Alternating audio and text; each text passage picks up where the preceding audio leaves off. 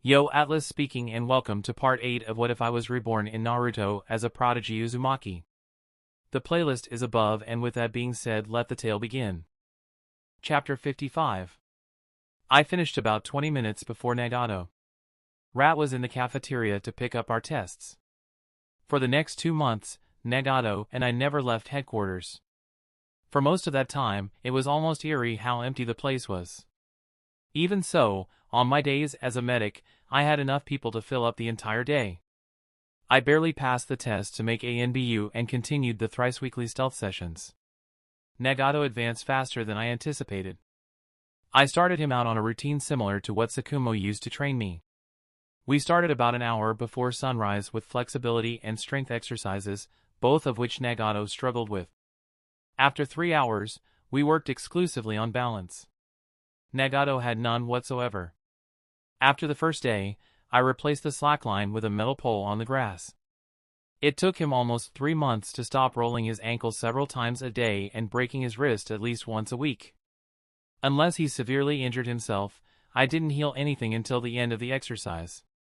After 5 months, I had him try the slackline again, and he was moderately successful. I made him work on balance every day until he got too frustrated to continue. Normally, he lasted about 2 hours. We'd stop for a quick, late breakfast, then moved on to training his reflexes and speed. As long as he was concentrating, I eventually figured out that he could track most shonen at full speed, though he couldn't move as fast as he wanted.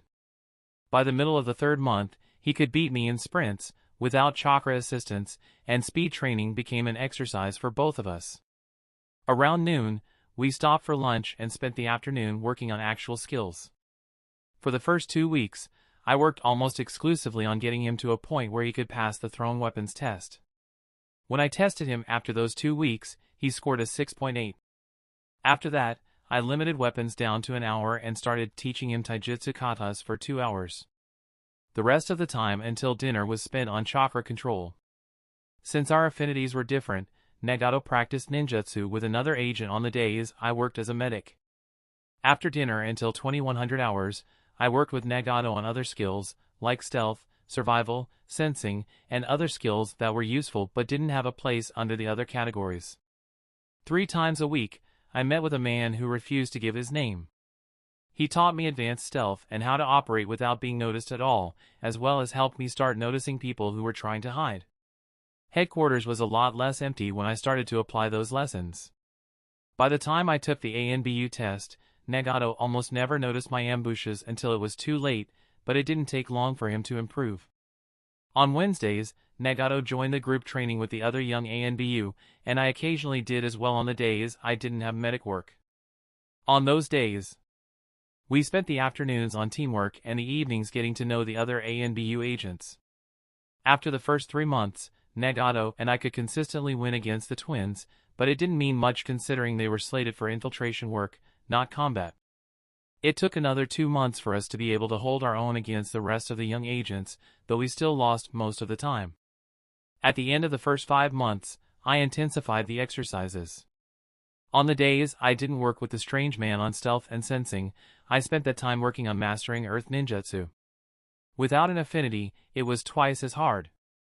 12 months later, with help from several ANBU who noticed me struggling, I had several jutsus I could do without hand seals, and a little of the control I had over wind. I was well on my way to my secret, unacknowledged goal of becoming an avatar. The only reason I didn't master them in the proper order was because Nagato was already working on water, and in order to balance our ninjutsu strengths, I needed to learn earth. I would never have the control over earth I needed to fight with it like I fought with wind, but it was damn useful to be able to pull up a wall out of nowhere, or move underground and relocate with my opponent none the wiser, at least until the clone I left in my place got destroyed.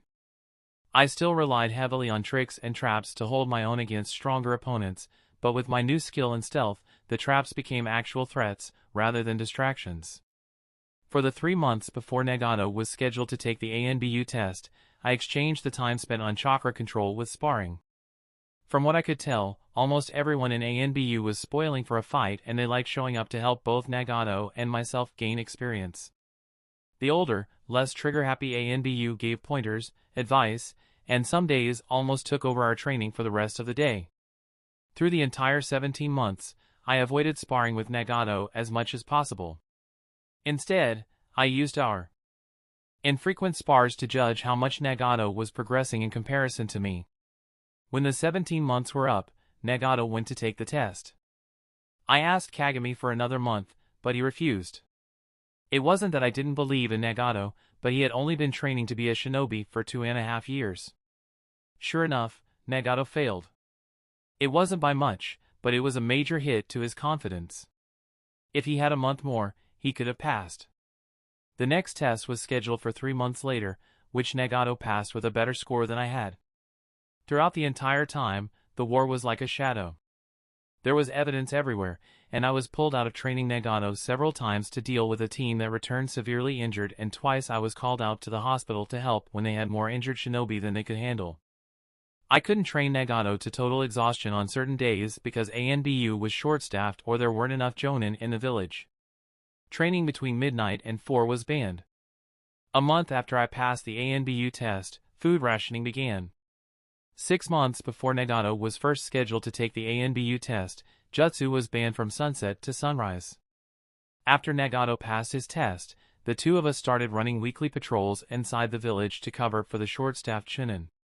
Twice a month, we were called to help the civilian Uchiha at the police station. Every time I left headquarters, I made a point to leave a note on the dining room table of the Uzumaki house along the lines of, "We are alive and well." Can't give any more details than that. Love you all, Kichiro and Nagato. The first chance I got, I gave them mine and Nagato's ID number. Since only Jonin and ANBU had assignments that lasted for more than a few months, they were the only ones allowed unofficial communications from civilian family members with their ID number. There was only about a 75% chance the messages would reach their recipient, and the family was only allowed to send 1 letter every month. Every month, we received an update from the family, though the letters were almost always written to both of us. The youngest of the orphans, Misaki, wrote to both of us individually every week and sealed her letters onto a single page whenever they put the letters together and sent them off. It was against protocol to respond, since the communications weren't secure, but Jonin could send messages home with their peers whose assignments were over. ANBU weren't allowed any responses, and it was against protocol for me to tell them we were still alive. Almost 3 years after I spirited Nagato away in the middle of the night, I reported into Kagami to receive the files of those I would be treating that day. Jiraiya and his former genin team are out of the village, he stated instead of handing me the files I expected. So, aside from the Hokage himself, you and Nagato are the only shinobi in the village with a working knowledge of Fuinjutsu. So, IWA has been able to counter, or at least fend off, everything we could possibly throw at them. What does any of this have to do with me? We haven't tried Fuinjutsu. I frowned, hoping he wasn't thinking what I thought he was thinking. Fuinjutsu is a supplemental skill. No one, not even an Uzumaki, has managed to use it by itself. Like ninjutsu, jinjutsu, even taijutsu can be used alone. There's no real way to use Fuinjutsu in a war of this scale. Your sister has gotten pretty close. Let me put it this way. There's active Fuinjutsu, which she uses. It is meant to be used in combat, primarily for defense, and theoretically, with enough preparation, can be used like any other jutsu. For example, it's used to create barriers and function as quick ninjutsu, and if someone's good enough, they can be applied with a touch. Those abilities are extremely rare, and only Uzumaki Mito got anywhere close to what Kushina can do. I and almost every other Uzumaki use static Fuinjutsu. That means I scribble out the seals on paper and slap the paper on people or things or whatever. No matter how many or of what kind of seals I produce, they'll barely make a dent. You're missing my point. Did Sakumo tell you about the 16 Jonin who wiped out half Iwa's invasion force? I nodded. They used one of the 2 major seals that was developed without the help of the Uzumaki. He pulled out a tube of paper from behind his desk that reminded me of a poster. It was developed primarily by the Nidaime, with help from several of the Senju elders at the time. I took the paper when it was offered to me and unrolled it, laying it on the floor and crouching to best see it. Kagami walked around his desk and spread out a similar seal matrix on my left. The technique you have, Edo Jaikusatsu, banishes souls from this world. In order for it to work, it takes the life of several individuals. The number of banished souls just depends on how much chakra was put into the technique to determine the range of the jutsu, but it is the decision of those who are sacrificing themselves on who is affected and who isn't. The technique I have here, Edo Tensei. I flinched. Which you seem to recognize, draws souls back from the afterlife. This requires an equal exchange, a life for a life. In case you're wondering, they don't work against each other. We can get another 16 people to sneak into IWA and perform the jutsu, but the amount of detail and chakra required to apply the seals properly so they can be used is something only the Night Aim has managed to do. I am the last person with an existing seal, and it was damaged over a year ago. Let me guess, you want me to apply a suicide seal to a half-dozen people? More like several dozen volunteers. Volunteers who can then be ordered to die on a whim. Kichiro. ANBU seals are one thing, they are in case of the worst happening. This isn't a just-in-case seal. You of all people know this stalemate cannot continue. So as soon as I complete the seals, they will be sent out, most likely to IWA, in an attempt to murder as much of the population as possible. Konoha can't sustain. So, murdering thousands of people, most of whom would be civilians and have next to nothing to do with the war, is the answer? What other solution do you propose? Not this. I will order. I dare you! I snarled back at him. We glared at each other until a knock at the door interrupted. Enter, Kagami growled while I folded both poster-sized pages in half, a polite note to anyone who entered that it was not for their eyes. I knelt stiffly, glaring at the front of Kagami's desk.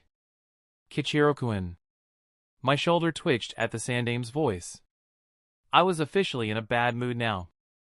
I decided to ignore him. I refuse to assist anyone in suicide, for any reason, unless there is no other option. I refuse to believe this is the only option. I stood up and turned to leave. Kichiro, wait, Kagami ordered. I stopped with my hand on the door but didn't turn around. A battle of wills raged behind me, I could feel it. Kichiro, the Sandame began. If there is nothing else, Kagami-sensei, I interrupted. I'll be headed to the training grounds.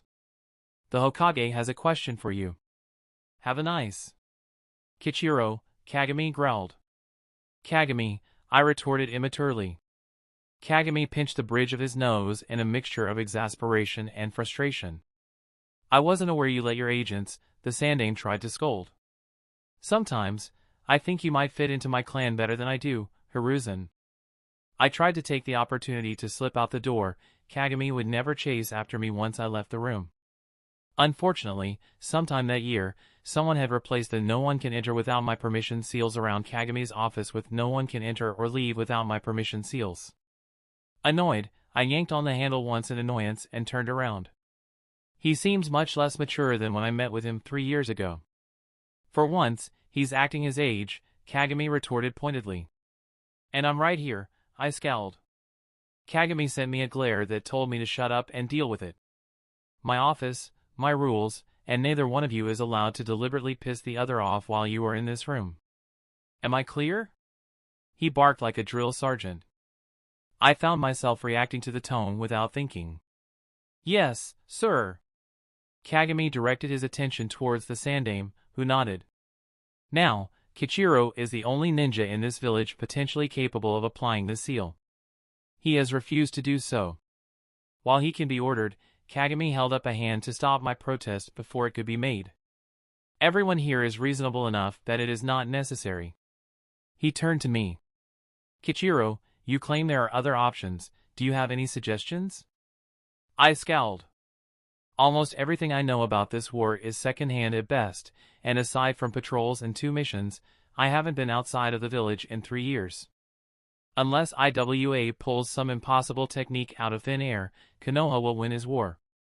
Our shinobi are too motivated and too skilled to allow for anything else. Konoha cannot afford to lose the resources it would take to win if we want to recover in a timely fashion. The quickest way would to decimate their morale. The destruction of who they are fighting for would be the simplest. The Sandame argued. Then go ahead and drop an atomic bomb on IWA. It may be the simplest, but it won't do squat and you homicidal. Kichiro! Kagami scolded. I scowled and shut up. What other option is there? The Sandaime demanded. I forced myself to calm down. Practically any tactic is better. If you're thinking about maintaining the village after this war is over, bathing in blood is sure as hell not going to get the job done. Konoha already has a reputation that will help it recover faster than IWA could hope to. You need to keep everyone on your side, the shinobi, the farmers, the merchants, the craftsmen, everyone.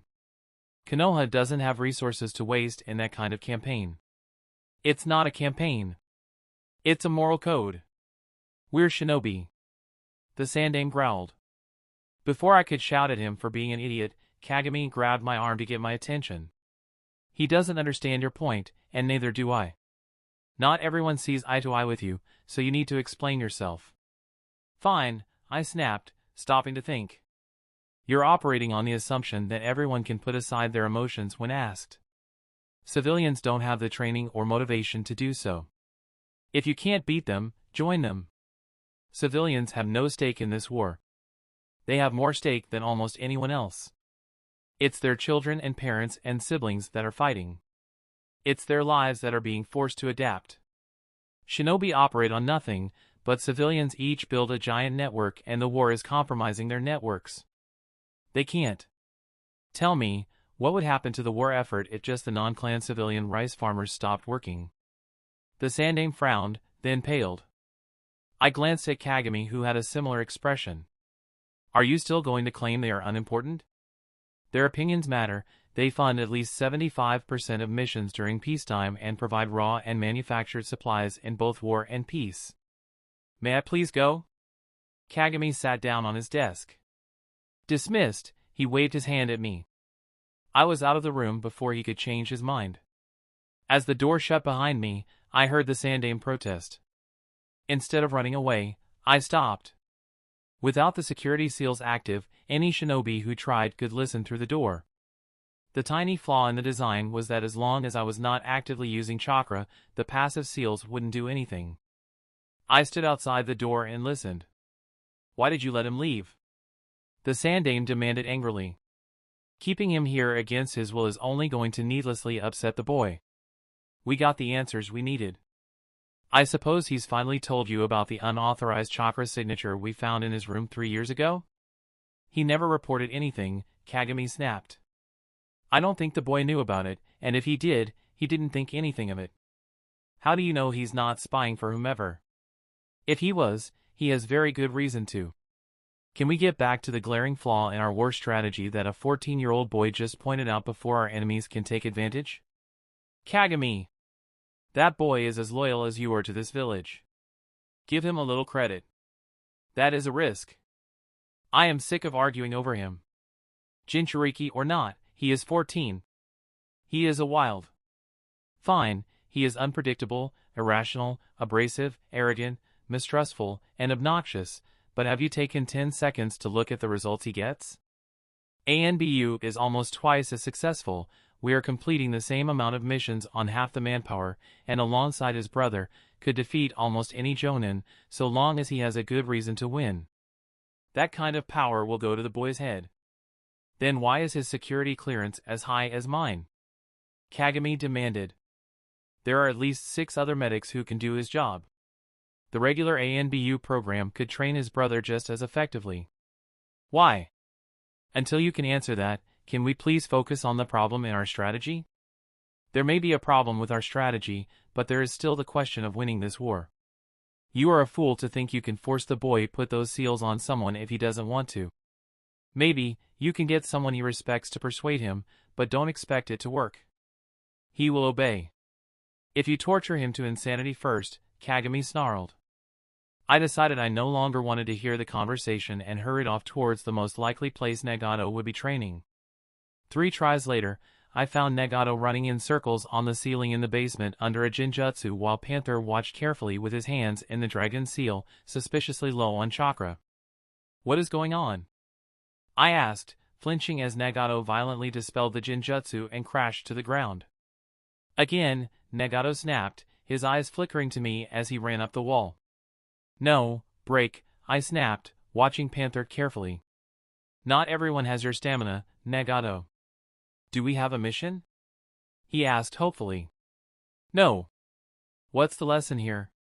Dispelling Jinjutsu while in motion and attached to things, Nagato responded, frustrated. Not going too well? I surmised. Not at all. It's been all morning and I haven't gotten anywhere. Sticking to surfaces with your feet should be second nature. Dispelling a Jinjutsu should only be conscious to the point where you realize it needs to be done. That's most likely your problem. You know how to do, and can do it perfectly, but you don't have either skill properly mastered. It's the same problem you have with using ninjutsu without hand seals. Look at it this way, any beginning Fuinjutsu student can copy an explosive seal. They can copy every explosive seal in existence thousands of times, but it doesn't mean they know what the chakra conversion factor does, or what part of the seal is the trigger mechanism. Does that make sense? Nagato groaned. I've been trying to figure out the problem all morning, you upstaging little brat, Panther growled at me good-naturedly. You only work with him a fraction of the time I do. Nagato, do you want to work on fixing it now or later? I want to get this by. You can't put mastery on a timer, you'll just get frustrated. I knelt down and pulled out the sealing kit, drawing a simple training seal Kushina invented shortly after I learned tree climbing and taught it to her a year before the rest of her classmates. It was a wicked little thing, but effective for both training and pranks. I motioned for Panther to get off the floor, and when he did, I activated the seal. Nagato whimpered comically as he read the seal expanding across the floor of the room. Panther jumped down from the wall to just outside the door while I leapt onto the ceiling. Nagato, without an active dojutsu, there's no way the human brain can process more than one thing at once. That's why I do so many repetitions and make you do them as well, so the muscles can take over while we make sure no one is going to stab us in the back. Nagato frowned. You're going to? Yes. And he's going to? Yup. While I? Exactly. You ready? Nagato whined but set his feet in the most basic academy stance. This is gonna hurt. I won't do any damage. That won't make it hurt any less. My response was a vicious slash at his face with one of my sticks. Nagato gave me a pathetic look when I skipped taijutsu entirely. Chapter 56. Nagato did just fine anyways. While he didn't know as many styles as I did, he was good. There was a damn good reason he was specializing in taijutsu. I had to take full advantage of my greater height, weight, and ability to take damage with impunity in order to hold him off. In purely hand-to-hand combat, Nagato was undoubtedly better. My sticks leveled the playing field by a lot, and the fact that Nagato had to keep his feet attached to the ceiling at all times and couldn't attach parts of his body to the ceiling able to increase the number of angles he could attack with, actions that gave me twice the attack range and maneuverability. Nagato earned his fair share of bruises, he fell as often as he succeeded. A surprise leg sweep on my part had him attempt to jump over it, forgetting that gravity was working in the opposite direction and nearly sent him headfirst into the seal. He turned the dive into a clumsy roll, hissing as the seal sent painful shocks through his body until he stepped up on the wall to continue the fight. Unfortunately for me, after 2 hours of ceaseless taijutsu, Nagato started to get the hang of fighting upside down. Panther's occasional jinjutsus became easier for Nagato to brush off when he was actually fighting. He had a bad habit of relying on pain to break himself out, but Panther noticed the problem shortly after and hit Nagato with a sensory deprivation jinjutsu. It was good timing, since Nagato had managed to lock his hands around my wrists and was in the process of disarming me. Shit, shit, shit, Nagato hissed in English. It was funny he was copying me, but I was still going to needle him about his language. Is this a jinjutsu? Yes, obviously.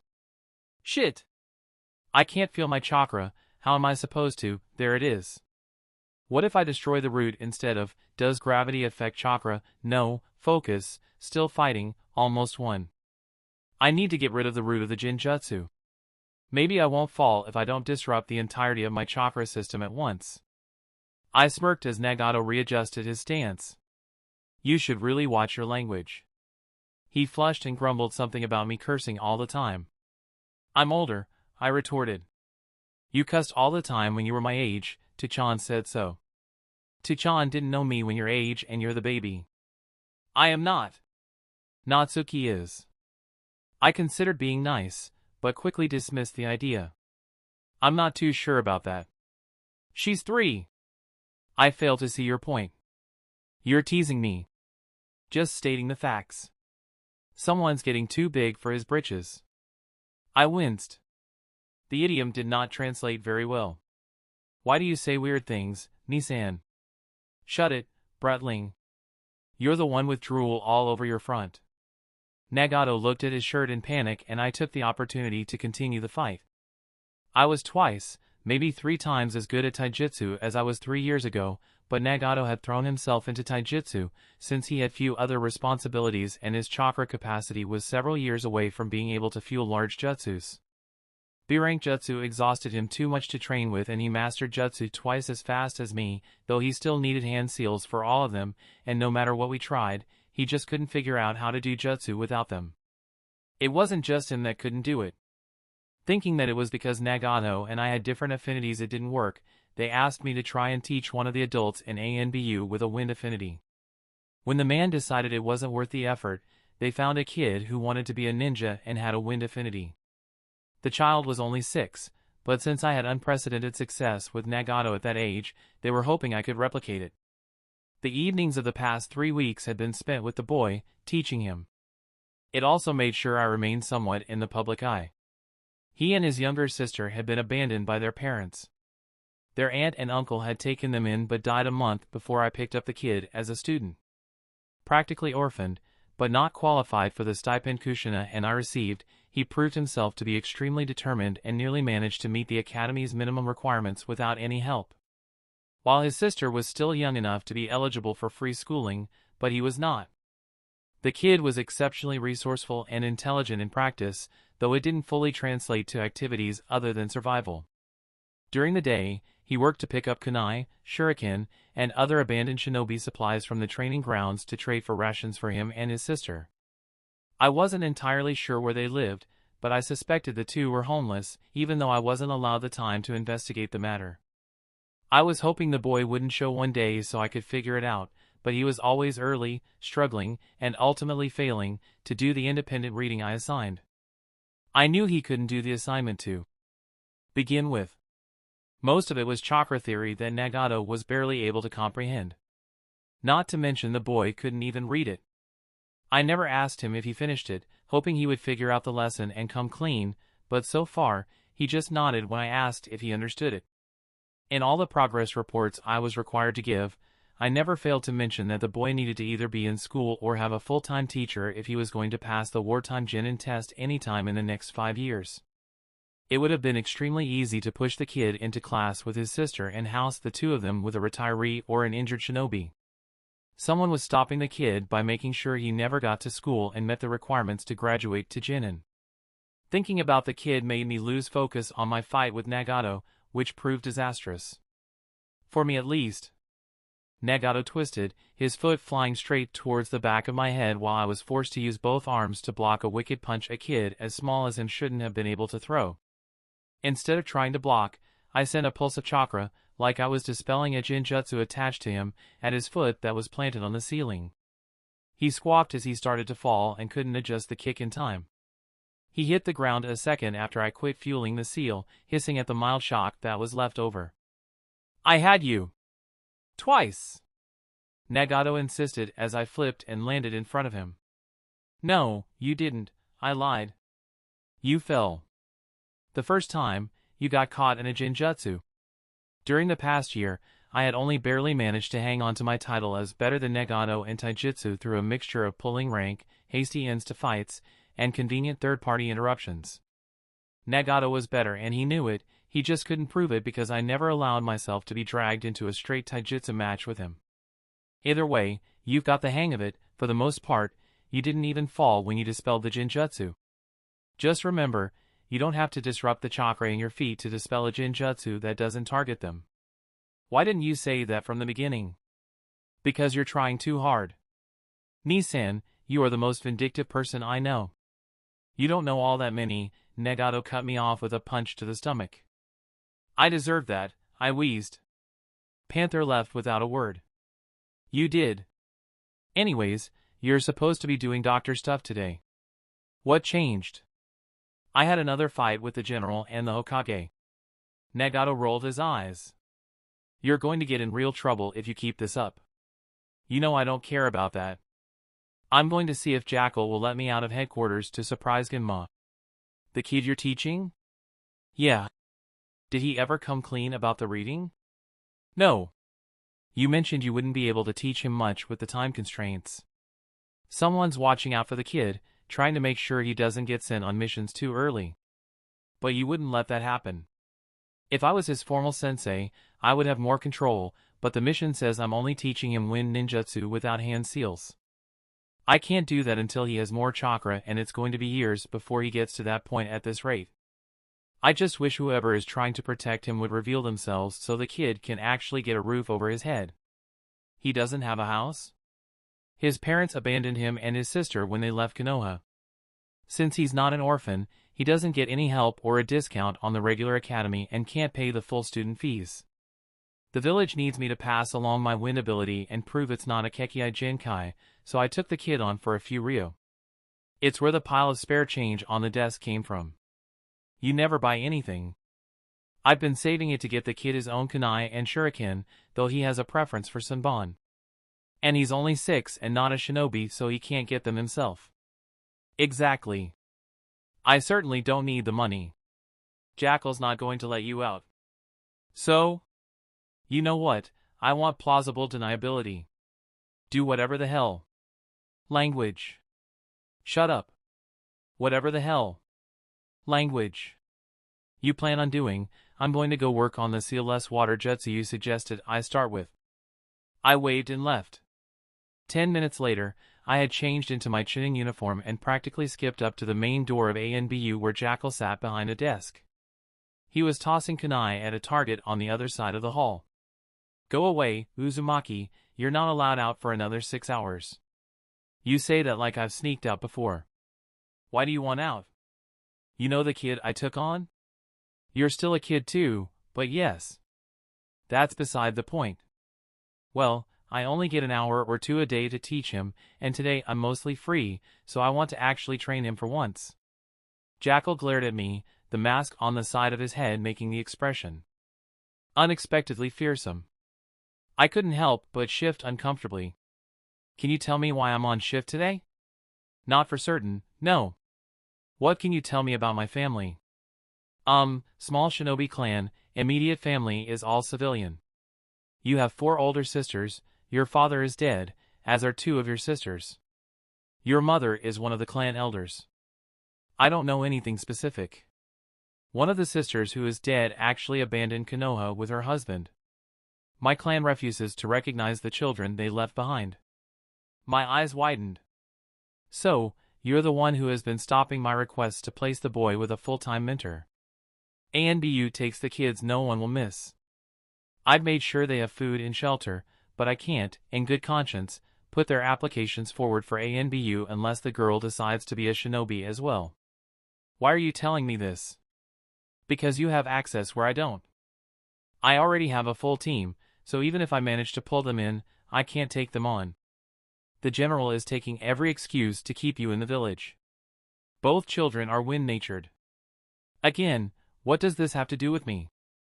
I already suspected the answer, but I wanted to hear him say it. Because you can take on a future combat team, I can't. It's quite common for ANBU members to raise their own team. I get my niece and nephew in a place I can make sure they're taken care of, the general gets his real excuse to keep you in the village, and the Hokage gets his best shots at you passing on the freaky air control you have without risking creating a third Kichiro. Third? That little brother of yours may be an angel when you're around, but he's more of a hellion than you are when you're not there to make him behave. I could take offense to those statements.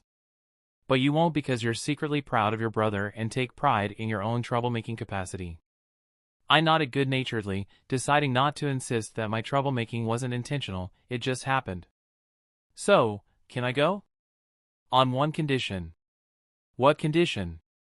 Pick up Genma's sister, Sachiko, from school early and take her to this address. Jackal held out a scrap of paper. Then you have until midnight to be back. The girl would be an idiot to follow me anywhere. She knows you're coming. How? I told her. How? Shadow clone. You have 6 minutes to get to school and sneak her out of recess. Fine. I snatched the paper out of his hand and marched out of headquarters. I arrived at the school in less than a minute. It was about a block away from the ANBU headquarters, which I knew wasn't a coincidence. As soon as I caught sight of the playground, one of the little girls leapt off the swing, flipped in the air and landed, rolling several times before jumping to her feet, unhurt. I told you I could do it! She boasted to a knot of older boys. Now you gotta let me play ninja with you. No one wants to play with a cheating baby. They retorted. I guess they were 8 and the girl was about 5. I don't cheat! She shrieked, lunging towards them, fists flying. The boys sneered and took the opportunity to jump on her. I was more than a little annoyed at the fact there was only one adult on the playground to supervise, and even though she was looking directly at the fighting children, she didn't lift a finger as the older boys ganged up on her. I sighed and leapt the fence, landing behind the boys with a loud thump. You know, 5-1 is overkill against almost anyone. She started it, one of them protested. She's 3 years younger than you, and you antagonized her hoping for a fight. Because she threw the first punch, I'll keep it at this. If you want to fight, I don't care, but pick on someone your own size. Now scram! What about you? One of the ringleaders challenged. I was at least 1.5 feet taller than the tallest of them. Try me, I growled, releasing the tiniest bead of killing intent. They quickly hurried off and I knelt beside the girl. The caretaker watched us, but to my annoyance, she didn't interfere as I crouched beside the girl and laid a hand coated with medical jutsu on her forehead. You're fine, now go play. I stood up and started to march away. She jumped up and grabbed my hand. I barely managed to stop myself before I reflexively threw her across the playground. Never approach a shinobi from behind, girl, and never, ever touch one without their explicit permission, understand? I snapped at her. I probably sounded scarier than I did when I told the boys to buzz off. She nodded and I marched away towards the woman who was supposed to be taking care of the children. 3 things, lady. I told her flatly. Uniform or not, you need to at least approach any stranger that walks onto the playground. Secondly, since we're 8-year-olds allowed to beat up their much younger classmates. You should have interfered in the fight, no matter who threw the first punch, but you didn't even move.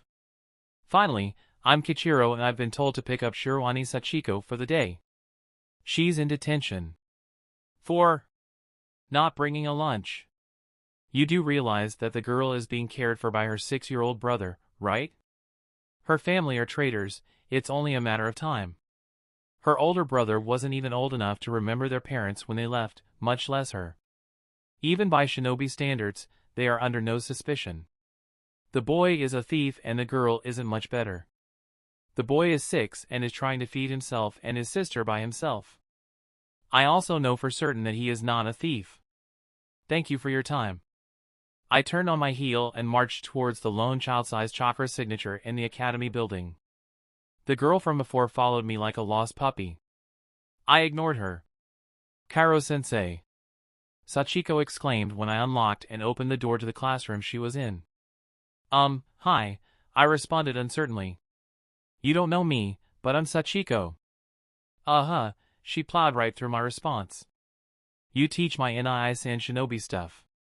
It's so cool because he teaches them to me a lot too and they're really fun and nobody said you were going to come pick me up today and I'm so excited and that was all I really have to say but I'm really excited and are you going to teach me shinobi stuff too and I held up a hand to stop her. I have no idea what's going on. I was told to pick you up and take you somewhere, that's all. The nobody thing threw me for a loop and left me wondering why Jackal would pull an Odysseus on a little girl. Can I come? The girl from before asked. I didn't even look at her. Let's go. I tuned on my heel and marched out while the girls stared each other down. Something was decided and they both rushed after me. I ignored them both as they fought for my attention the entire way there. Fortunately for them, and unfortunately for me, the destination was on the opposite side of Konoha. I had to foil at least 2 murder attempts each, and stop one aimed at myself from the yet unnamed girl. I managed to do most of it through very pointed killing intent, but I had to actually disarm Sachiko once. Said weapon was a kunai I had given Genma, and I made note to give it back to him and remind him that only ninja and ninja in training were allowed to carry blades and or weapons in public places. Too late, I realized what I had been set up for. The address I had been given was one of the handful of training grounds that weren't actually in headquarters. Apparently, Genma had been assigned to clean up the same training ground. I scanned the likeliest of ANBU hiding places and noticed Jackal crouched in the most obvious, watching the 3 children swarm me with interest. I glared at him. A second scan revealed that there were 4 others watching, even though I couldn't make out their identities. The children must have sensed something change and immediately fell silent. Something wasn't right. Sure, Jackal wanted me to help him with something, but if he was here, he would have approached. Something moved out of the corner of my eye, just over the unnamed girl's head. I spun and dropped her on her back, barely catching the kunai headed straight for her head before it went through my middle, grumbling curses under my breath as several supposed missing nin started to circle. Someone threw a dozen kunai at Sachiko as soon as Genma turned his back. I jerked her towards me to give myself enough time to pull up an earth wall to stop the kunai. I pushed her down beside the other girl, just as Nagato arrived. I grabbed Genma's collar and yanked him out of the way of a shuriken before he got the hint and crouched beside the 2 girls. Nagato took up a position on the other side of the children and we settled into a defensive stance, circling the children in the opposite direction of the assailants. It was a tricky defensive maneuver because we switched potential opponents so quickly, but it also decreased the opportunities for the children to be targeted. Jutsu wasn't allowed on this particular training ground, so I knew it would be a matter of minutes before someone arrived to check out what was going on. I stomped on the ground and channeled chakra through my foot to raise a waist-high wall around the children, pumping enough chakra into it and the ground underneath them to turn it to stone. It took a ridiculous amount of chakra to get through that kind of material, which forced the assailants to attack from above or waste their own energy. I was also sure that the stone would quickly become a permanent fixture on the training ground. They continued to circle, throwing the occasional kunai, which Nagato or I threw right back at them, but faster. When 2 minutes elapsed and they continued to edge closer, I started to worry. There should have been an alarm raised. I couldn't completely encase the children in stone and risk them suffocating, nor could I fight. They had Nagato and I outnumbered 5-1. I was quite curious as to how Nagato was there, but not curious enough to say anything. Over the next few seconds, the pieces started to fall together. Jackal was unmoved, and when I looked closer, he was barely breathing. "We surrender," I growled. It wasn't an actual attack, it was a surprise evaluation. They approached cautiously. Nagato silently allowed himself to be manhandled to the ground, a seal placed on the base of his neck to knock him out. The 3 children were pulled out of the somewhat safe bowl I made and treated similarly, but with kicking, screaming, and crying on their part. Unlike with Nagato, 3 people for each child was overkill, even if they did have a tiny bit of ninja training each. Finally, they focused on me. Chapter 57. They circled me carefully. I suppressed a grin when I realized that they had run out of the knockout tags. If they didn't have the foresight to bring a few extra, I wasn't going to let them complete their operation as easily as I would otherwise. One of them had a blade ready to sever my spinal cord. I decided to deal with them first. With a vicious twist, I spun and stabbed a senbon through his neck, putting him in a very convenient near-death state. At this point, the team lost their mission sense and focused their attention on me, enraged. Before they managed to rally, I took down 2 more in a similar manner.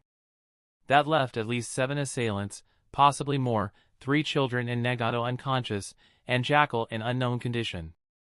I knew I couldn't win, but they obviously had non-lethal takedown orders. I wasn't going down without a fight. Unless one of them was solid Jonin level or above, I knew I could take out at least 1 more, 2 if I got lucky. I knew better than to let them attack on their terms and immediately brought the fight to them, not allowing them to regroup. I didn't know how or why, but everyone in ANBU underestimated me at least once, no matter what they were told about me. I had a vague idea of who the agents attacking me were, but unlike them, I did not make the mistake of underestimating anyone. While they were surprised by my ruthlessness and taking overly long to recover, I managed to take down a fourth one. Unfortunately, one of their older, more experienced members regained their heads and countered brutally.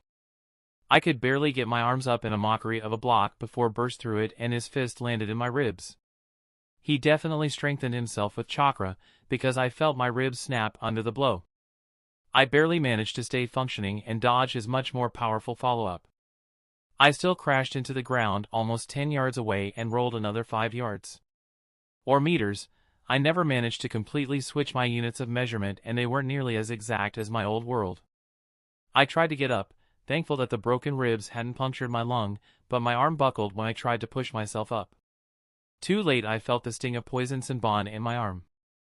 The dose I got would have been instantly lethal to anyone else, but with the QB's chakra practically saturating my body, it was enough to knock me out almost instantly and leave me sick when I woke up. Straight face. I woke up groggy, lying on the metal bed in one of the training interrogation rooms. It didn't require much skill to get out of, but escaping wasn't the point. The man who would apparently be interrogating me was sitting a few feet away. I started to sit up, but immediately noticed the razor-sharp wire around my neck, wrapped around both my wrists and across my hips, and then wrapped around both of my ankles. "Good evening," the man greeted. "I haven't even been out an hour, it's lunchtime," I refuted. "I assure you, you're lying. I am going to assume that every word you say is a lie, good luck convincing me otherwise. You're not very open-minded." "It's hard to be open-minded when I watched your team, or at least the team you're associated with, murder 3 children and my younger brother." I knew it wasn't true, so did he, but I pretended to be pissed enough that it could have been. They would never. He jumped up and dashed out the door. By exercise standards, he failed. Technically, I did as well for surrendering, but I didn't care about my score. I was just pissed Anbu got Ginma, his sister, and a random civilian involved. A minute later, one of Kagami's second-in-command, Mongoose, came and cut me free, his hand tied around my left arm. That was a nasty trick to play on everyone. "Is the exercise over?" I asked, annoyed, and jerked my arm free. "Yes." "Good. Now tell me, why the hell were civilian children involved in that exercise?" "It was an unforeseen change in plans." "Then why did you go through with it?" I demanded. "The war is almost over. What does that have to do with the sunken islands of Kuri?" I demanded.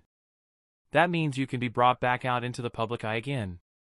I still don't see why you terrorized 2 5-year-olds and included Ginma in an ANBU practice operation without my permission." "Nagato." "No, Nagato is a genius. He could handle operations at that age because he was raised with the knowledge that he would be a shinobi. Ginma may be smart, but he doesn't have that foundation and is not a genius. He most certainly has none of the support Nagato has always had. He has you. Only for an hour or 2 a day. Even if he was my full-time student, I can't be his father or mother. That opportunity was taken away from him years ago. Because he's the only family his sister has left, he is wholly responsible for her as well as himself. Maybe the other girl will be fine, but I don't know a single thing about her.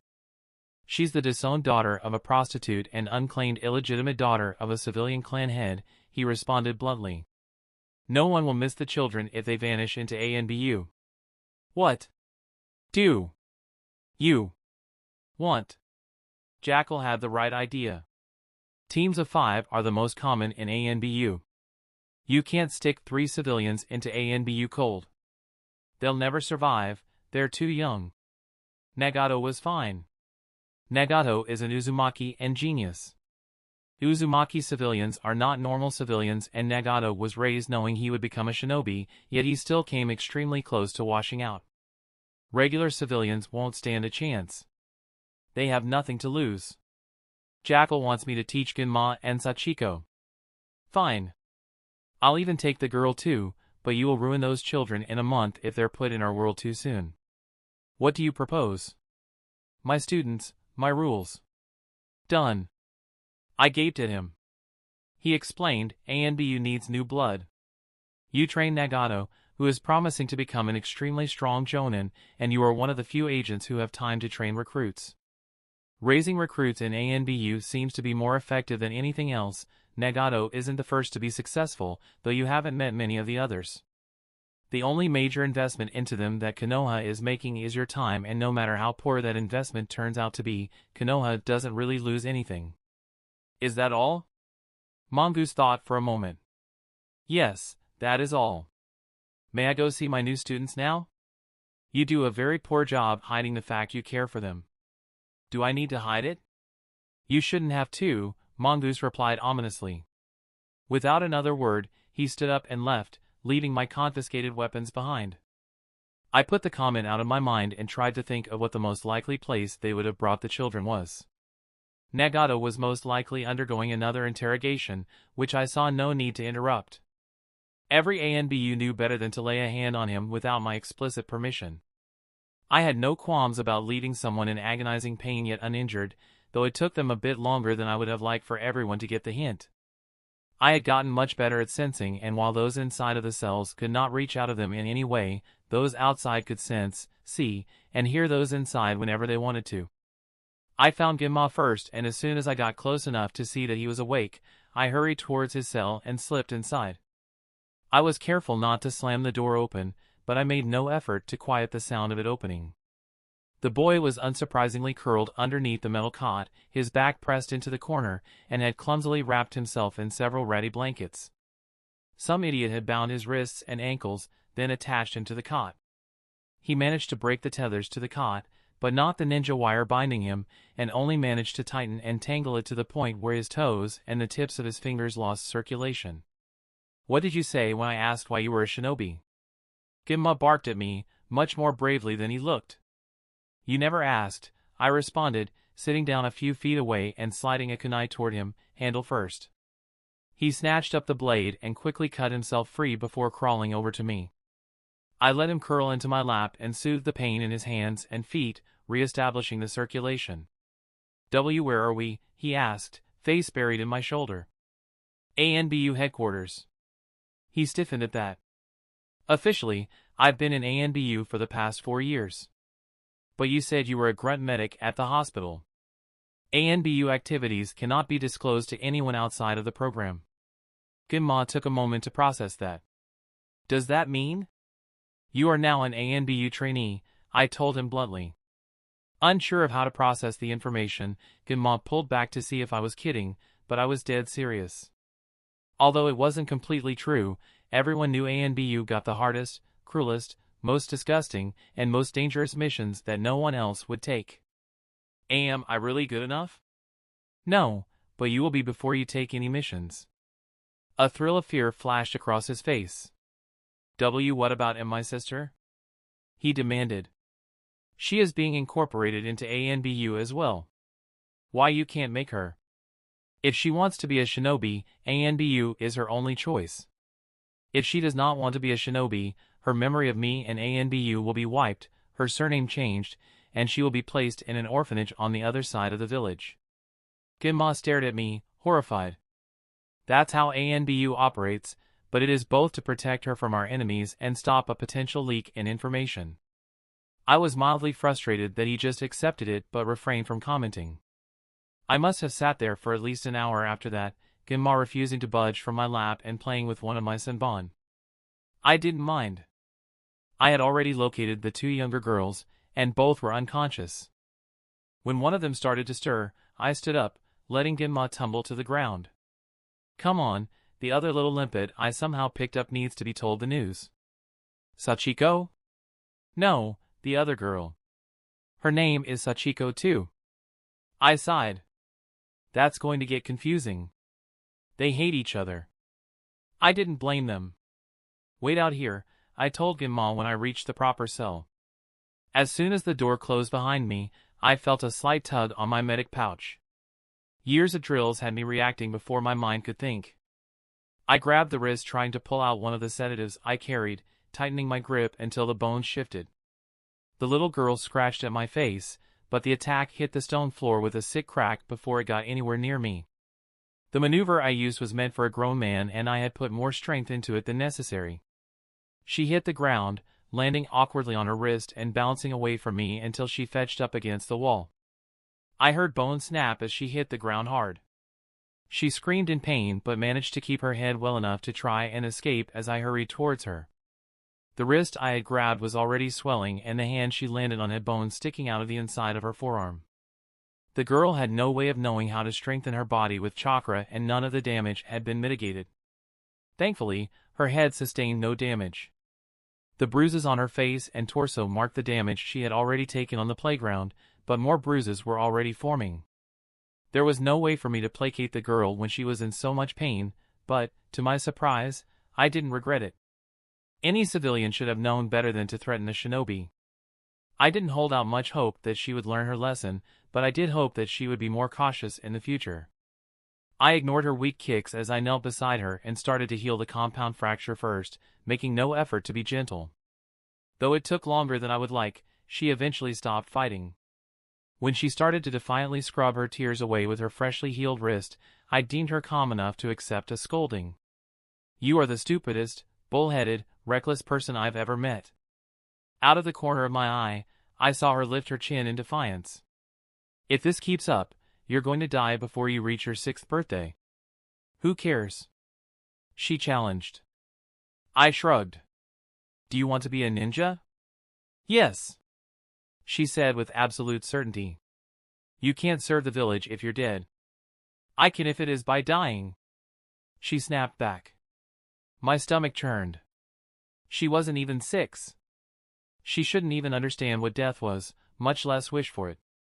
I sincerely hope most of her words were a mask instead of the truth. "You're just like everyone else. You don't even care." "Why should I care about someone who just wants to die? Why should I care about someone who's just going to get their way eventually?" She didn't have an answer to that, so I pulled out the last of the 2 kunai I carried around. The other was with Ginma. "If you really want to die, you can attack one of the ANBU who will come to get you later with this. If you want to live and learn to be a real ninja instead of a suicidal waste of space, you can follow me. I don't give a damn which one you choose, but if you choose to follow me, I will not tolerate using a rock instead of your brain." I waited for the words to sink in before standing up and marching out. A few seconds later, she followed. To my surprise, Ginma didn't comment when she followed me out. He just stared at his feet and shuffled after me. His sister was still unconscious several cells away. I went in and woke her up, waiting outside with Sachiko while Ginma explained the situation to her. I felt bad for Ginma when his sister dropped his hand the second she caught sight of the other girl. The 3 of them still followed me obediently. Ginma's sister was definitely the sneakiest child I ever laid eyes on. She managed to pickpocket the kunai I gave Ginma, and while I was disabling the seal meant to keep them in the cell block, stabbed the other girl pretty good, who stabbed her back at the exact same time. I wasn't going to dismiss their feud, but it was borderline ridiculous. They didn't cause much damage to each other, neither had the fortitude to seriously hurt another person, but they would be in pain. I confiscated their kunai and grabbed them both by the arm and dragged them through the halls. I needed to address their hatred of each other and find a workable solution as soon as I made sure Nagata was alright. It didn't take long for me to find him. Ginma and the 2 girls probably thought I was insane when I stopped and stared at a seemingly random door, then went back the way I came. I next took them to one of the rooms that was generally used for individual or duo training and sat them in a circle and started to lecture them. "The 3 of you are in ANBU now. That means your behavior reflects on this organization. Generally, new recruits are systematically torn down physically, mentally, and emotionally, then rebuilt as a perfect soldier. They survive and thrive, or they die. Luckily for you, I don't agree with that system, but I'm not sure you'll like mine much better. Unless stated otherwise, every second of your time here from here on out is training of some sort, whether you realize it or not. Any questions so far?" The 3 of them shook their heads quickly. I was sending a very measured amount of killing intent their way to keep them, mainly the girls, focused on me. "Sachiko and Sachiko, your names, obviously, are the same, and it's not fair to you," I pointed at Ginma's sister, "to always be called Ginma's sister, so the 2 of you are going to pick new names to go by while you're here." I gave them 30 seconds to think of something. It only took 10 seconds for them to realize I was serious and start arguing with each other. Enough, I snapped. You will be red, I pointed at Ginma's sister. Her hair had a reddish tint to it that Ginma's lacked. You will be Blondie, I told the other girl. They protested their names, so I increased the killing intent until they almost collapsed but quickly let up. None of you know the first thing to being a shinobi. It's my job to get you to the point where you can get your mission done and live to report on it. I looked at the two girls. Like it or not, the two of you will be stuck together for the next 5 years at the very least. There is no getting around that fact. I don't care if you compete with each other, but the two of you are responsible for each other's backs and the backs of your future teammates. You cannot hate each other. You have to be closer than siblings, because when you're out in the field, you can't rely on anyone else, and if you can't rely on each other, no one can rely on you. I waited for that to sink in. The girls looked at each other, gazes still loaded with hatred. You have the rest of today to work out your differences and come to an agreement on your own. If you cannot do so, I will intervene and make you, one way or another. This is your only warning. I glanced at the clock on the wall. At sunset, I will come back and see what progress you've made. Ginma, come with me. I stood up and waited for the boy to follow, but he hesitated. Ginma. I barked at him. He followed immediately and I locked the two girls in the room. Sensei? He asked cautiously. Ask away. What are you going to do if they don't get along? Embarrass them. How? Ever heard the phrase attached at the hip? Ginma frowned and shook his head. It's an expression that means two people are so close to each other you never see one without the other. Well, if they don't shape up, they will be literally attached at the hip until they do. While that sunk in, I led him to Nagato and my dorm room. Roach had moved into the regular dorms the second he turned 15, though it was mostly out of necessity. Roach was taking missions above Nagato's clearance level, and it was one thing to have Nagato privy to my movements and aware of the information I was dealing with, but quite another for him to be aware of another agent's. No one had moved Roach's bed out, so I decided Ginma could take that bed. Nagato slept on a mattress underneath my bed. You can have the top bunk, that's where Roach used to sleep, but he had to move rooms. The locker there is for your armor and weapons. That desk is yours, trust me, you'll need it. If you make a mess, you clean it up. As for hazing, you shouldn't have a problem since I don't tolerate it, but if it happens and you can't handle it, tell me, and if you need help, either me or Nagato will help. Any questions? I slipped out of my Chunin vest and set it on the back of my chair. What about my sister and the other girl? I'll need to figure that out later. Anyways, this is one of the few places I know we won't be overheard, and I need to make several things clear to you before you agree to a formal apprenticeship. I gestured for Ginma to sit at his desk. Mine faced his, while Nagato's was in the corner of the room so he could work with fewer distractions. I sat down behind my desk, on which someone had dropped 3 copies of apprenticeship papers. Ginma nodded for me to continue. He didn't meet my eye, but I didn't expect him to. Do you know my full name? Ginma shook his head. I was surprised he hadn't been told. At any point, you are free to walk out of this room and I will make sure you face no consequences for your decision. I will not manipulate or coerce you in any way to make your apprenticeship official, and I will make sure you are placed with a decent sensei. Do you understand? What does coerce mean? It means I will not force you in any way, be it emotional, physical, or mental. He nodded. You speak for your sister on this, do you understand what I'm telling you? I understand. My full name is Uzumaki Kichiro. Ginma looked up at me in shock. Everyone thinks you died. I shook my head. My memory is rather warped, but in the time I was gone from the village, I was actually a prisoner in IWA, but that is information you are not to share with anyone without explicit permission from me, the ANBU General, or the Hokage. I waited for that to sink in before continuing. Do you know what a Jinchuriki is? Ginma's face paled as he nodded. Explain to me what you know about Jinchuriki. They're monsters, Ginma shuddered. The lady who took care of Sachiko and I after they left used to tell us that if we didn't behave, the Jinchuriki would come and burn us alive. I had a good guess who they were, I didn't ask for an explanation. A Jinchuriki is someone, usually a ninja, who has a tailed beast sealed inside of them. Some have bad seals and go mad from the demon raging inside their heads, but most have seals that keep them from being influenced by the beast they harbor. Genma watched me, fascinated by the almost clinical definition.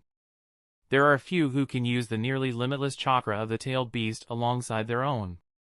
Only Kage stand a chance against a Jinchuriki of that level, or a Jinchuriki who has lost control of the tailed beast inside of them. Are they evil? They are humans who have power few can combat. Some are angry, some are cruel, some are sad, most have had harder lives than you. He leaned back in his chair and stared at his hands. I didn't let my gaze waver from his face. I am the Jinchuriki of the Kyuubi. Fear filled Genma's face. He stood up and backed away a few steps. I didn't move. He glanced between me and the door several times. I don't believe you. You're nothing like how they describe Jinchuriki. I didn't answer. You're a person, right? Yes. You don't hunt people down for sport. I would never. You're not the Kyuubi. I am not. How can I be sure? I can show you what the Kyuubi's chakra feels like. But what if it escapes? Contrary to what most have been led to believe, I have never lost control of the Kyuubi's chakra, despite my age. The instances that people would attest to were all while I or another person were manipulating a Jinjutsu to convince an opponent of the fact. I have never killed anyone with the Kyuubi's chakra. But you've killed people. I have. How? By accident, mostly. I have only intentionally killed one person. Why did you kill them? The woman was threatening my sister and had the Hokage and several other jonin trapped in a Jinjutsu, manipulating them into attempting to kill me. Genma approached me cautiously. I didn't move a muscle as he laid a hand over my heart. I'm not going to run, he decided. Chapter 58. It didn't take long for me to start walking Genma through the official documents that would solidify his apprenticeship. When I dropped it in front of him, he finally admitted that he couldn't read. I lectured him about it for a minute before reading each of the questions to him and guiding his hand to write down the answers for both his form and his sister's. It was an exercise in frustration for both of us. He didn't understand the questions as well as he wanted to and I had to explain most of them. 3 hours later, Genma proudly signed his name beside mine. At some point during the ordeal, he took a seat on my lap. When he finished, he didn't move from his perch. Instead, he leaned back against me. I'm tired, he murmured, rubbing his eyes. Your bed is right up, he was already out. I rolled my eyes and firmly reminded myself that he was only 6 years old. I picked him up, decided against trying to haul him up to the top bunk and laid him on my bed. I started filling out Blondie's form. She wasn't old enough to speak for herself, so I would need the signature of her guardian. I was nearly done with the form when Nagato stumbled into the room and dropped his weapons pouch just outside the door. I barely caught the boy before he face-planted. I dragged him over to the nearest chair and laid my hand on his chest, using medical chakra to flush the worst of the hallucinogens and other drugs from his system. His head dropped onto my shoulder and drool gradually dampened my shirt. It didn't take long for me to bundle him into bed as well, with a little bit of medical chakra to make sure he stayed asleep long enough for the rest of the drugs to wear off. He'd have hell when he woke up since most of the standard interrogation drugs were highly addictive, but I wasn't particularly worried.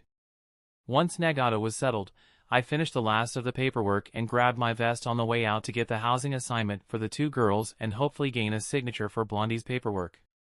It was just my luck to run into the agent carrying orders for me to immediately report to Kagami. I didn't bother asking what the rush was, I wouldn't get an answer. I headed straight for Kagami's office. I didn't bother knocking, I just barged in and tossed the papers on Kagami's desk. How? He asked out of the blue. I beg your pardon? How do you piss off a clan head to the point where he would claim a bastard child? I have no idea who you're talking about. Oshiro Riku. I don't know, oh. How did you piss him off?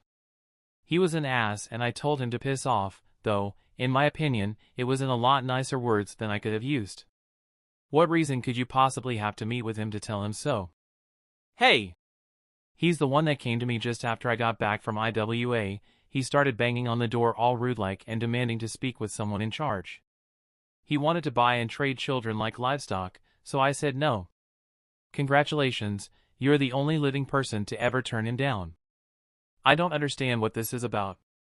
That girl you locked in the training room with her arch-nemesis is his daughter, and somehow, he caught wind of you taking her on as a student and is pressing charges against you. What charges? Theft of property. I never took anything of his. Bastard children are considered property by civilian law. That's sick. How can the Hokage? The Hokage doesn't have a say. The daimyo made the law for the entirety of the Land of Fire years ago. The Hokage answers to the daimyo. I sent a team to research the girl as soon as I heard about the charges, but she hasn't committed any crimes on which she can be wrested away from a clan head who has the daimyo as ear. She attempted to steal from and attack me earlier, and she grabbed me when I was at the school. Child or not, that's technically enough to get her executed according to the letter of the law, considering I'm ANBU and major village asset. I can press the charges against her and the judge can give her a sentence of ninja service instead of execution. He can't. The daimyo has already been brought into the case, so we can't work around it. Oshiro-san would prefer the girl dead. Then give her a Hatake. No one but the Hokage and her commander can claim her them.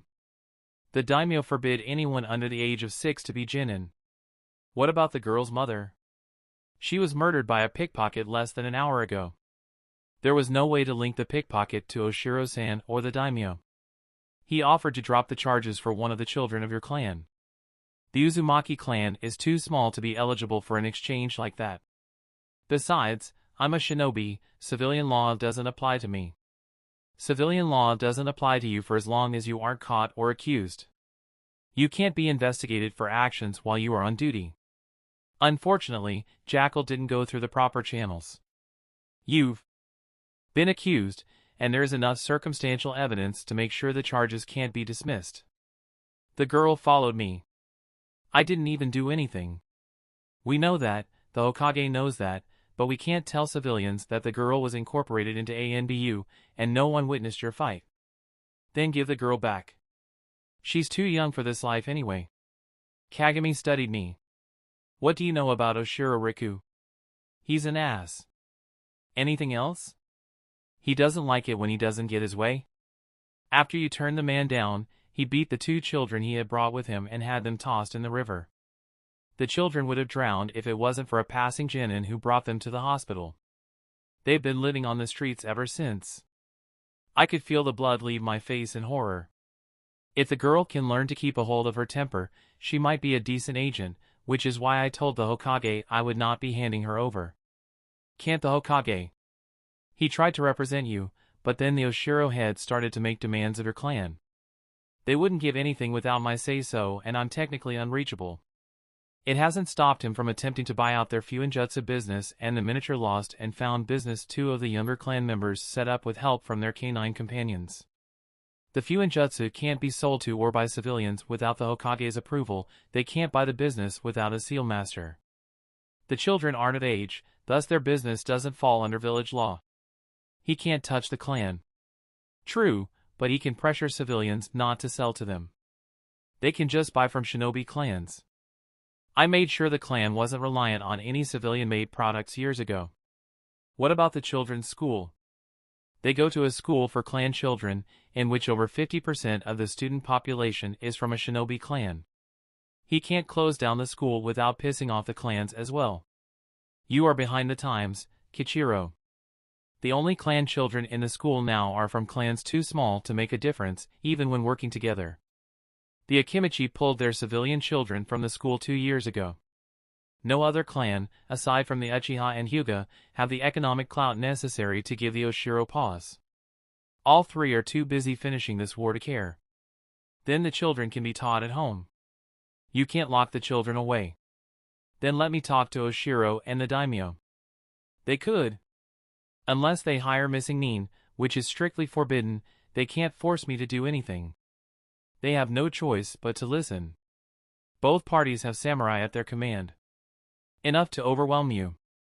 The Kyuubi can deter that threat if the need arises. Kagami considered it. What would you tell them if I allowed this? I'd remind them exactly why no one dares to threaten my family. I see. What about the girl? I'll figure something out. You could make a permanent enemy. The Uzumaki clan is an ally of Konoha. Our enemies are Konoha's enemies. If Konoha's civilian population persecutes the Uzumaki in any way, they break the terms of the contract that ensure amicability between the clan and the village, and we will no longer be bound to the village. The other villages would leap at the chance to gain access to Uzumaki Fuinjutsu. That would make it the Hokage's problem, and he can handle the rest. Kagami rubbed his temples. The daimyo isn't as weak as he was when you last met him. I won't be bullied into whatever they want from me. You still represent your clan. Well, it's good that my clan is well known for their explosive tempers. I'm actually much calmer about this than any other Uzumaki would be. Kagami flinched. That's why I don't want to allow this. I'm not going to kill anyone, just scare them a bit. Your strong-arm tactics don't work, Kichiro. Then what are you going to do about it? I was hoping you would have a viable alternative to the Hokage's solution. Alternative to what? Discrediting the Oshiro clan. And this isn't the first option. Why? Konoha needs the economic power of their clan. Tactically, the best option would be to roll with their demands. You and the Hokage know that's an injustice.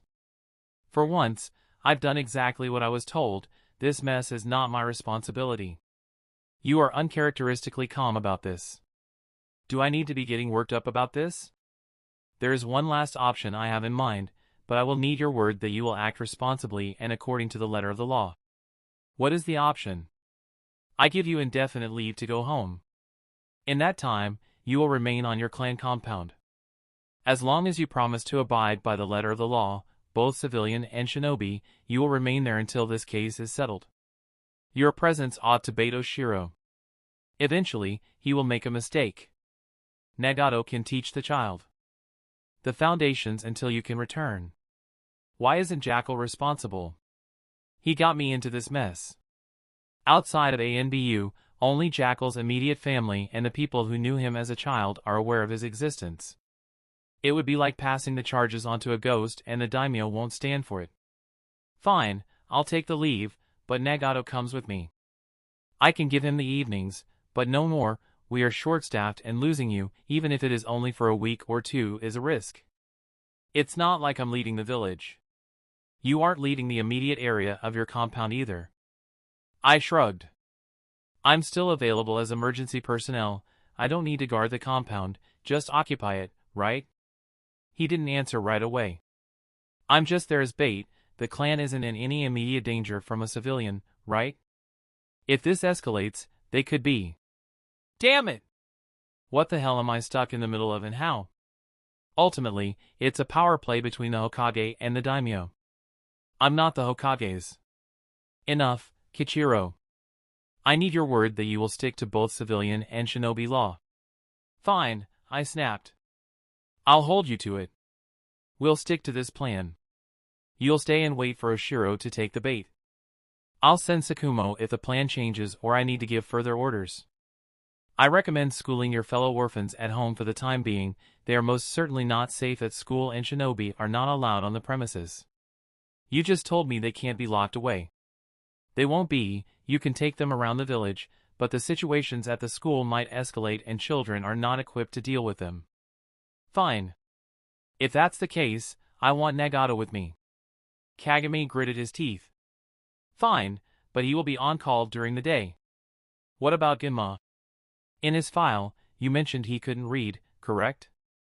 I'll occupy him and the girls with schoolwork until you return. I tried to hurry out, but Kagami called for me to wait. I know this isn't entirely fair to you, but if you screw up, the Hokage and I have no grounds to defend you. What time do I need to be home by? Midnight. It's almost dinner time now. I tuned on my heel and shut the door politely behind me. My first stop was to the room I locked the girls in. It wasn't difficult for me to enter without them noticing. They weren't fighting or arguing. Instead, they were sitting on opposite sides of the room, pointedly not looking at each other. I leaned back against the door casually and revealed myself. I suppose this is better than fighting, but not by much. It's a start. Come here, both of you. I met them in the middle of the room, and the three of us sat in a triangle. Neither said a word. I'm not idealistic enough to believe that the two of you actually talked through your disagreement. That's what we're going to do now. Where's my brother? Red demanded. Sleeping.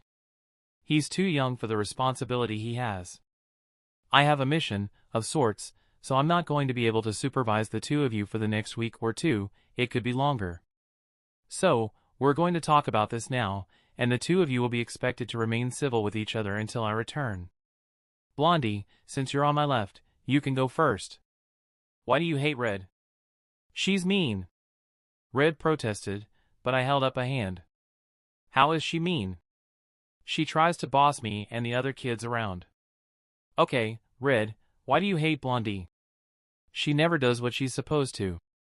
In class she's always messing around and causing problems and being distracting. Blondie, why do you think Red tries to boss other people around? Because she's mean and a know-it-all. What other reasons can you think of? I gave her a minute to think before turning to Red. Why do you think Blondie likes to mess around? Because she's stupid and likes to cause trouble and get. Red broke off. Something clicked for her. Get what? I prompted, surprised at how easy it was. Attention, she doesn't have nobody to make sure she's okay at night. Red frowned, studying the other girl with a frown. Good. Blondie, any more thoughts as to why Red tries to boss people around? She nodded but didn't say anything, staring at the ground in front of her crossed legs. The girls cooperated as I made them both talk about what the other did, said, or even looked like that ticked the other girl off. It only took about a half hour before the girls started to realize how stupid the majority of their points were and started to understand the other's reasoning for their actions. I made them finish out the hour with stupid getting-to-know-you games. By that point, they weren't particularly fond of each other, but they weren't going for the other's throats. I handed them each a ration bar to eat, and when they finished, I guided them to the room the twins 2.0 used to share. They had long since moved into the area of headquarters where infiltrators lived.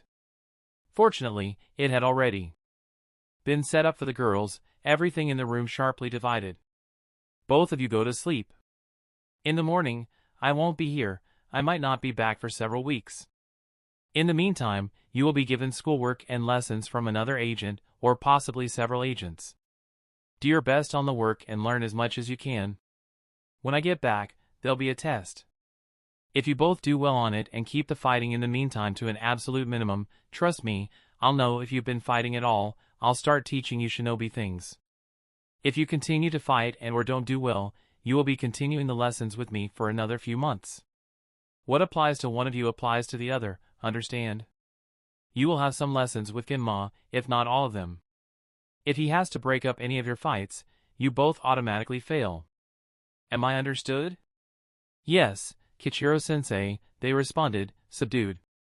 Have a good night. Good night, they responded. I smiled at them both before closing the door behind me. A few minutes later, I managed to wake Kinma up and give him the same news, reminding him to do his best. I told him about my deal with the girls.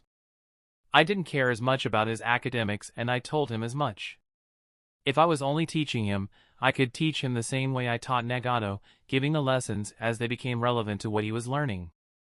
It worked great with Nagato, and I hoped it would work just as well with Kinma.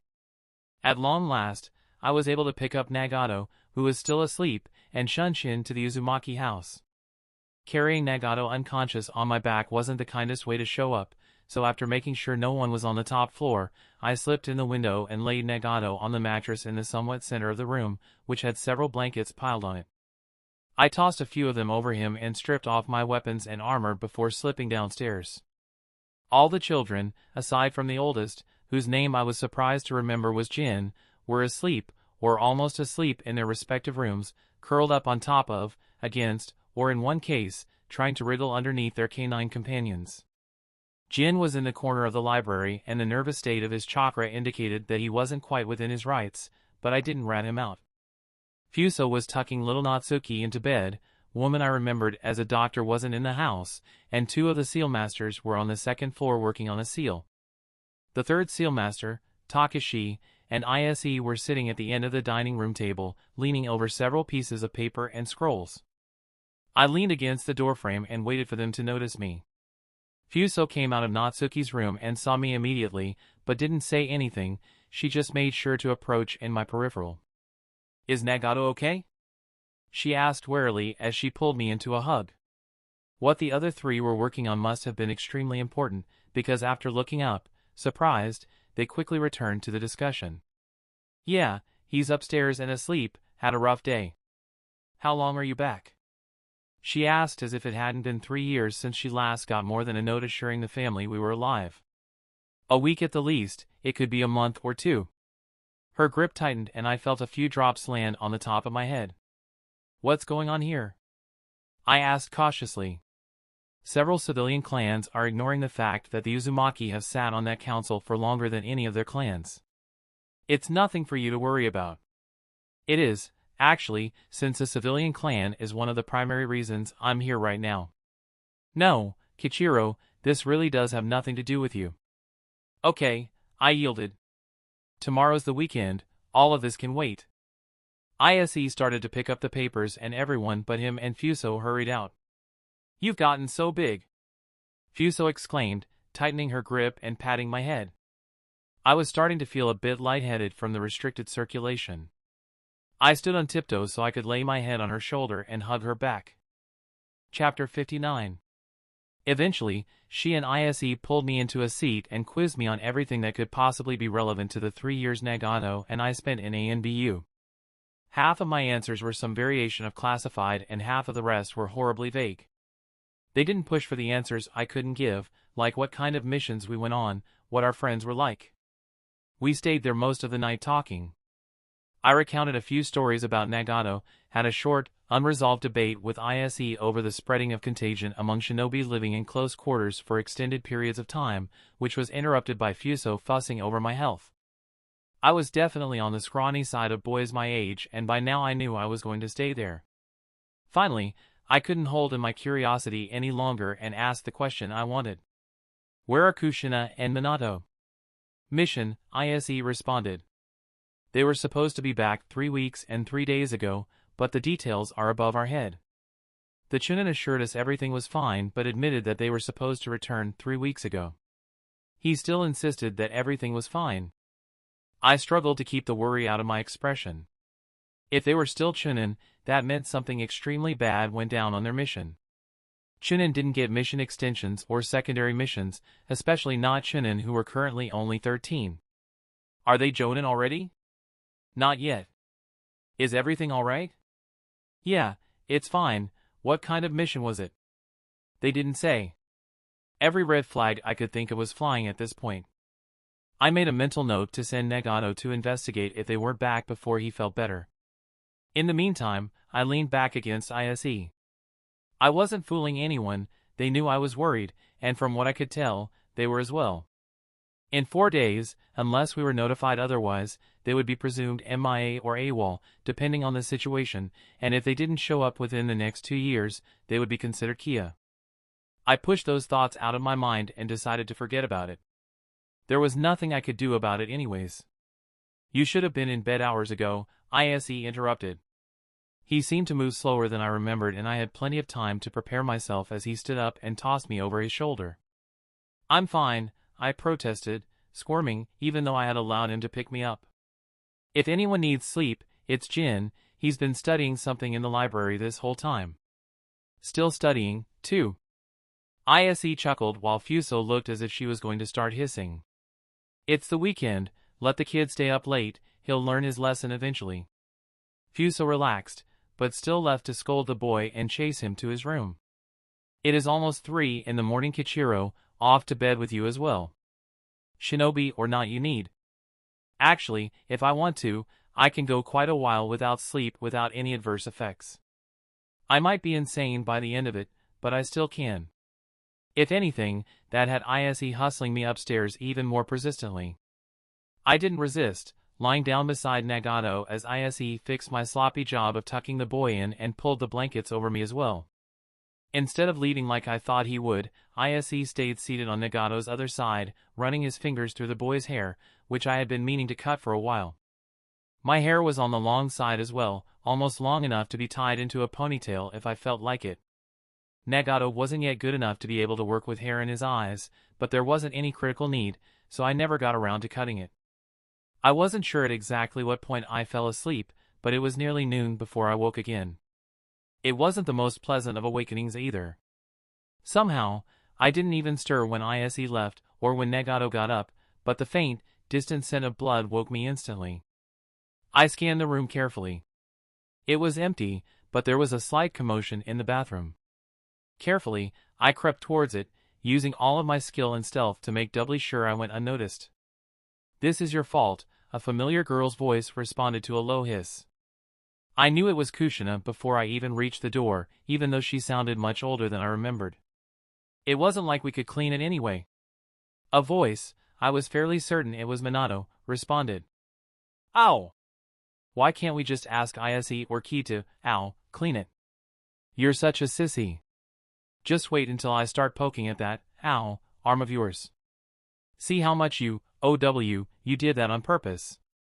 I slipped inside the door without either of them responding. Minato sat on the floor, his ruined shirt and shounen vest beside him as Kushina knelt behind him and tried to clean a long, if not incredibly deep slash that went from just under his left shoulder blade and down to the right side of his waist and around to his navel.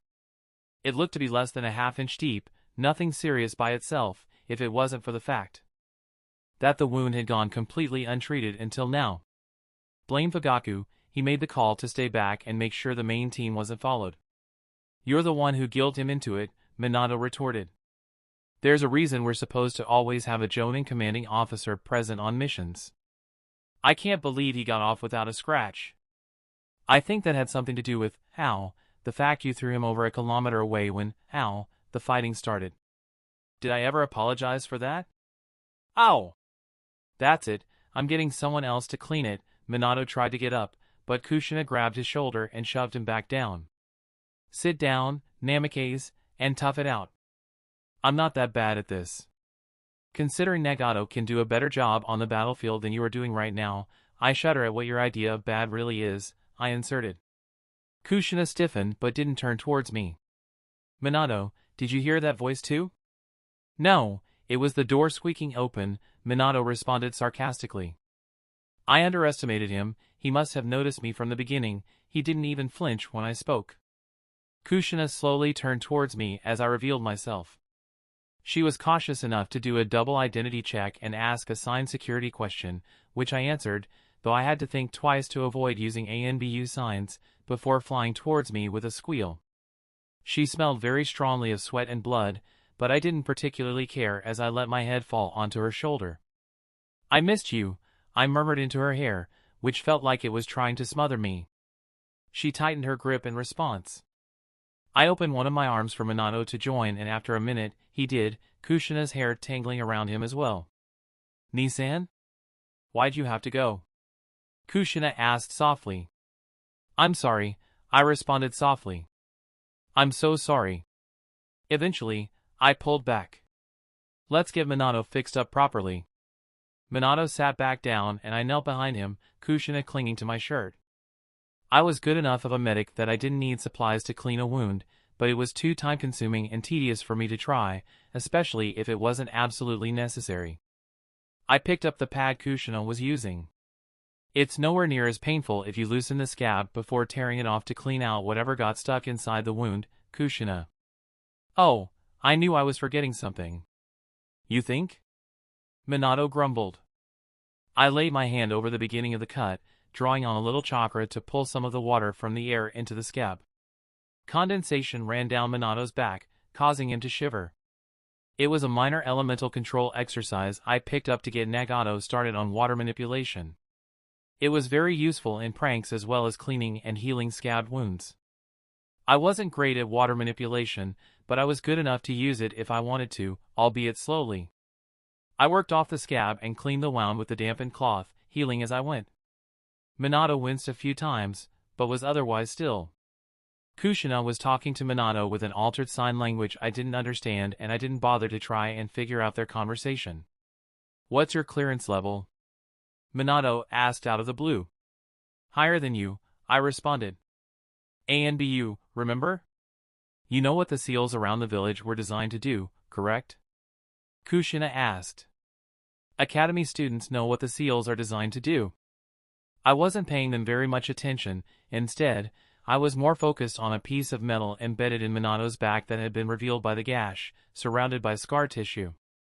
I carefully extracted it, causing Minato to hiss with pain as the scar tissue came with the barb. I quickly healed it, though I didn't waste the energy in removing the scar. At least the contraption wasn't anywhere near his spine. That would have been a challenge. A precursory examination told me exactly what the thing was. In its entirety, it was about the size of my pinky finger, with several hooked barbs protruding from it. I held it out for Minato to see. You should not be letting anyone but a medic jab you with sharp metal objects, Minato. Secondly, sharp metal objects do not go under your skin unless you are undercover or on a mission with a high risk of capture. Minato winced at seeing the barb in my blood-smeared hand. Kushina cringed as I turned my attention to her. You should be watching his back better, I scolded. It wasn't exactly her fault, Minato defended. She was a bit more concerned with the giant thing that was trying to eat us than the stuff it was spitting. I don't care, but do not ever leave metal in your body like that again, especially if it's not in a critical position. I coated my hand with chakra and broke the thing open. Inside was a rolled-up active explosive note that I had to quickly deactivate before it exploded in our faces. Both of them yelped in alarm. Anyone with a basic knowledge of first aid, even civilians, could have taken that out without breaking it. Have we learned our lesson now? Both of them nodded, looking a little green. You're the fifth person I've had to take one of these things out of. No one else could explain what they were facing at the time, and I suppose the same is true of you two as well? They nodded. That's unfortunate. Turn this in for me, please, and thank you. I destroyed the explosive note and handed Minato the shell before going back to work. Why were you asking me about the defensive seals? They weren't in a hurry to answer that and continued their silent discussion. 20 minutes later, I finished and stood up to wash my hands and rinse out the soiled cloth. Kushina never let go of my shirt, shadowing my steps as if I was going to disappear any second. I was feeling slightly vindictive, so I considered disappearing just to startle her, but decided against it and worked on fixing a nasty gash in her arm that stretched from her shoulder to the back of her hand. What's going on? I finally demanded when I finished. They exchanged a look but didn't answer. Then I'm just going to change the subject. I picked up Kushina and tossed her over my shoulder, carrying out of the room, protesting. I am perfectly capable of walking. She scolded me. I sure hope you are. Put me down. Nope. Nissan. I tuned out whatever she was going to say next and concentrated on holding onto her while she squirmed. Hey, everyone! Look what the cat dragged in, I announced as we entered the main room of the house, where a handful of people were gathered. I have a reputation to uphold. Kushina snapped. You should fear the habaneros. Sorry, I'm not going to be scared of a vegetable, no matter how spicy. That would be silly. The second after I said it, I thought I crossed a line, but she just laughed so hard I quickly set her on her feet so she could actually breathe. Vegetable. Ha! She almost throttled me with a hug. I wheezed and patted her on the back, not entirely sure what was so rib-cracking hilarious. I think I broke her, I whined, which got everyone else chuckling. Eventually they were laughing as Kushina's laugh turned hysterical. Gradually, everything subsided and I reclined on one of the unused couches, swapping stories with Kushina and Minato. While I couldn't talk about most of what happened to me, they had been on several absolutely ridiculous, if moderately important, missions. When I got tired of craning my neck to look at them and sit comfortably, I sprawled out and laid my head in Kushina's lap, looking up at her and Minato, who she was leaning against as well. After a while, Kushina got tired of fidgeting with the ends of her hair and started to play with mine. The only way to describe the afternoon was lazy and peaceful. The other kids played or studied quietly. Natsuki spent the time playing from Nagato's lap, and Fuso and Ise had been in and out of the room running errands. Eventually, I found myself dozing off. I didn't quite sleep, but I faked it, my voice slightly sore from the amount of speaking I had done in the past day. The seals around the house hummed with chakra, lighting up my senses. I slowed my heart rate and breathing until it mimicked a deep sleep or meditation. The war outside the village had eased in recent months and was coming to a close, even though the people were still tightening of their belts and the lack of trade. I could almost pretend it was a distant horror story, at least for the time being. The Oshiro clan wasn't a threat to the clan, not really. The threat was to the village. If all else failed, I could kill the Oshiro clan head, damn the consequences. No person who would raise a hand against their children in anger, no matter the circumstances, deserved their life. Is he asleep? Minato asked softly. Yeah, why? Kushina asked. Minato made an odd noise in response. He's different than I remember. It's still him, but different. It's been 3 years since we last saw him, of course he's going to be different. It's more than that. He's not as intense as he used to be. Kushina didn't answer. He's happier too. Like, I don't know how to explain it. Kushina rubbed the seal on my forehead. He doesn't cover up the seal anymore. She took my hand in hers and started to examine the seal on it. We never did manage to find a better way to take it off. Kichiro would never let us try even if we did. There was a long silence between them. Jin was pestering Takashi about something business-related and the two girls were trying to do each other's hair, but as far as I could tell, with the stifled curses to go by, they weren't having much luck. The other kids were doing kid-related things that I didn't quite understand. Nagato stood up with his sister in his arms and laid the girl on top of me.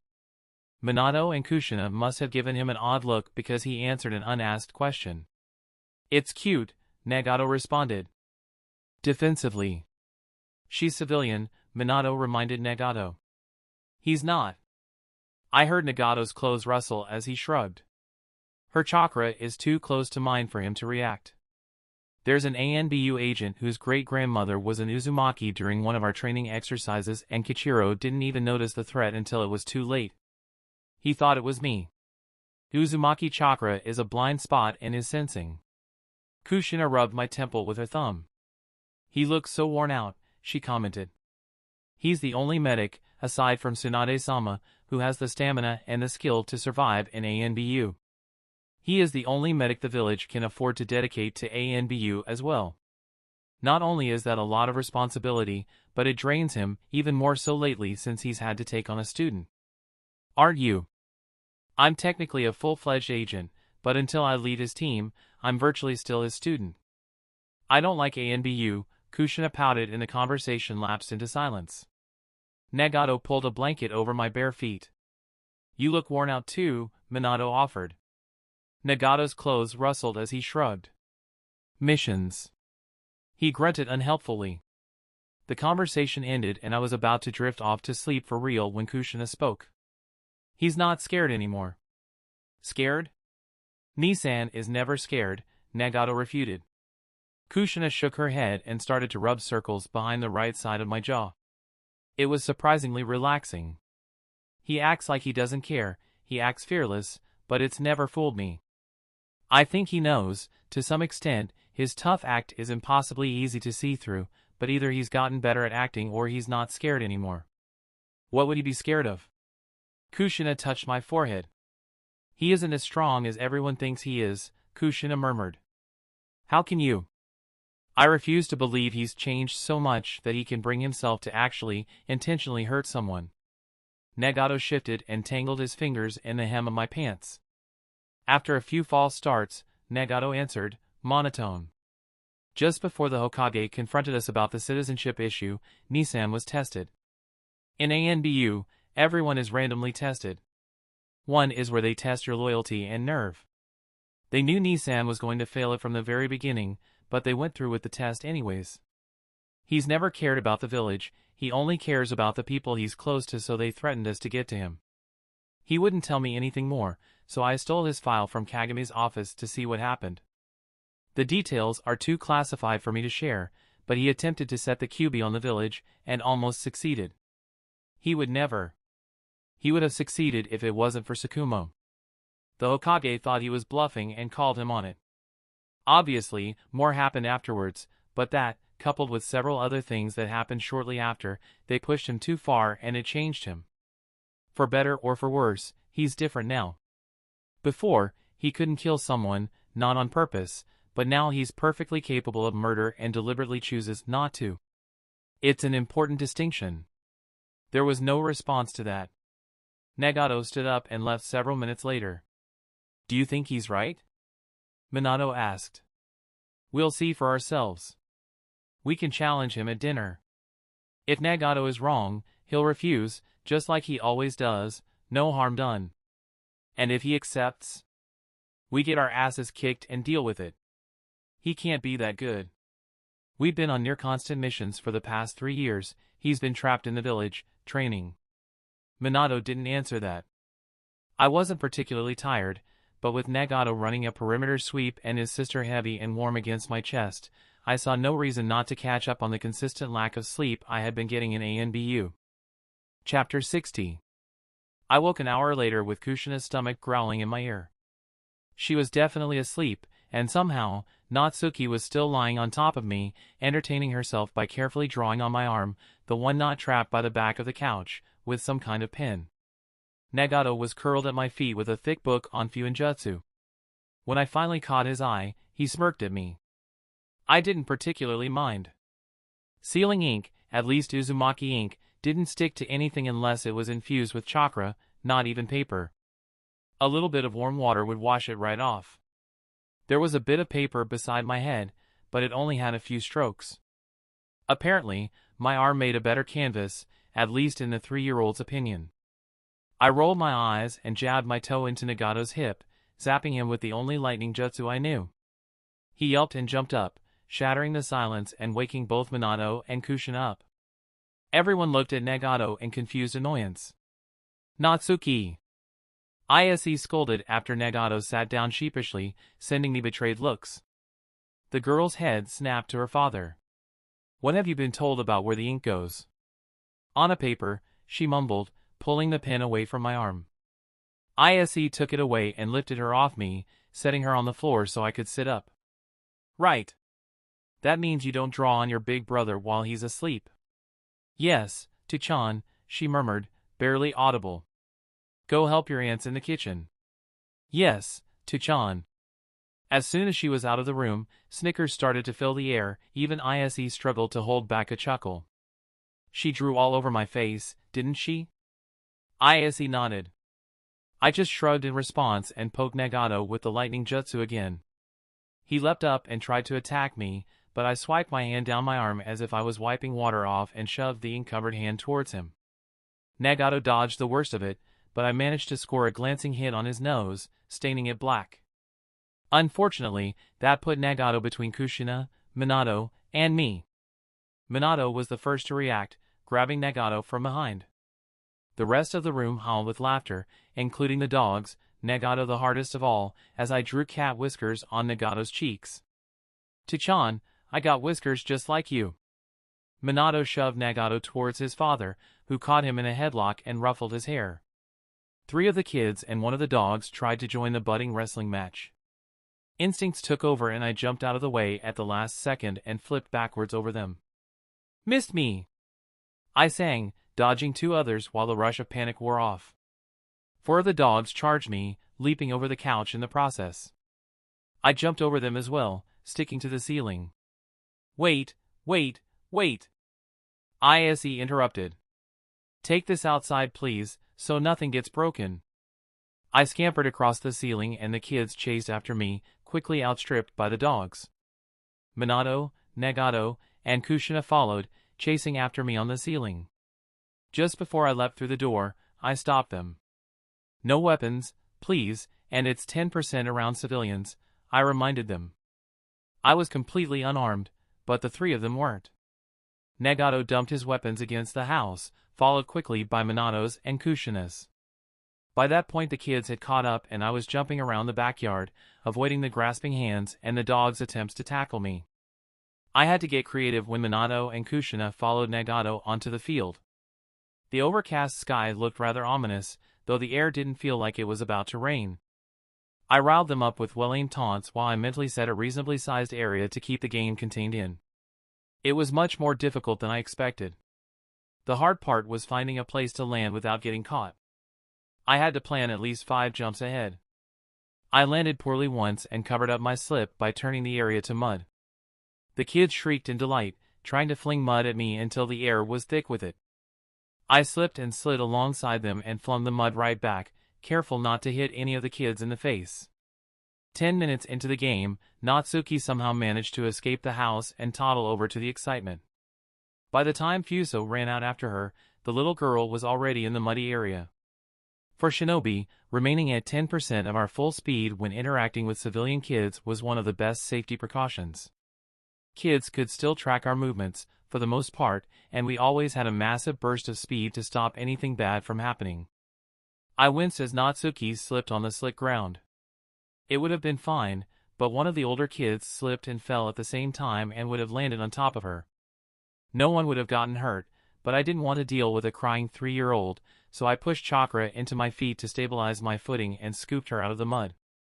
"Minato! Catch!" I called out. I would have tossed her to Nagato, but Minato's reactions were faster.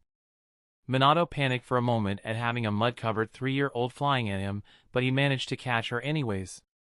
The girl shrieked in delight as Minato dodged the mud ball Kushina had tossed at him. "Again! Again!" She clapped her hands. "Nagato!" Minato tossed her towards the youngest boy. Nagato caught her and immediately passed her on to Kushina, who sent her back to me. Unfortunately, I wasn't quite expecting the child flying at me and had accidentally trapped myself between Jin and his dog. I couldn't escape in time without breaking the 10% limitation. I tossed Natsuki to Kushina as the dog and child tackled me. "I've been caught, but you missed," I announced. The game quickly turned into an odd game of monkey in the middle. I sunk into the ground and popped up outside the mud. Every time one of the kids or dogs slipped and fell flat, I pulled them into the mud and out behind me. They spread out and stood around the edges of the mud circle, throwing mud and cheering. Minato went down next underneath 3 of the dogs, and Kushina picked up Natsuki before she could hit the ground from Minato's wild toss in her direction. By that point, both Kushina and Nagato were navigating almost entirely by chakra sensing. There was no other way to tell us all apart. I had mud caked in my clothes and smeared over my skin. Of all the others, I was the cleanest, and I doubted a stranger would have been able to tell the color of my hair. My hands were buried in the mud almost halfway up my forearms as I made Kushina and Nagato's footing as difficult as possible. The last kid, I had no idea who it was, as one of the dogs took Nagato down with themselves, forcing Kushina to toss the girl to herself. After almost 2 minutes, it was Kushina against 2 dogs.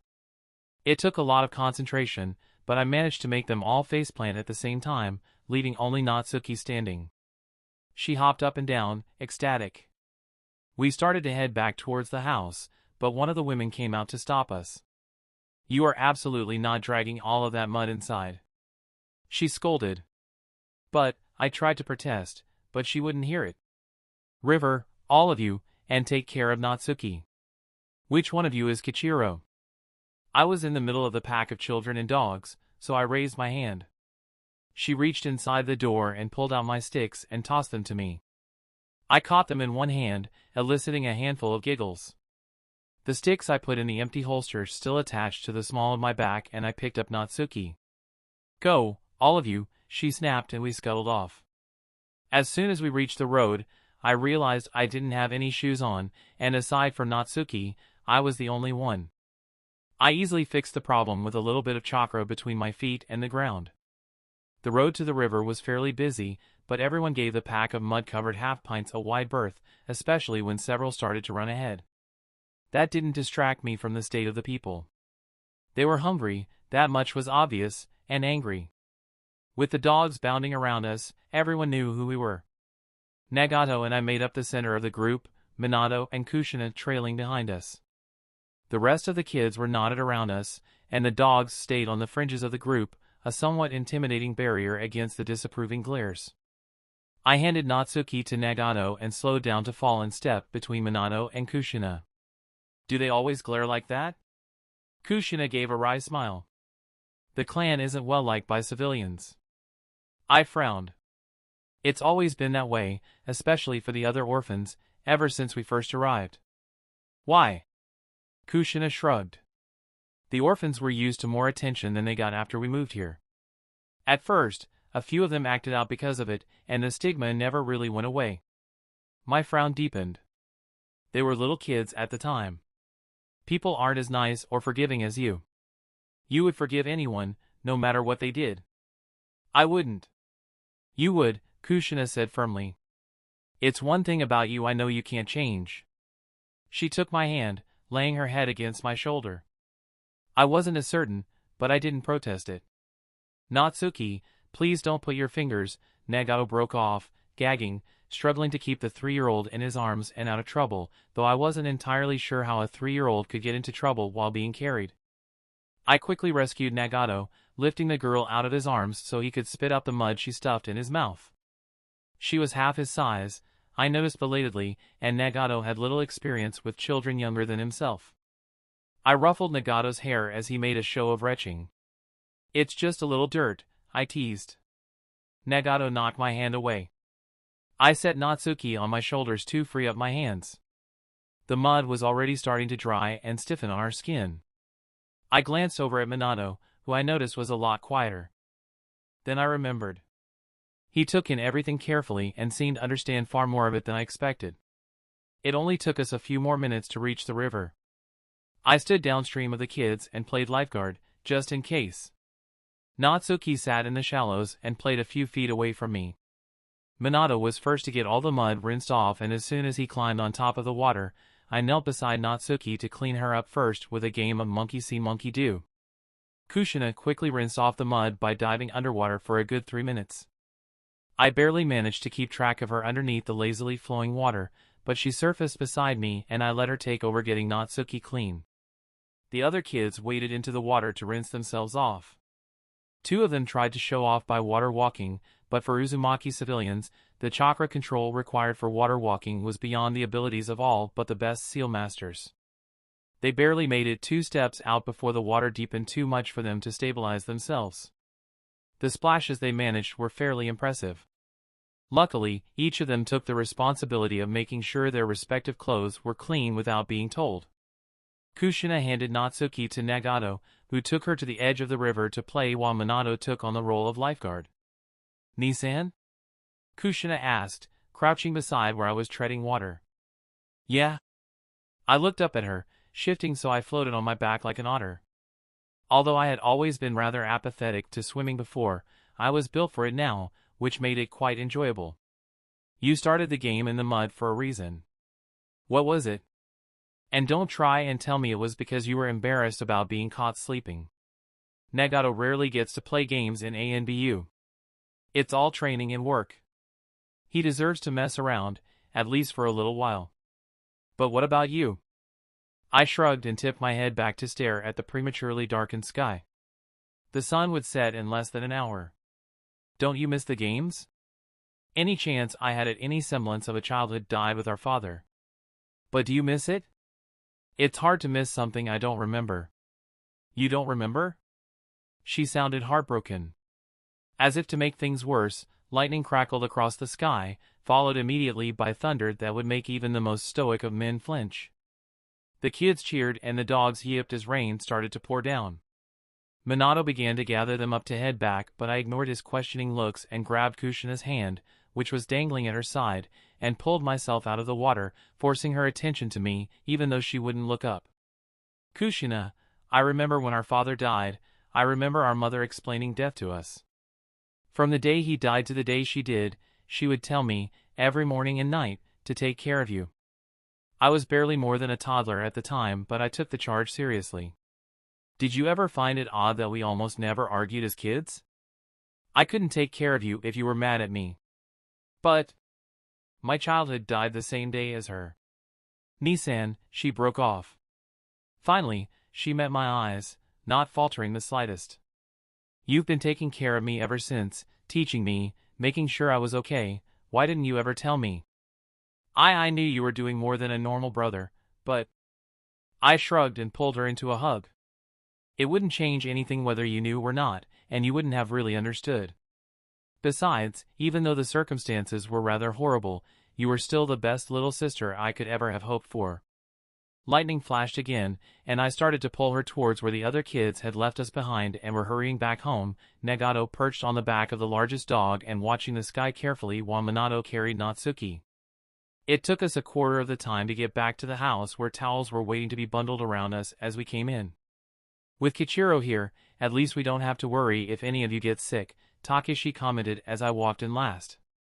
Misaki ducked out of the clutches of one of the women trying to dry her off and scampered up to me holding a fresh towel. The woman, Keed, chuckled as the girl blushed. I sent a confused glance at Keed and accepted the towel with a quiet thank you. Once we had all dried off and changed clothes, I stubbornly stuck to wearing a spare uniform I found stashed in my medical pouch, and everyone sat down for a late dinner. The food was depressingly simple, mostly rice and a few vegetables, but it was better prepared than what Nagato and I were accustomed to, even though ANBU fare was almost identical. With 3 doctors and 3 shinobi, 4, if Minato was dumping all his pay into the Uzumaki account like the rest of us, they could afford a little bit more food-wise. The clan would be rich if it wasn't for the 7 children they were feeding and putting through school and the cost of paper in wartime, especially of a high enough quality for Fuinjutsu. Kichiro, have you been keeping up with your Fuinjutsu practice? One of the women asked pointedly at the end of the meal. I winced. You noticed the missing scrolls, didn't you? Missing scrolls? Jin asked sharply. I've been borrowing scrolls on occasion, I answered, uncomfortably aware that every word I said was being scrutinized. Then why haven't you? ANBU aren't allowed contact, I responded quietly. It quieted everyone in an instant. So, I borrowed the scrolls to make sure Nagato and I didn't let what skill we have fall by the wayside. Now that I thought about it, I had been in the house, breaking protocol, far more often than I thought. How far have you gotten? Kushina asked, interested. I'm partway through level 17, as is Nagato. All by yourself? Kushina asked. I wasn't sure if she was surprised or disappointed. Nagato and I have been working together, but there's only so much we could do with the limited time we had. That's not bad, Ise commented firmly. Are either of you planning on specializing in Fuinjutsu? Nagato and I shook our heads quickly. I'm specialized in Area Ninjutsu, Wind Ninjutsu, Taijutsu, and I'm currently working on Earth. Nagato is specializing in Taijutsu and Ninjutsu, he's halfway there. Do you have teammates? Kushina asked, frowning. No. I recently acquired a few students, but they're not a part of our team. That's an extremely unbalanced them, she commented. We're a first response defense team. Aren't Jinchuriki normally the better? You have no idea how powerful a fully trained Jinchuriki is, I responded in a low voice, meeting everyone's eyes in turn. With that kind of power comes a responsibility. Even if I consented to it, the village can't afford to point me at IWA and order me to destroy it. Why would that be a bad thing? Jin asked. I waited until he met my eye before answering. There's 2 ways to win a war. 1, the other side gives up, and 2, the other side dies. Aside from brief, critical sorties into enemy territory, I'm the only Jinchuriki to play a public role in this war, and my kill count is still in the single digits after almost 5 years of active duty. 3.5. Kushina murmured, studying her empty plate. Sorry? You were prisoner in IWA for a year and 5 months, that means you've only been an active shinobi for 3.5 years. Nagato brought the discussion back to the point I was trying to make.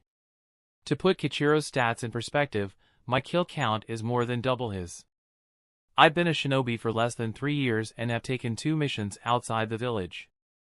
I flinched, as did several of the adults. What? Kushina started to ask, but I interrupted. Enough, kill counts are not an appropriate conversation topic in front of civilians. Kushina ducked her head, chastised. Minato's fingers held out the sign for training. I signed Y back. Several of the kids excused themselves to play. Kushina grabbed Minato's fingers before he could respond. Frowning, I let Ise draw my attention away from them. Kichiro, last night, you mentioned that you were here somewhat on a mission. Yeah. I trailed off. After a moment, I refocused my attention on the question. 3 years ago, I had a confrontation with the head of the Oshiro clan, remember? I didn't wait for them to acknowledge the question. Well, he never got over me telling him off, and it came back to bite me when I got saddled with 2 extra students, one of which is his illegitimate child. Since I inconvenienced him the first time, he's trying to get me back and you all are stuck in the middle. Kagami and the Hokage wouldn't dare try and cross me again, not after. Nagato cringed and Ise's eyes narrowed, but I plowed on. So, I'm here to protect all of you until this comes to a head or blows over. The Hokage is hoping for the first option so the Oshiro clan can be defanged. Takeshi went very still. The Oshiro clan has the ear of the daimyo, he noted, barely audible, but everyone still heard him just fine. I'm one of the few true wildcards in this village. It's stupid, but as far as I can tell, in this political climate, if I yield to the charges, the daimyo unofficially has more power than the Hokage. If I refuse to acknowledge the charges, then the Hokage ends up the bigger fish in the pond. I would much rather have someone who actually knows what's going on and takes a near release of a biju to cow over someone who can be intimidated and manipulated by a 9-year-old. I do not believe that is the best of ideas, Takeshi admonished softly. I'm open to any solution you can think of. Takeshi sighed. I'll think of something. I nodded, letting the conversation lapse into silence, but aware that the current plan was the only viable one. Ise took the opportunity to stand up and start clearing the table. A few pointed looks later, the remaining children stood up to help. I was about to join them when Fuso grabbed my wrist. I barely managed to avoid flinching. You don't have to. I cut her off with a shrug and picked up her plate. Everyone's dishes had been practically licked clean. Using a little bit of chakra, I rolled one of the plates across my shoulders and tossed it at Nagato, who was closest, though he had his back to me. Fuso gasped in alarm as the plate looked as if it was going to hit the floor, but at the last second, Nagato caught the plate on his foot and flipped it up on top of the small stack one of the passing kids was carrying. Minato and Kushina, both of whom were still seated, started to toss the chopsticks at me like Senbon. I caught them between my fingers, twirling them and then flicking them towards Nagato, who was not thrilled, and collected them all and sent them on into the kitchen with Yuzu. Under my breath, I muttered, blunt the knives, bend the forks, smash the bottles and burn the corks. Fuso made a noise of protest, so I stopped, even though she couldn't understand what I was saying. Looks like you're still up to your tricks, Kushina noted pointedly. I rolled my eyes. Of course, they're very useful. Any new ones? Some. Nagato rolled his eyes. He knows the two of you want to spar, you can just ask and get your humiliation at getting your ass whipped out of the way. Nagato! I scolded, but I was barely heard. As if a little pipsqueak like you could. Enough! I snapped in unison with several of the adults. Take it outside, Fuso added. I opened my mouth to protest when Nagato grabbed my wrist and pulled me outside. Nothing above A rank, no kill shots. Nagato was negotiating the rules before I regained my footing. A rank? Minato asked, wide-eyed. Nagato shrugged, shoving a paper seal into my hand with my weapons in it. You pick up a lot of S-rank techniques in ANBU. Stop exaggerating, I admonished. You only know 1 S-rank. You know 4. 2. What about that tornado? It's a B rank at best. We can do that. No! Absolutely not, you almost passed out the last time. Besides, it's only A rank. Well, that's still 3 S ranks. What's the third? It's the one where. Fine, we have 3. Are you really haggling down how many S rank jutsu you know? Kushina asked in disbelief. I rolled my eyes and pulled the remainder of my weapons out of the storage seal. In less than a minute, both Nagato and I were armed and armored. 3 minutes later, Minato and Kushina were as well, and had set up a barrier to prevent any stray attacks from escaping the fighting zone. Chapter 61. Strategy 81? Nagato asked hopefully. No. I told him as we faced off against Minato and Kushina. That's too dangerous. You're a medic. I can't split myself into 4. Kagebunshin. You remember what happened the last time one of my Kagebunshin tried to heal someone. What happened? Kushina blurted. I ignored her, glancing around the area and deciding on our strategy. Nagato answered her quietly. The Jinchuriki seal is weakened on the Bunshin because it doesn't have a stabilizing material.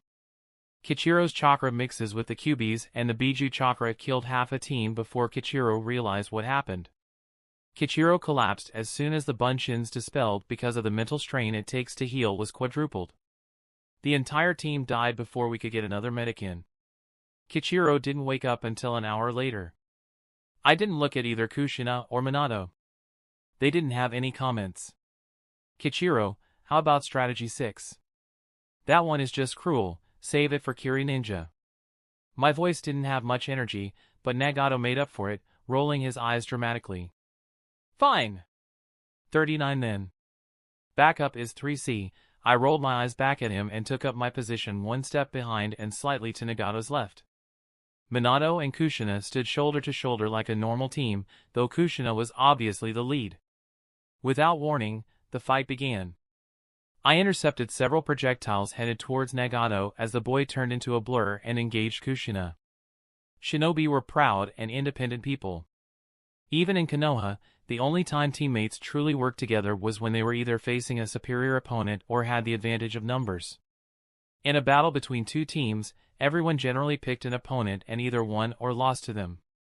The fact that Nagato and I didn't follow that tradition and often switched opponents on the turn of a dime to take or deflect an attack meant for the other, sometimes even abandoning one of our opponents to help the other, was what made us a stronger unit and one of the reasons we were allowed to remain a duo instead of joining a team for missions. When Minato stayed off Kushina's shoulder running support instead of engaging me, I knew the rest of the spar would be a test of teamwork as much as skill. I paced the edges of the fight, waiting. Nagato was faster than Kushina, but Minato was good at running support. There was no way, even with Minato's help, Kushina could keep up with Nagato and Taijutsu for long. From what I could tell, Kushina and I were about even when it came to Taijutsu, but unlike me, Kushina didn't have weapons to fall back on if it failed. With a twist I knew I couldn't pull off, Nagato brought his leg up to kick Kushina's unprotected ribs with his heel while purposefully leaving himself open for an attack from Minato. I cursed under my breath, too far out of position to counter Minato. A moment later, Nagato swore loudly. Instead of taking the opportunity to potentially take Nagato out, he blocked Nagato's kick, giving Kushina just enough time to grab his thigh. Nagato switched with a log to escape and then I switched with the log to take his place, a seamless maneuver that we had practiced until we could manage it in a half-second. Kushina was then holding onto my thigh and attempting to dislocate my leg while Minato attempted to do the same to my knee. Too late, they had already committed to the maneuver, but instead of holding Nagato's left leg, they held my right and I rolled with the twist and kicked at their heads with my other leg. It was my job to take the most damaging strikes for Nagato because a hit that might kill him would only slow me down. I could heal myself while he protected me. He couldn't. Minato managed to duck under my counter, but Kushina didn't see it coming until it was almost too late.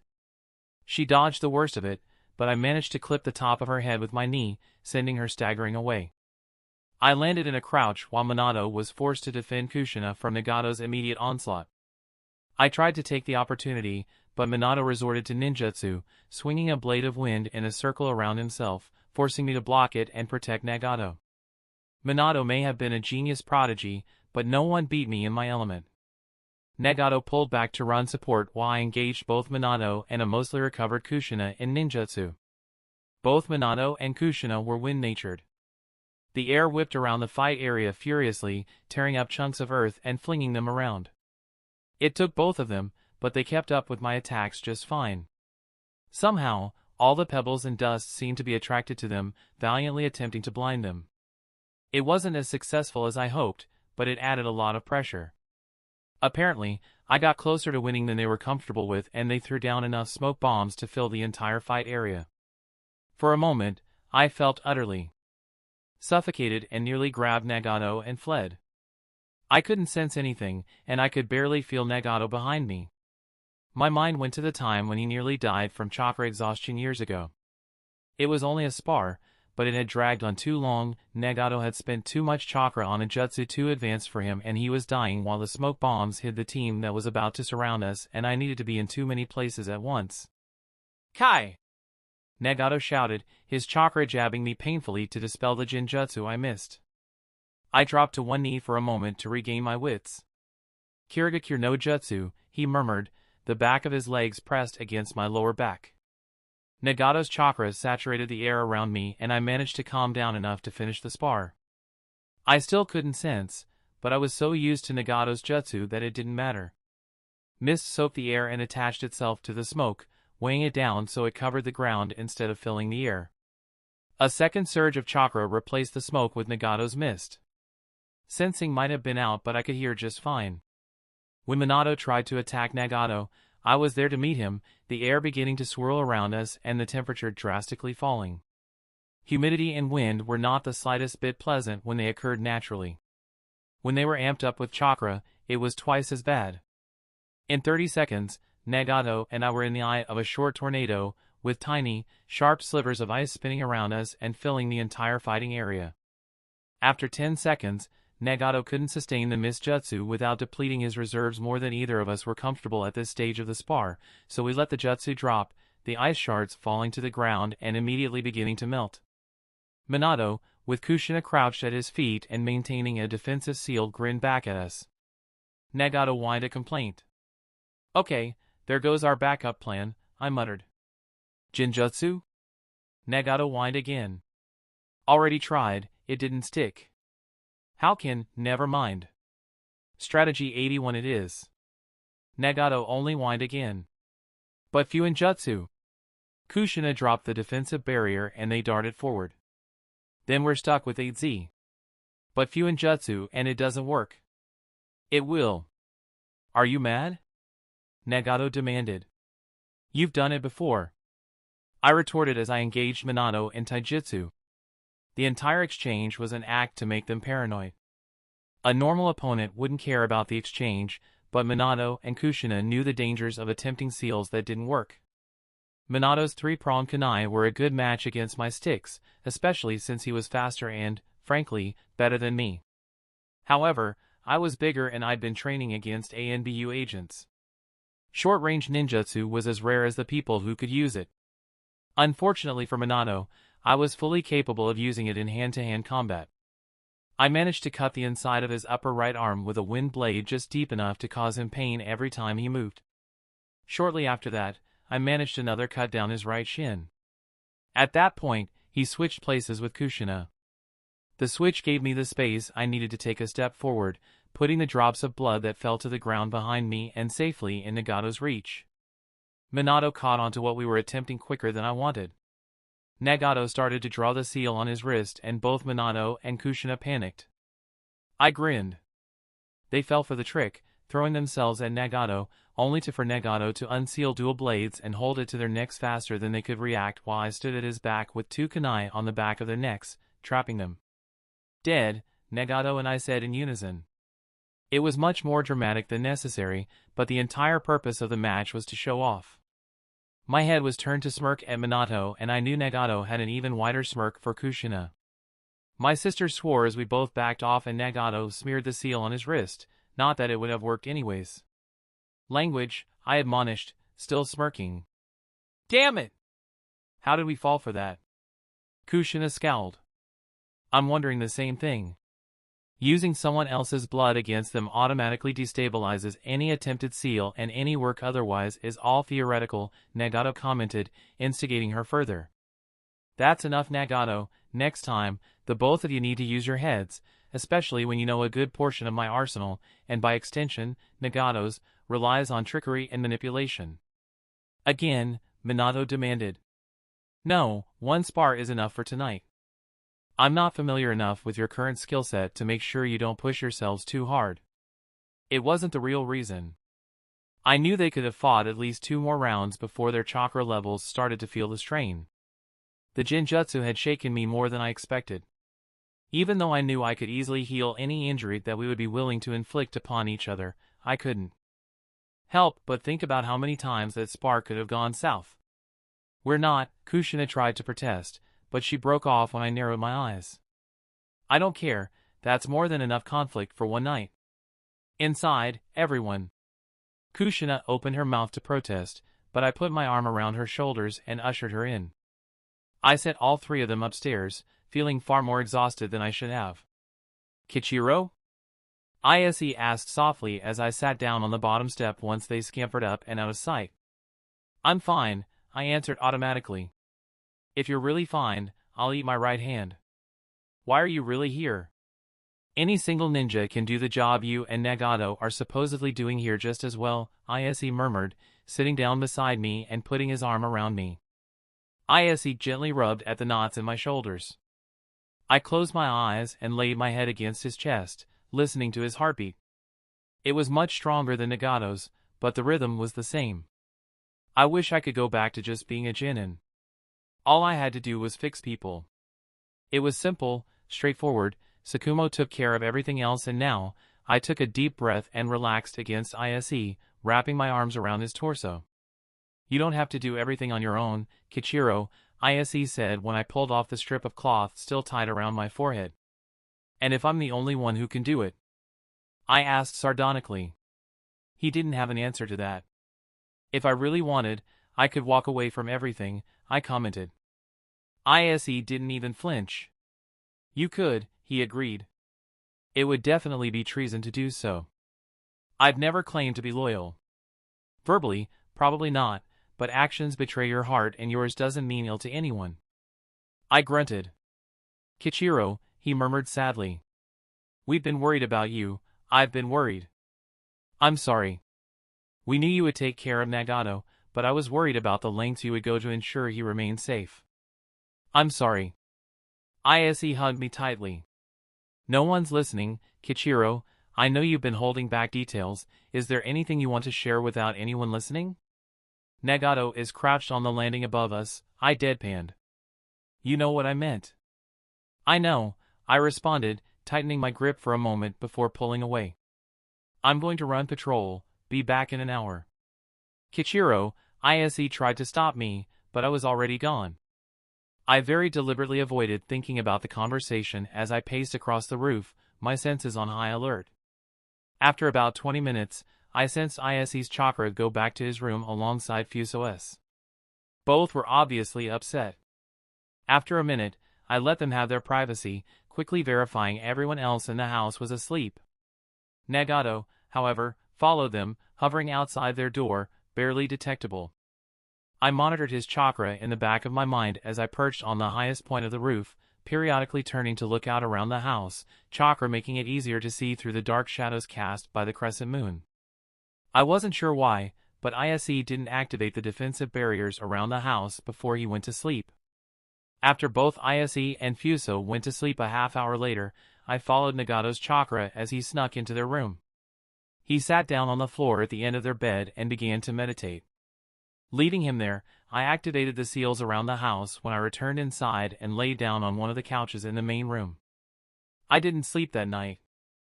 I just sat on the couch, my knees pulled up to my chest, staring at the nearest window.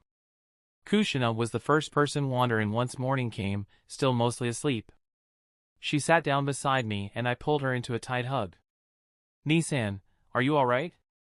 I didn't know how, but she cracked an emotional dam I didn't even know I built.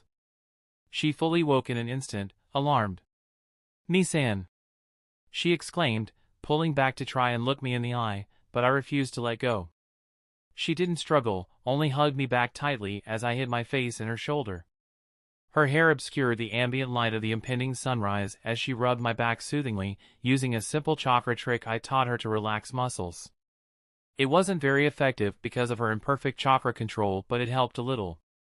I'm so sorry, Kushina, I'm so very sorry. She only tightened her grip as the shoulder of her dress steadily dampened with tears and I continued to repeat apologies. Empty reassurance never convinced me before, she knew it wouldn't now. I wasn't even entirely sure why I was crying, but I couldn't stop. Eventually, the tears subsided, but I left my face buried in her shoulder, shamefully hiding my face. Nisan? Kushina asked cautiously, resting her head on top of mine. Why were you apologizing? I hugged her tighter for a moment. I left with barely a word to you, and I stayed away for 3 years and I should not have done that. I'm so sorry. She opened her mouth to respond, but stopped herself. Finally, she spoke. I had a chance to enter ANBU. I'm good enough. I would have been the only Fuinjutsu specialist. When I told Minato about the offer, he told me to take it. Minato and I, we work great together, but we work around each other more than we work with each other. That's why we aren't allowed missions by ourselves. You and Nagato attack in tandem, barely needing to communicate. Minato and I can only do that when we're working on joint seals. She squirmed until she could lean against the back of the couch and still keep both arms tightly around my chest. I talked to Sakumo, and he told me if I joined, it would be a year, likely 2, before I could return. I thought about it for ages and realized that it would be an extremely difficult decision to make. Then I thought about you, how hard of a change it must have been, especially right after IWA, how you must have felt, and I couldn't voluntarily go through with that, especially since Minato doesn't have the skills for ANBU, his jutsu are too distinctive. I knew that the only time I'd probably be able to see you was when I was injured or sick, and I couldn't make you live with knowing about all the dangerous missions I would be going on. I had no idea what her point was and frowned in confusion. I didn't join ANBU because I knew, or at least I had enough of an idea of, what it did to you. I forgave you for leading the moment you left. Thank you, I murmured. Now that you're back, can you go remind Fugaku he's a stuck-up ass? A choked laugh escaped my throat. She relaxed her grip on me and lifted my head off her shoulder to wipe away the tear stains on my cheeks. Her fingers briefly brushed over the seal on my forehead and my stomach twisted when her eyes darted up to it several times. She hated the marks as much as I did, but she wasn't yet accustomed to them. I made a mental note to find my Hatake and start wearing it around the rest of the clan. I hadn't worn the thing since I last took a shift in the hospital. I missed spending time together, just us. I love Minato to death, but it's not the same. Can it be just us today? Just us, like it was on Yuzu. Can we go swimming, play outside, and just mess around? Just forget about everything else, just for today? If not, the whole day, for a few hours? I took a deep breath and nodded. Let's go swimming, I have something I want to show you. Show me what? Kushina demanded. You'll see. See what? Come on, I took her hand and tugged her towards the door. She followed, protesting half-heartedly. I led her through the village, running at a civilian pace until we arrived at a small shop near the river that sold rope on the side. I used a little bit of money to purchase a rope as thick as my wrist, much to the confusion of the merchant, and pulled Kushina over to where a sturdy bridge spanned the river. In short order, I had it tied securely to one of the supporting beams. I pulled it over to where Kushina stood, confused. You want to go first? I asked, holding out the rope to her. But what's it for? She asked. I'll show you. I grabbed the end of the rope and jumped out over the water and swung halfway across the river and back, landing beside her. Your turn. Just swinging? She asked dubiously. Try it. She took the rope and swung across, giggling and whooping. That is surprisingly fun. How did you figure it out? She asked as she swung several times and had to kick off the water with a bit of chakra to make it back to the bank. I shrugged and grabbed the rope, swinging across the river and at the highest point, landing in the water. The river was extremely shallow by river standards. It was only about 10 feet deep at its deepest and most boats could not make it from one side of the river to the other. I pushed off the bottom of the river, only for Kushina to dive down and nearly collide with me. I resurfaced and only managed to get a gasp of air before Kushina tugged on my foot. I dove back down and peered at her through the murky water. She motioned for me to follow her. I swam after her as she dove towards the bottom of the river. The water was almost pitch black and had to use a little bit of chakra to keep the silt from damaging my eyes. If I hadn't had a solid lock on Kushina's position, I would have been startled when she grabbed my wrist and pressed several smooth river stones into my hands. She pulled me towards the surface, both of us weighed down by the rocks. Being ninja, it wasn't difficult to climb onto the bank to come face to face with several worried-looking civilians with chakra that felt strangely suppressed. You've been underwater for nearly 3 minutes. One woman explained. She tried to grab Kushina's arm, but I pulled her behind me at the last second, the rocks tumbling into the shallows. I successfully directed the attention onto myself. Isn't he adorable for being so defensive of his sister? One of the women practically crooned. My eyes darted around the women. Something was off. I was all for believing that a bunch of random civilian women would notice if two swimming kids didn't surface for a little too long, but there was no way that 6 women of varying professions and wealth would stop to talk once everything was determined to be fine. I let the old woman touch my shoulder, sending a minuscule burst of medical chakra into her hand. It took a ridiculous amount of concentration to pull off. The second I realized the technique wasn't working, I threw myself backwards, sending both Kushina and myself into the water and throwing a wave over our heads to douse the women and sweep the 2 of us back to the bottom of the river. As soon as my hands touched the bottom, I pulled earth up to muddy the water as much as I possibly could and make sure they didn't jump in after me. Kushina held tight to the back of my waistband the entire time. When I stilled, she pressed a hand into my back, demanding an explanation. I turned around and pressed the sign for Shinobi into her stomach. She punched me lightly in the shoulder and tried to swim towards the surface. I grabbed her wrist and demanded an explanation in return. She shoved the sign for ally into my stomach much harder than necessary before shooting to the surface. I barely managed to grab her ankle and pull her back down and retort with attack, to which she demanded an explanation. I couldn't communicate what I needed, not without her being able to see the signs, and Kushina quickly caught onto that. She pressed the sign for trust into the middle of my chest and held it there until I relaxed my grip on her wrist and returned the earth to its original position. She pulled me up to the surface and we both grabbed the rope so we didn't have to tread water. She didn't let go of my wrist. "Nissan, calm down, we're in the middle of the village, we have to be able to trust the other citizens." The one resisted. "You're not in uniform, Nissan. You don't have a mask or even a Hatake with you." "But," I interrupted. Kushina suddenly tightened her grip. A burst of chakra burned the back of my wrist and before I could react, I was slipping into unconsciousness. I fought against it, but Kushina's Fuinjutsu was much stronger than Nagato's seals I practiced against. Chapter 62. Nagato, give him some breathing room, he's going to be extremely disoriented as soon as he wakes up. Minato said from my right. He's going to be so pissed at you, Kushina. You can't just knock him out like that. He used 2 jutsu in the middle of the village without provocation. I didn't have a choice. He's somewhat conscious now. Someone peeled back my eyelid and I caught a glimpse of Minato leaning over me. He's going to flip out if you don't take those restraints off before he notices them. But I can handle him. Nagato, I know what I'm doing, okay? I've done this plenty of times before. Nagato. Look, if you don't want anyone to realize something's wrong, you have to let him go. Let him go? Are you crazy? He attacked. He was wary of a bunch of kunoichi who tried to approach him out of nowhere as civilians. You can't expect him to allow something like that, especially not while you're with him. What do I have to do with anything? Kushina demanded.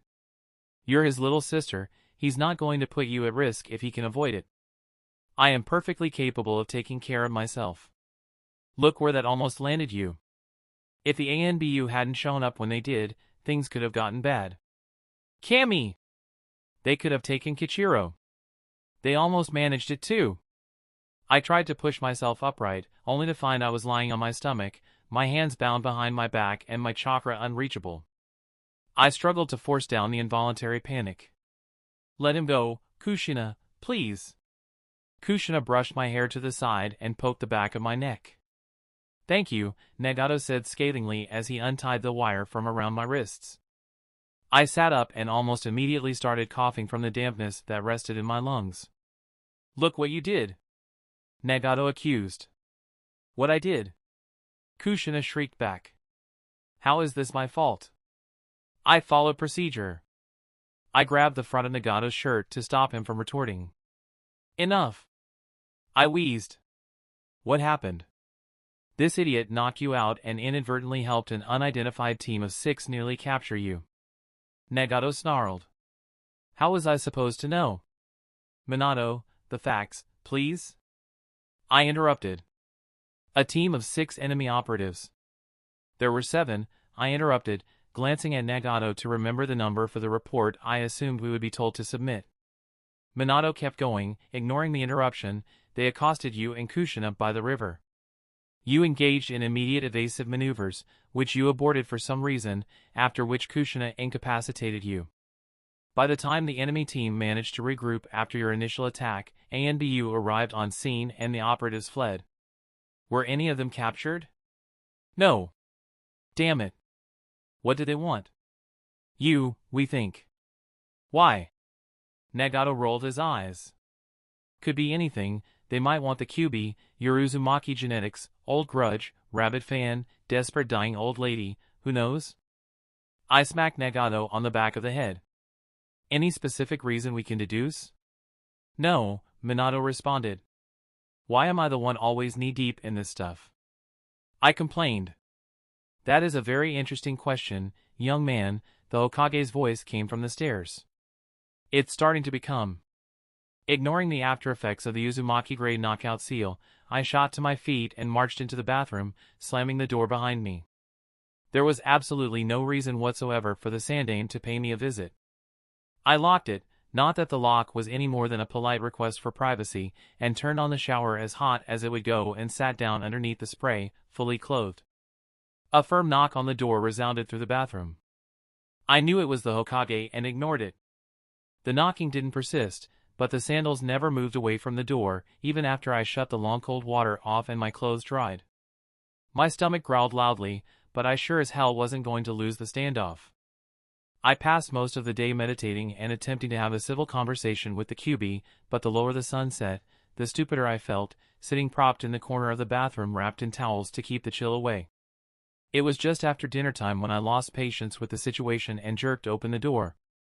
What the hell do you want that you'll spend the entire day just standing there when you have a village at war to take care of? I demanded. The Hokage's eyes narrowed. What kind of shinobi are you that you'll refuse to speak with your commander? I'm talking to you now, aren't I? And I am a shadow clone. Now, how did you know that enemy combatants were shinobi? Anyone could have asked me that question. Why you of all people? Please, answer. One of them touched me. I tried to assess her chakra capacity and I couldn't, meaning she was attempting a jutsu on me. Now why are you questioning me? The Hokage stared at me oddly and held out his hand. I stared at him, not understanding. Your hand, please. Why? I would like to look at the seal. Why? You have no authority to question me, boy. I just did. Give me your hand. Tell me why.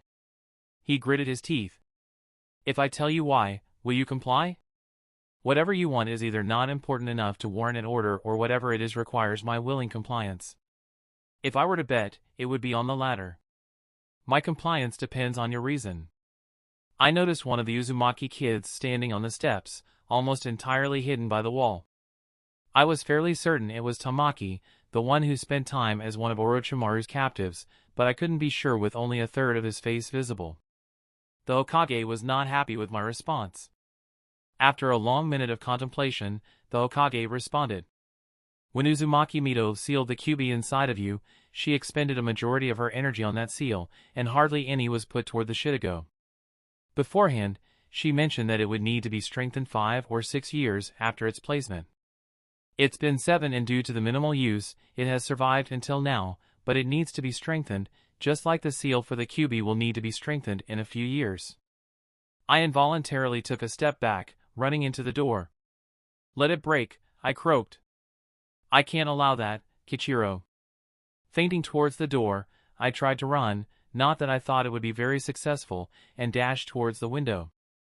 Before I made it halfway, the Hokage grabbed my arm, twisting it behind me hard enough to damage the tendons in my wrist. At the same time, most of his weight landed on my shoulders.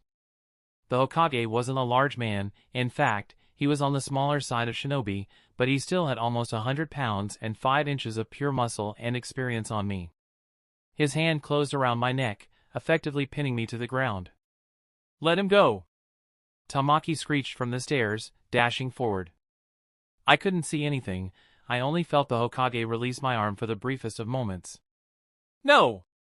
I cried, but I already heard the wet sound of a kunai in flesh. A heartbeat later, Tamaki hit the ground.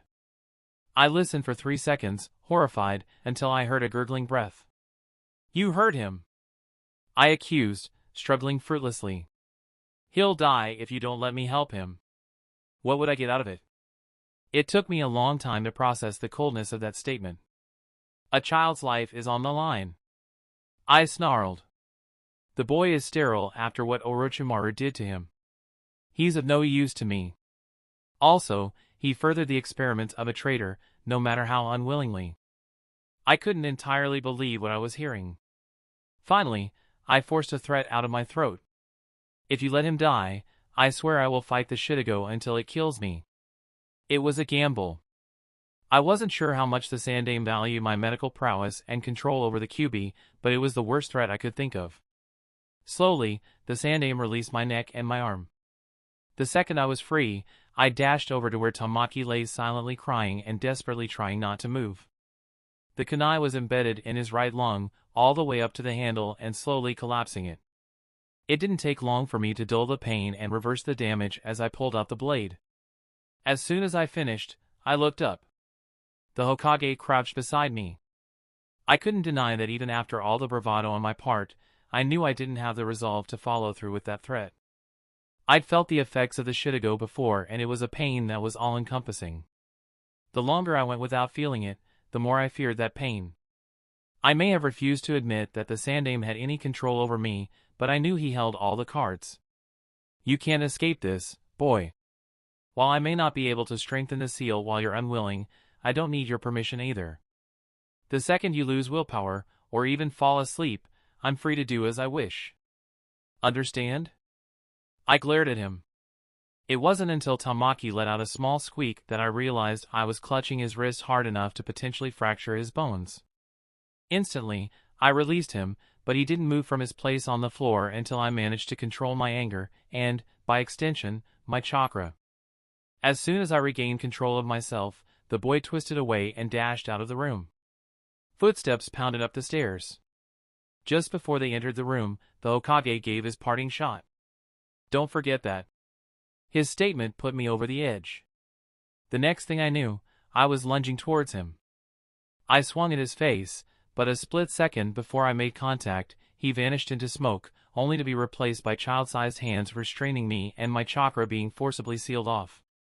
Going from leaking chakra like a overfilled sponge to having it all locked in a seal too small for it was not pleasant. For a minute, my entire body spasmed painfully before I fell limp. "I told you I shouldn't have taken the seals off." Kushina snapped as they lowered me to my knees. "What the hell is setting him off? Is he under a genjutsu or something?" I coughed violently, trying to adjust to my abruptly sealed chakra. While I was bent over, someone lifted the back of my shirt and pressed a slip PF paper onto the middle of my back. I tried to twist away from yet another seal being placed on me against my will, but my muscles weren't quite responding properly yet. The newest seal completely disrupted my entire chakra system. I screamed. "What the hell is going on up here?" A man demanded angrily. "What happened?" "You shouldn't be up here, Chichan." Minato answered. "Why does Tamaki have blood all over his shirt?" "Something happened and Kichiro healed him, that's all we know." "You really shouldn't be up here, we don't want you to accidentally get hurt too."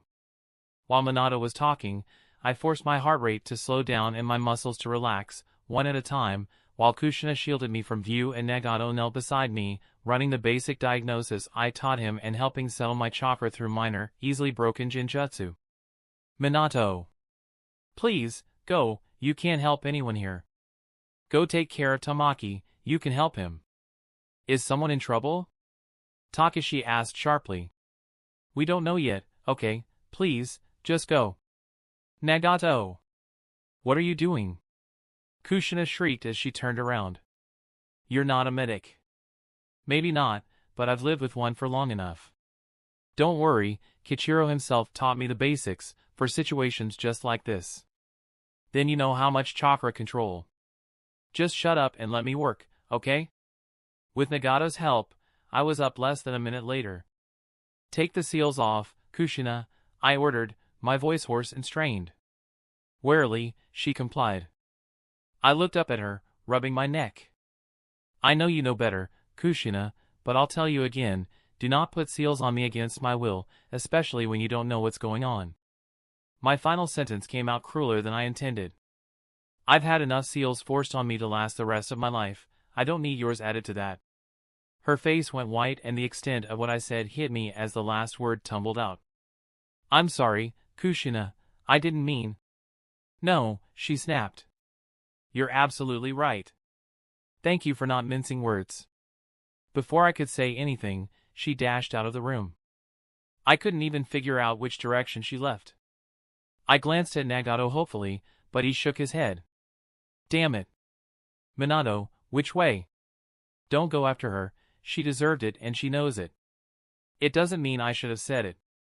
No, you scolded Nagato for the exact same thing, years ago, and she should have listened. Don't excuse. Kichiro, please, just trust me on this. I studied him for a long moment. It doesn't make it right. Just trust me, Minato repeated. Look me in the eye and say that. Minato met my gaze evenly. Kushina deserved what you said. She needed to hear it, she knows it, I know it. Trust me, please. I sat down and crossed my legs as Nagato relaxed against my back, nursing a headache from trying to heal. She feels replaced, you know that, right? Minato commented, nodding towards Nagato. I don't understand, I responded, rubbing the back of my neck to stave off the impending bodily ache from having my chakra sealed.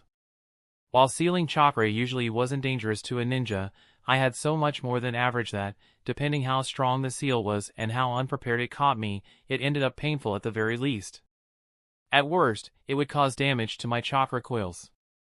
The damage would be reparable this time. She's not going to be happy I told you this. Then don't tell me. It's not fair to you not to.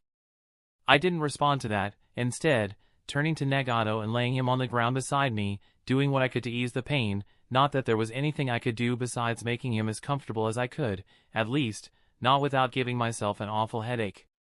Obviously, you've spent more time with Nagato than anyone else over the past 3 years. It's almost exclusively missions and training, but yes. He's already proven himself to be better than Kushina at most things. He's had superior training, as well as a much more focused regime with fewer interruptions. You know more about Nagato than you do about Kushina. I've only seen Kushina in passing over the past 3 years, and she never recognized me in uniform if she even saw me. It only makes sense. She's getting left behind, Kichiro. I don't understand. You saw her struggling in that spar. Nagato is better than her in taijutsu, and it only makes sense that you're better than him, and that's before using blades or anything lethal. You're a medic, you've had a reputation in the village practically since day one. I'm a genius, I outstripped her in almost everything years ago. The only thing she can truly claim to be good at in comparison to us is Fuinjutsu, and even then, in comparison to what the Uzumaki clan used to be, she's barely above average. She'd be better with a proper teacher, but no one can spare the time and no one has the same specialty. Considering the circumstances, you should be long dead. Considering the circumstances, Nagato should be fearing for his life in aim. I should be curled up in some alley, starving to death. She's riding on our highs and she hates it. That's not true. It is true. Since she's graduated from the academy, she's been routinely shoved aside in favor of me or you. Ever since our Genin teammate died, Jiraiya-sensei has focused more on me, only teaching her when I struggle to help her learn the lesson, and she won't let me confront him about it. While you might have seen taking her place as Jinchuriki a noble sacrifice, she agreed with you for a long time, but now, even though she won't admit it, you took away her best chance to stand out and get the attention she wants. I didn't. She told you about her opportunity in ANBU, but she didn't tell you the real reason she didn't join. She didn't join because you were there first. I don't know who let it slip, or how she found out, but she knew she would be placed next to you if she joined ANBU, and she didn't want to be compared like that, especially when it would separate you and Nagato. I frowned. It wouldn't have separated anyone. Trust me, the Hokage doesn't want another shinobi with your disregard for authority running around, but he's getting one with Nagato. Nagato doesn't. Minato rolled his eyes. When you're around, He's a perfect little soldier, but when you're not, he's a little hellion. I glanced at Nagato, frowning. You know, that isn't the first time I've heard about that. They're exaggerating, Nagato defended himself, grinning with a cockiness that put most shinobi on edge. It's not like I'm causing any damage. I looked back to Minato, accepting the answer. You're just willfully blind. Minato rolled his eyes. My point is that Kushina's your younger sister now, not your baby sister. Frowning, I waited patiently for Minato to continue. Of your little family, she was always the baby, and now the family has grown and that's not the case anymore. She used to have all of your attention whenever she wanted, and now she's no longer so overwhelmed with shinobi life, she can start to wish she had your undivided attention, something that hasn't happened since you both became shinobi either because of me or outside factors. To have your attention, which used to be on her, redirected to Nagato, and in being superior to her in almost every way, even if it's not by much, hurts more than she wants to admit. The grin slid off Nagato's face. So it's not your fault, Nagato. It's no one's fault, it's just a bad situation, Minato assured while I rubbed my temples in frustration. It doesn't help at all that you have a team now. They're not a team. They're just a bunch of kids I'm supposed to teach. The only reason they're in ANBU to be taught in the first place is because the Hokage wants me to stay in the village, and 3 not yet Jonin students and a Jonin student are 3 more students than any other active Jonin. How did you know about them? Nagato isn't a Chunin yet? Minato asked, confused and ignoring my question. There aren't standard promotions in ANBU. There are students, agents, and captains. I'm technically on almost equal standing with a captain, but have more authority because I'm a medic. Nagato is an agent. By regular standards, he would be Tokubetsu Jonin. I would be low Jonin level. I see. Anyways, Sakumo-sensei is downstairs and he brought Kakashi with him. What does he want? You do realize that he hasn't had a real conversation with you in years, right? Oh. I checked to make sure Sakumo was downstairs. Yeah. ANBU hurt your social skills. You should go talk to him before the kids find him. I nodded and stood up, slightly unnerved that Minato had a better grip on everything than I did. Nagato started to follow me, but Minato caught his arm. Before I stepped out of the room, I looked back at Minato. He had grown up, I could see it. When he looked up and met my gaze evenly, like an equal, I smiled. I'm proud of you, Minato. I turned and left before he could respond. Chapter 63, Sakumo was just opening the front door as I reached the bottom of the stairs. You look better, Kichiro, he stated, bending slightly to look me in the eye. ANBU might not be the best choice for you, but it's not a bad one either. I couldn't keep the wide smile off my face. It had been almost 3 years since I last spoke to him. It wasn't until I saw him, Kakashi bashfully trailing behind him, that I realized how much I missed him. Sensei. The moment I was within reach, he pulled me into a crushing hug. I didn't resist. Subtly, he steered me outside, nudged Kakashi into the room where Natsuki was playing, and we walked the perimeter of the property. Mostly, it was Sakumo talking about Kakashi. I didn't have to say much, and I suspected he had kept close tabs on me, since he only asked a handful of questions about how I was doing. Whenever we passed the west side of the house, Kakashi's white tousled head popped up over the edge of the window, occasionally shadowed by a bright redhead. Several hours later, we returned inside and Sakumo left with Nagato to run his shift on patrol, though it was a separate route than Nagato. I watched the 2 3-year-olds. Kakashi was very indignant when I confiscated his wooden ninja weapons, and I patiently waited for him to figure out that the no ninja stuff in the house rule only applied inside the house. The next few months passed excruciatingly slowly. Apparently, since I was now staying in one place and my chances of being called on a mission were extremely slim, Sakumo regularly dropped Kakashi off with me during his patrols, rather than leave him at the daycare he previously used. On one occasion, I took him for almost 3 weeks when Sakumo was called out on an emergency mission. Kakashi never did figure out that I would allow almost anything as long as he played outside, which relieved Sakumo more than I expected. It turned out Sakumo was more worried than he let on that Kakashi would be drawn into the shinobi life sooner than he deserved. At the same time, Sakumo knew Kakashi would be entering the shinobi life far sooner than he should. Kakashi wasn't half bad at ducking behind my back and trying to practice throwing his wooden kunai at the walls. It didn't take long for both him and Natsuki to turn it into a game, especially since I was the only one who enforced the rule and they knew it. I was good enough that the kunai barely ever left their hands before I confiscated the toy for the day. I let them wrestle outside all they wanted, and somehow, Kakashi always managed to get his wooden kunai taken away before he went outside, where I would have let the two of them play with them. I would have given them back if he only asked, but he never did. During the day, most, if not all, of the adults worked. Instead of schooling the rest of the kids at home, I covertly placed seals that would alert me if a stranger entered the school's property. After my first week back, Minato and Kushina left on a deployment to maintain the Kiri border.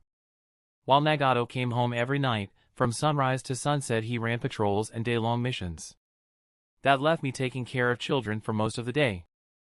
I spent a few hours every day building foundational ninja skills in Natsuki and Kakashi, such as balance, general coordination, and passive chakra control, but only when they asked for ninja lessons. The civilian kids went to school 6 days a week, and each of the adults took 1 day off a week, which was normally on the same day the civilian kids were off school. While Natsuki and Kakashi napped or were sufficiently occupied otherwise, I trained, careful to make sure they couldn't see and attempt to copy me. Once, sometimes twice a week, whenever there was an adult available to watch the children, I returned to ANBU to treat injured members and perform checkups on the more stubborn individuals. Each time, it left me utterly exhausted.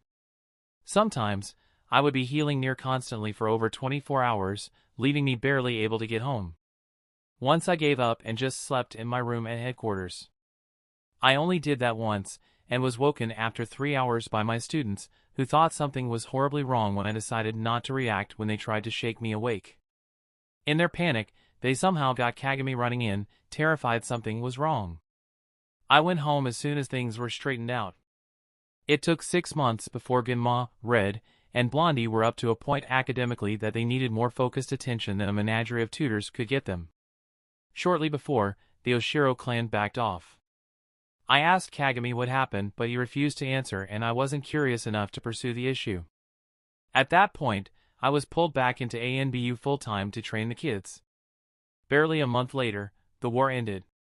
From that point on, I healed agents as they came in, which often interrupted training sessions with my students, but they quickly learned to carry on whenever an injured, and often masked, agent stumbled onto the training field, and Genma quickly learned how to go back to sleep after being woken up in the middle of the night. With the end of the war and the subsequent relaxed standards and rules, I went home once or twice a week. Nagato spent most nights at home, even managing to get back soon enough to eat dinner some nights. 3 weeks after the end of the war, I was walking through one of the academy katas with my students when Kagami entered the training ground and stood there watching. When the kids started stealing glances at him instead of concentrating, I set them to running laps around the training ground and went to talk to him. "What's going on?" I asked neutrally. "You don't normally interrupt training. The Hokage wants you to accompany him to finalize the treaty with IWA." "Why?" I scowled. Kagami seemed taken aback by my answer and studied me carefully. "Do I have something on my face?" "No, I just expected you to flat out refuse a trip with the Hokage. I'm not immature enough that I can't tolerate his presence. Your last meeting with him says otherwise. He came to my house without invitation. He doesn't need." "Enough. Why does the Hokage want me present at the signing of the treaty?" "That Tsuchikage hates me, it'll only cause problems." Kagami shifted, an odd expression on his face. "That Tsuchikage requested your presence. He wishes to speak with you." "Just talk, I promise." "Why does he want to talk?" "He wants to ask you a question. Apparently, it has to be face to face." "Fine, what about my students?" "It's your choice.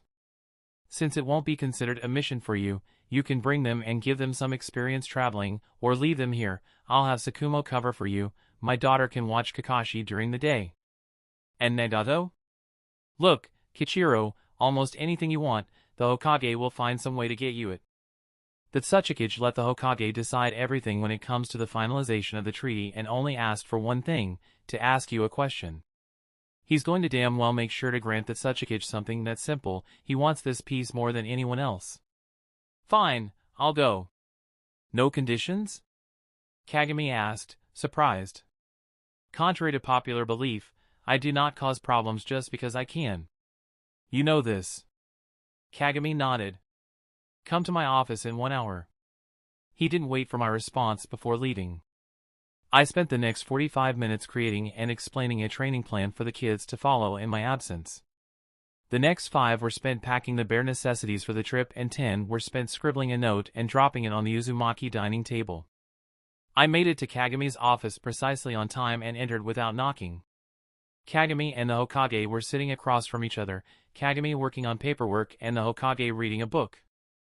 I sat down in the empty chair without invitation, waiting for someone else to speak first. I looked at the ceiling while the Hokage, dressed in full battle gear, studied me neutrally, the book forgotten. I was not going to be the one to speak first, no matter how uncomfortable the Hokage's stare made me. Finally, Kagami broke the silence. Are the two of you done being stubborn? I shrugged. The Tsuchikage and I have agreed to meet at the Canopy Bridge in 7 days, with 1 companion each. The Hokage stated. I turned sharply to look at him, my neck cracking at the motion. Even though he implied that you were not a part of that agreement, I will abide by the spirit of it, and you will be my only companion, Kichiro. I gritted my teeth and nodded. If you have a problem with that, speak now. I shook my head. I resolutely held eye contact with him. It wasn't until Kagami cleared his throat that I looked away. Kichiro, are you ready to leave? He asked. I nodded once. Then we can leave at once, the Hokage concluded, standing up. Kagami and I mimicked him. I secured my bag and marched out after the Hokage, who carried nothing, to my interest. Kagami didn't follow us to the gate, and in the time it took me to glance back and notice the fact, I nearly lost track of the Hokage as he went into stealth mode the second he left headquarters and hurried towards the main gate. I pulled my mask over my face and rushed after him. I had my Chunin uniform in my bag if necessary, but I had come to prefer the nondescript ANBU gear. It deterred attackers far more efficiently than average ninja gear, which sometimes provoked attack, but that might have been because of my identity. The Hokage slipped out of the village with no one the wiser, but I was stopped at the gate. He waited a kilometer down the road while I gave the special assignment code to the board jonin manning the gate. You have too much chakra for the standard stealth techniques to work, at least, they won't work on anyone competent, no matter how good your control is, the Hokage commented. Instead, you have to relax your chakra to the point where it blends into your surroundings. I had no idea how to respond to it, but thankfully, he didn't give me the chance to. He jumped up into the trees, setting brisk genin pace on the longest route to the Canopy Bridge. To occupy myself, I tried out the Hokage's tip. He glanced back a few times when I lost control, frustrated, but didn't say anything. It was about noon when we left, and the Hokage kept moving until a half hour past sunset, when he veered off sharply and I overshot the turn and had to backtrack 10 meters before catching up to the place the Hokage chose as the campsite. I hopped up to one of the thicker trees and wedged myself into a comfortable position, a cloak around my shoulders. I flinched as the Hokage landed on the branch in front of me. "What are you doing?" he asked, frowning. I shrugged. "No fire?" I pulled off my mask and looked at him oddly. The Hokage nodded to himself. "We're not at war anymore, Kichiro." I shrugged again. "You go hunt something down, but stay within range. I'll build a fire." I frowned at him, but he was already gathering wood. I left my stuff behind. It didn't take long for me to find a rabbit. A quick senbon through the back of its head and I was headed back with a meal, the medium-sized rabbit dangling at my side. "A clean kill," he commented. It was enough for 2 shinobi, with a little left over for morning. Before I could sit down and start to skin and prepare it, the Hokage held out his hand. I gave it to him, and with quick, practiced movements, he skinned and gutted the animal faster than I ever could have. I sat down opposite him, far enough away from the fire that I barely felt the heat. The Hokage stuck the rabbit on a spit. I sat there with my chin on my knees, watching the meat cook in silence. I was extremely glad the silence didn't bother me, even if it was a bit awkward. I didn't miss how the Hokage finished preparing the meal and gave me half of it, in my bowl, which I was positive I left buried in my bag. I knew he was baiting me, so I didn't say anything. Interesting read. He tossed me one of the scrolls I kept at the bottom of my bag, mostly filled with extra medical supplies and some ration bars. It was still sealed, with no sign of tampering. I held it up so he could see the label, which read medical supplies. You haven't said a single word to me since you walked into Kagumi's office. My silence was bothering him. The thought made the corner of my mouth twitch up. I conveniently had my mouth full with the last bite of the meal. He wasn't finished and couldn't follow me as I stood up and left to clean my bowl. By the time he finished, I was already settled down in the tree and feigning sleep. He sighed and set up basic perimeter alarms. I fell asleep before he finished. Straight face. In the middle of the night, he patted my dangling foot to wake me up. Your watch until morning. I nodded once and packed up my stuff before donning my mask and settling just inside the dying light of the fire. The Hokage laid down on his own bedroll. I crouched on my toes and closed my eyes, spreading out my senses. I settled into the trance-like state to keep watch. I didn't move for the rest of the night, chakra easing the stiffness and pain associated with holding still for so long and balancing on my toes. The Hokage woke shortly before dawn. I signed the all-clear to him before working on destroying any evidence we were there. He buried the fire with an earth jutsu. Kichiro? I turned towards him. Whatever he was going to say, he decided against it and shook his head. After finishing clearing the campsite, we took off. I ate a ration bar as we went, blocking the dull taste from my mind. To my surprise, around lunchtime he suddenly veered off course. I followed. It wasn't until we were right on top of the problem that I realized what was going on. A gang of bandits had accosted a civilian town. The Hokage landed at the gate of the town. I flanked him. Is there a problem here? He asked, his voice carrying through the entire town. And what's a wannabe little man like you and your child lackey gonna do about it? One of the bandits marched up, far too cocky for his own good. The Hokage raised an eyebrow. Since he wasn't in a Konoha uniform, I didn't expect them to recognize him at first glance, but everyone knew the danger of a masked shinobi. That's what I thought, the bandit sneered. I barely managed to grab the Hokage's wrist and stop him from killing the man. If you kill him in cold blood, you're no better than he is, I rasped. My voice sounded odd after so long without speaking. He doesn't even pose a threat, let the village punish him under their laws. The Hokage wrenched himself free. Faster than I could see, the bandit was bound hand and foot, lying unconscious in the center of the road. The Hokage's hand shot past my ear.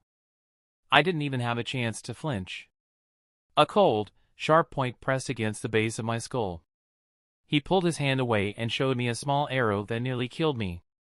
Are you still going to defend them? I spun around, deflecting the second shot into the ground at my feet and flinging a single senbon at him.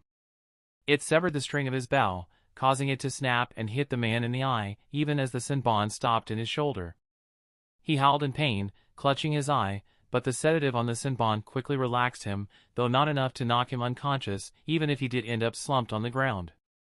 I jumped straight up and swung myself up on top of the simple wall, flinging the senbon at any bandit I saw.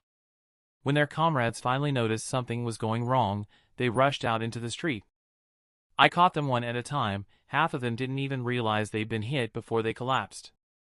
The last bandit proved to be more of a problem. He knocked away my senbon before it could pierce his arm. Who are you, little ninja? He sneered.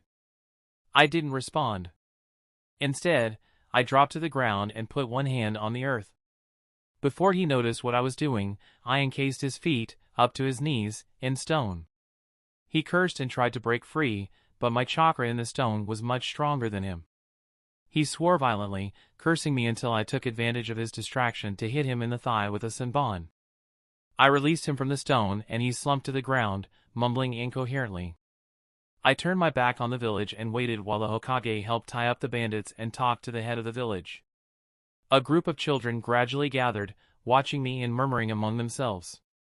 An hour of hissed argument among them later, one of the younger girls, who was about 13, was bullied into approaching me. I ignored her as she tugged on my sleeve. What are you? She squeaked. A shinobi, I answered shortly, without visibly moving. What's that? A killer. But you didn't kill anyone, old lady Junko said so. I ignored her. Are you a person? No. But only people can talk. I didn't answer that. How old are you? I don't have an age. Everything has an age. No answer. What's your name? I am called Fox. That's not your real name. My name is Aika. What's your real name? I have no real name. She tightened her grip on my shirt. I grabbed her wrists until she let go and pushed her away. Everyone has a real name. Would your answers be different if you didn't have that mask on? Yes. Then why are you answering my questions? Because I'm not working. Why can't you take the mask off? Do you know who I am? Not exactly, but am I able to guess? I don't know how much small-town civilians know about me. Can I tell you a secret? I just looked down at her neutrally. She motioned me down towards her. I didn't move. She took a step closer and stood on tiptoe, her hands cupped around her mouth. I leaned down slightly. I'm going to kill you, she simpered. I almost didn't recognize the words. Luckily, my reflexes from ANBU were honed enough that I caught the blade before she could plunge it between my ribs. In an instant, I kicked her legs out from underneath her and prostrated her on the ground. Glass cracked under my fingers as my grip tightened on the blade, the shards biting into my unprotected fingers and a thick syrupy liquid spreading across my hands. You killed my mother. She snarled at me. I put a knee on her back, effectively pinning her, and examined my hand. It only took a few seconds to extract the poison and heal the damage. The Hokage crouched on the girl's other side, examining her dispassionately. She's a sleeper agent, placed here on the off chance she could catch a shinobi by surprise. The Hokage explained in monotone, ignoring the girl's angry screeching and futile struggling. I nodded. No, the assault wasn't supposed to kill you, though the poison was an interesting touch. She is most certainly a civilian. She doesn't have a chance at killing anyone but a rookie genin. Your retaliation was supposed to kill her. He grabbed her thrashing arm and showed me the inside of her wrist. Her death sets off the dead man's seal here. It would have annihilated this entire town, and the number of shinobi capable of escaping something of that caliber are few. If caught unawares, I probably would not have escaped. I touched the back of the girl's neck, knocking her out while the Hokage pushed up her sleeve, looking at the seal. I need you to remove her arm, just above the elbow. I'll put the seal in a storage scroll and destroy it, problem solved. I sent him a doubtful look but followed orders anyways. 3 minutes later, I amputated the girl's arm and the Hokage swiftly sealed it away, then destroyed the scroll with a fire jutsu. I woke the girl and quickly backed away. While the Hokage smoothed everything over, I crouched atop the wall, a minor genjutsu encouraging the civilians not to look at me. I very deliberately ignored the fallout. Eventually, the Hokage scaled the wall and landed beside me. It's time to go. I followed him as he took off at Chunin speed. 4 days later, we reached the bridge. I didn't attend the negotiations. I camped 5 miles south of the bridge. I stayed at the campsite alone for 5 days before the Hokage came to retrieve me. He landed in the clearing while I was in the middle of practicing my katas. For a few minutes, he just watched me train. You turn your toe in when you kick, he commented. I grunted but didn't stop. Without warning, the Hokage landed in front of me and tried to take advantage of the supposed mistake.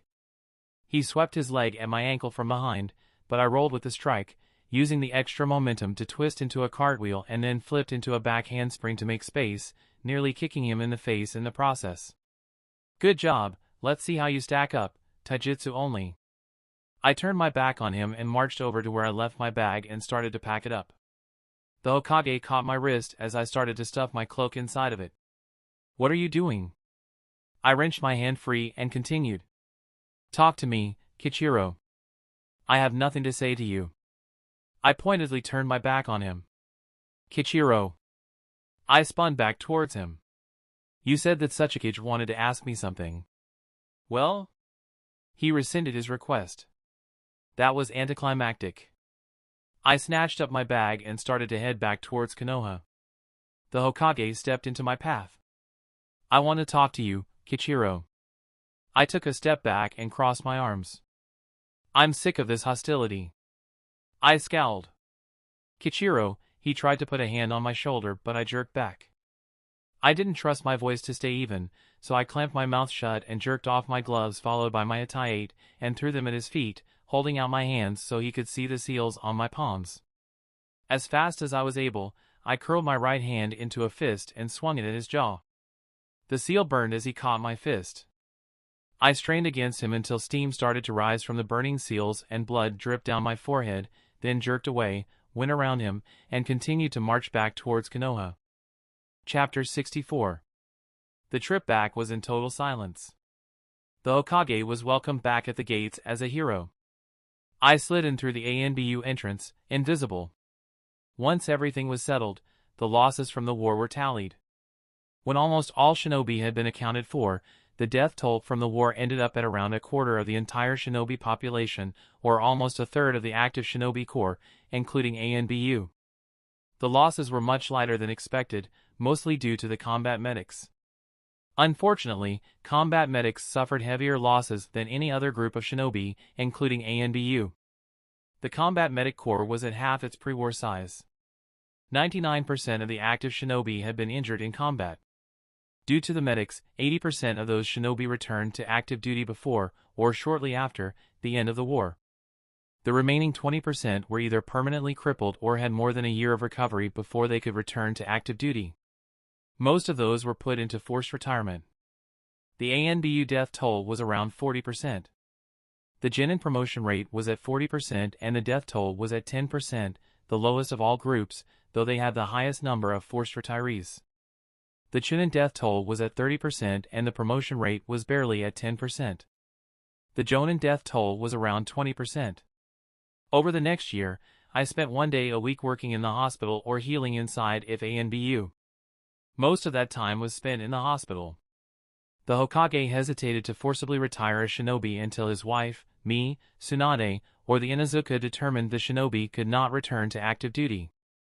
Every Sunday, I went home and spent the day babysitting Natsuki and Kakashi. The rest of my time was spent teaching Ginma and the two girls or training with Nagato. All three of them picked up slacklining faster than Nagato and I never missed an opportunity to tease him for his horrible balance. Once the war was over, it didn't take Nagato long to start chafing against being stuck in the village with me.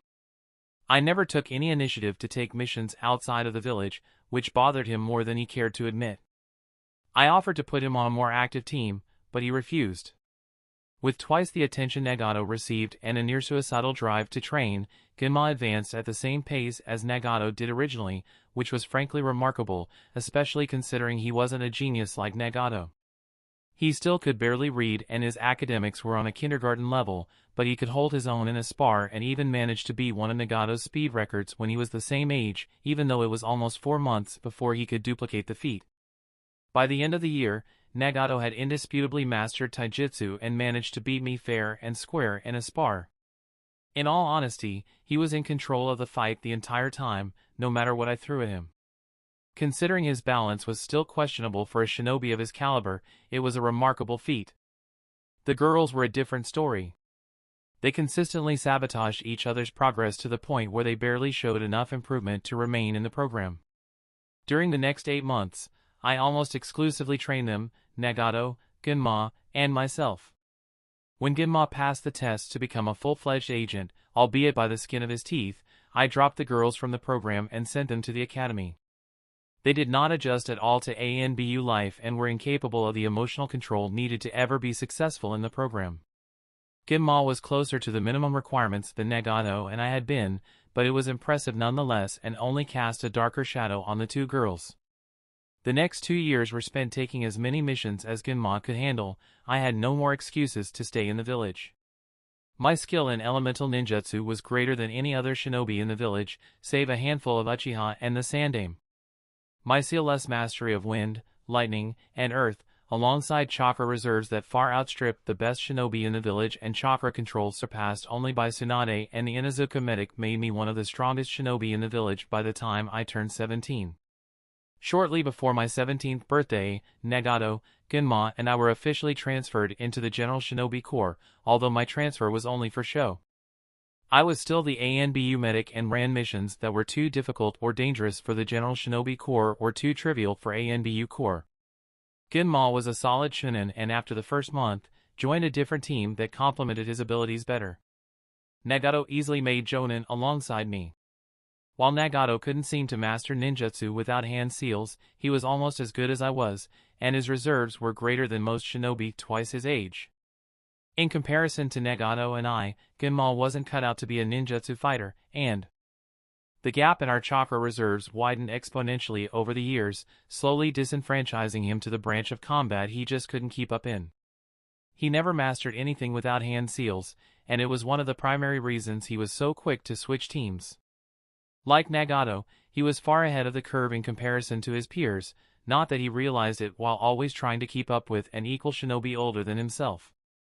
When I was 13, I arrived at the sudden realization that I could accomplish twice as much with Kage Bunshin. Unfortunately, my dream of learning everything in the library through Kage Bunshin was smashed to pieces the day after I learned the jutsu. I made 3 clones, sending them to the library to work, but at the end of the day, when they dispelled, the memories hit me at the equivalent of running top speed into a boulder. My inexplicable collapse in the middle of the cafeteria was not a pleasant experience for the ANBU division.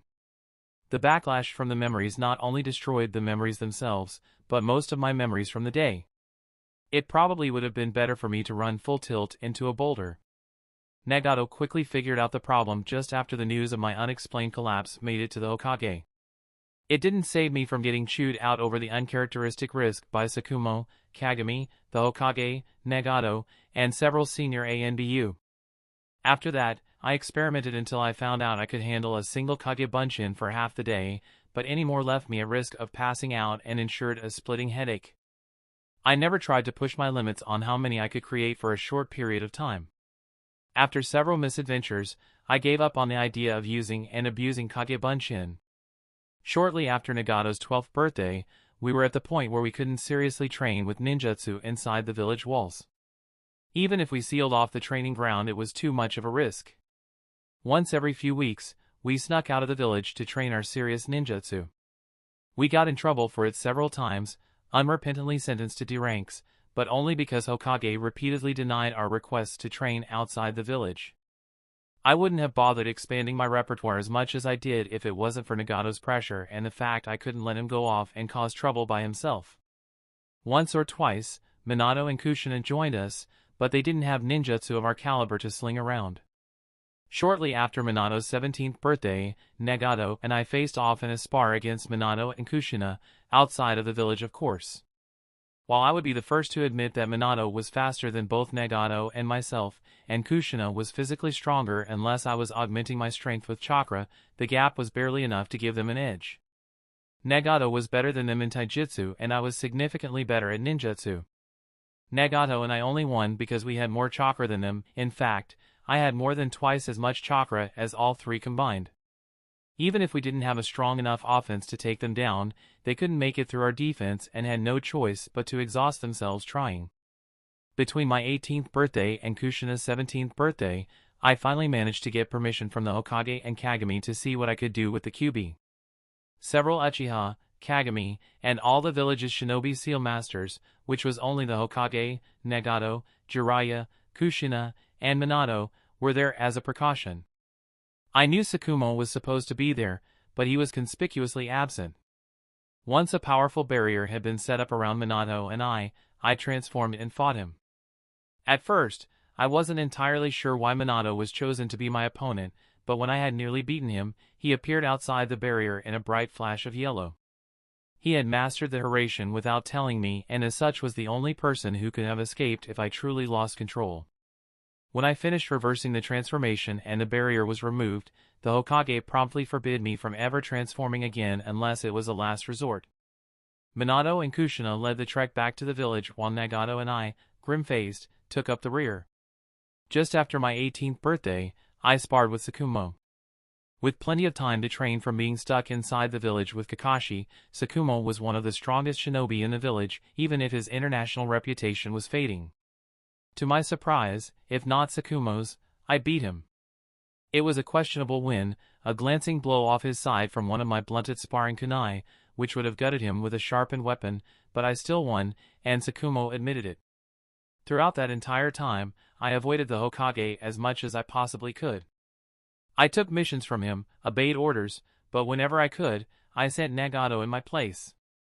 When Nagato couldn't take my place and I had to speak with him, it ended, without fail, in an argument of some kind as soon as I opened my mouth. There was always some philosophical dispute between us that ended up left unresolved. Luckily, I was too proud to throw the first punch and the Hokage had too much self-control, so it never came to blows, but I was escorted out of his office by ANBU every few months. I had plenty of chances to say "I told you so," which probably only made the situation worse.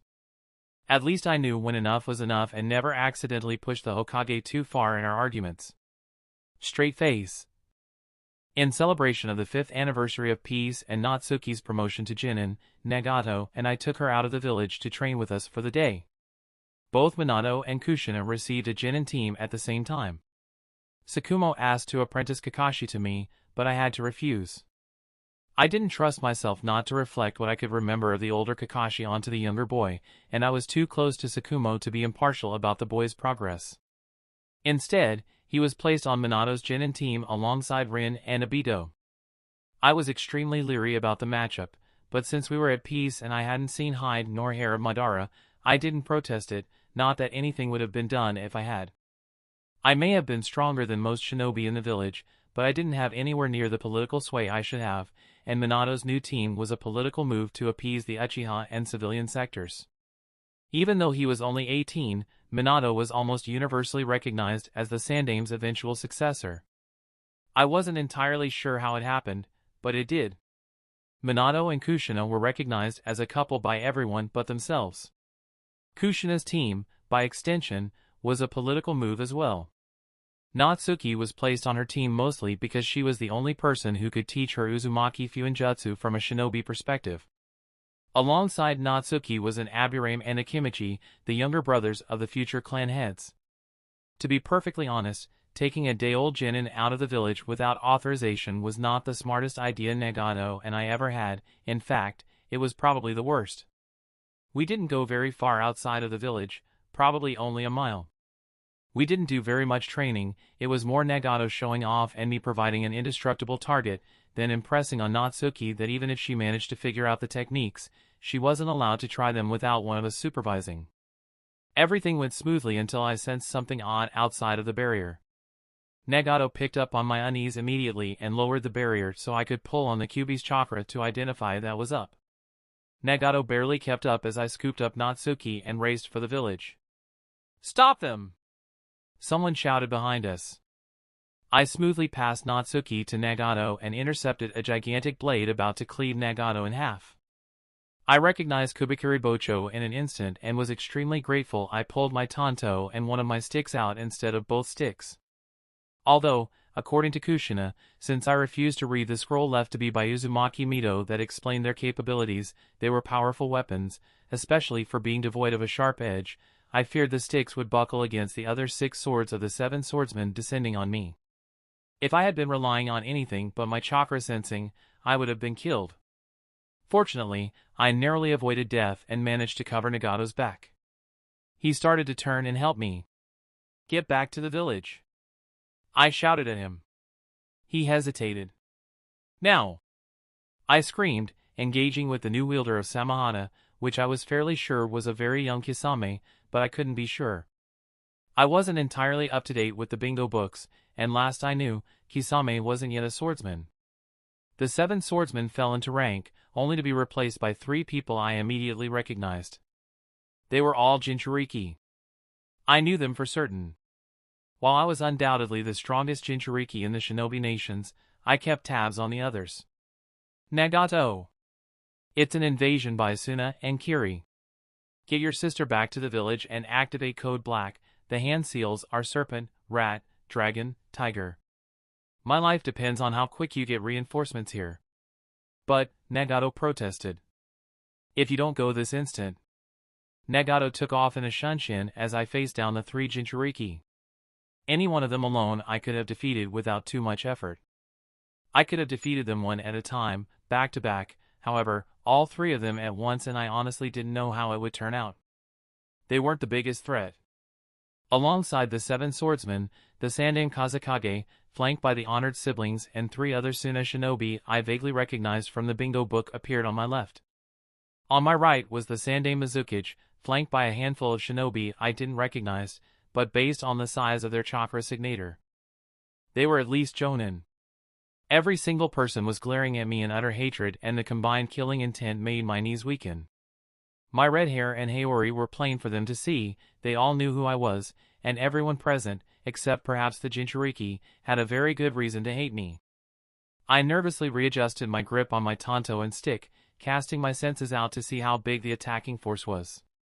I had no idea how they got so deep into fire country without setting off 100 alarms, but it felt like almost every single jonin and chunin shinobi from both Kiri and Suna were present. I couldn't sense far enough to get an accurate scope of the attacking force. The QB was just as unhappy as me, though not terrified. Frankly, transforming entirely into the QB was the only chance I had. You can't win this, boy, the Kazekage sneered at me. For the dramatic effect, I just smirked and transformed into the QB and heading straight for the bulk of the invasion force to kill as many shinobi as I possibly could. The QB snapped up a dozen chunin and shook body parts over the army, toppling trees in every direction. To my surprise, the Rokubi Jinchuriki lost control first. As soon as the full form of the Rokubi took control, Kurama started to grapple with it, rolling across the shinobi who survived the first assault. One of the QB's claws was about to kill the Jinchuriki when the Sanbai and the Ichibi barreled into Kurama's unprotected side. It was a battle of titans, and I was not so safely tucked deep in the chest of the outnumbered and losing side. The battle wreaked havoc on the invading force, but the grappling started to bring us nearer to the village walls. Kurama read my thoughts and started to pull the fight away from the village. I wasn't sure how long we fought, but it was at least several minutes, during which we laid waste to a section of forest and farmland the size of Konoha. No matter how strong Kurama was, he couldn't compete against 3 of his siblings at once, who had near equal strength each. Just in time, Minato and Kushina landed on the back of the Rokubi, who was giving Kurama and I the most trouble due to the flexible appendages and slimy body. In short order, the Jinchuriki's seal was tightened and the Rokubi disappeared. Kurama turned on the Sanbai with renewed vigor while Minato and Kushina strengthened the seal of the Ichibi. The Sanbai stood no chance against Kurama, especially without the Jinchuriki and Biju being in harmony. The Sanbai and Ichibi disappeared within seconds of each other as Kurama annihilated the Sanbai and Minato and Kushina strengthened the seal on the Ichibi. I began reversing the transformation and barely managed to catch Minato and Kushina before they hit the ground from at least 5 stories. It was a good thing I did. Both were nearly unconscious from chakra exhaustion and would have died from the fall. 2 medics ran up, glancing around as if they were defying orders, accompanied by Nagato. "Get them off the battlefield," I gasped out. The medics nodded and picked them up, fleeing. "Nisan?" Nagato asked sharply. I'm fine. Status?" I wasn't fine. At the very least I had chakra exhaustion and I suspected my chakra coils were damaged. "Reinforcements have already arrived. You are not fine, you're barely standing." "Give me a minute," I gasped, much more drained than I expected to be. Fully transforming for so long wreaked havoc on my body. Flushing my body with unfocused medical ninjutsu mitigated most of the damage, but it only made me more exhausted. The last time something drained me that much was an ANBU mission with Nagato that ended up much harder and longer than I expected. It took me 9 days to exhaust my reserves to dangerously low levels. I had just gone from nearly full reserves to almost nothing over the span of less than 10 minutes. It was a miracle I wasn't catatonic with shock. After several seconds, I felt the beginning stages of shock setting in. I shakily tried to stave it off. It was too dangerous to collapse in the battlefield. "It looks like the little brat isn't doing so great right now," one of the 7 swordsmen sneered. Nagato and I quickly stood back to back, although Nagato was right. I could barely stay upright. No big talk today? Another mocked. Nagato tensed in anger behind me. Calm down, Nagato, they're trying to get us to make a mistake. Nagato relaxed slightly, but the taunts obviously still bothered him. Guess you can't repeat your petty little victory from before. The Yuki shinobi spat at me. Well, if I repeated trapping you in a quarantine seal, then you would have to be pretty big idiots to land in the same trap twice. Your swordsmanship is nothing compared to the weakest of us. The young Kisame hissed. Probably not, but I know I'm better at ninjutsu. They scoffed and started hand seals in unison. This is not gonna be fun, I squeaked and felt. The earth loosened beneath us. I swung my arms around to start the tornado. Nagato added water to it, turning it into a whirling storm of blades. I couldn't see clearly enough to identify the technique they used, but it came very close to penetrating the tornado. I barely managed to pump more chakra into it before it broke. Unfortunately, that left me running on the last scraps of chakra. If they attacked again, I would be forced to draw on the Kyuubi's chakra, which would hurt Nagato and myself more than it would hurt them. When their attack didn't let up, I started to get truly scared and my knees refused to support me. The second the attack ended, I cut the supply of chakra to the tornado. A dozen ANBU had engaged the swordsman. I tried to take a step forward to help, but my legs didn't respond. I would have fallen flat on my face had Nagato not caught me and dragged me out of the fighting. I shoved down the panic of chakra exhaustion when my legs continued to refuse to respond. Nagato propped me up against a tree just out of range before racing back to fight. My blood ran cold when I heard voices behind me. Mizukage-san, Kazekage-san, this is your one and only chance to retreat. You cannot defeat Konoha on her own ground. The Hokage's voice rang out. Your bleeding heart has turned against you, Hokage, none of your precious little leaves can help you. A pulse of chakra raced across the ground, building a barrier less than an inch away from my foot. If my leg had been across that line. I stifled a whimper. When I was at full strength, I might not have been Kage level, but I could hold my own against a Kage, if pushed to it. Exhausted of chakra and barely able to move, I didn't stand a chance, and now I was at risk of getting caught in the crossfire of a battle between Kage. One muscle at a time, I pulled myself as close to the tree as I could. It was one of the many trees grown by Hashirama, thus more durable than most trees, but a careless or redirected strike could cause a lot of damage.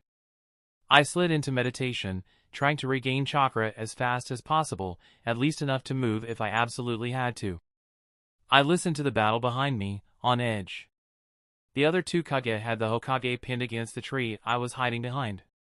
When the fighting was at its fiercest, I dared look out. The energy required left me panting. As I looked out, the Hokage was forced to release his staff, which I recognized as the transformed version of the Monkey King, Enma. In doing so, it gave him the slimmest of opportunities to land a hit on the Kazekage. He took the opportunity. Everything appeared in slow motion.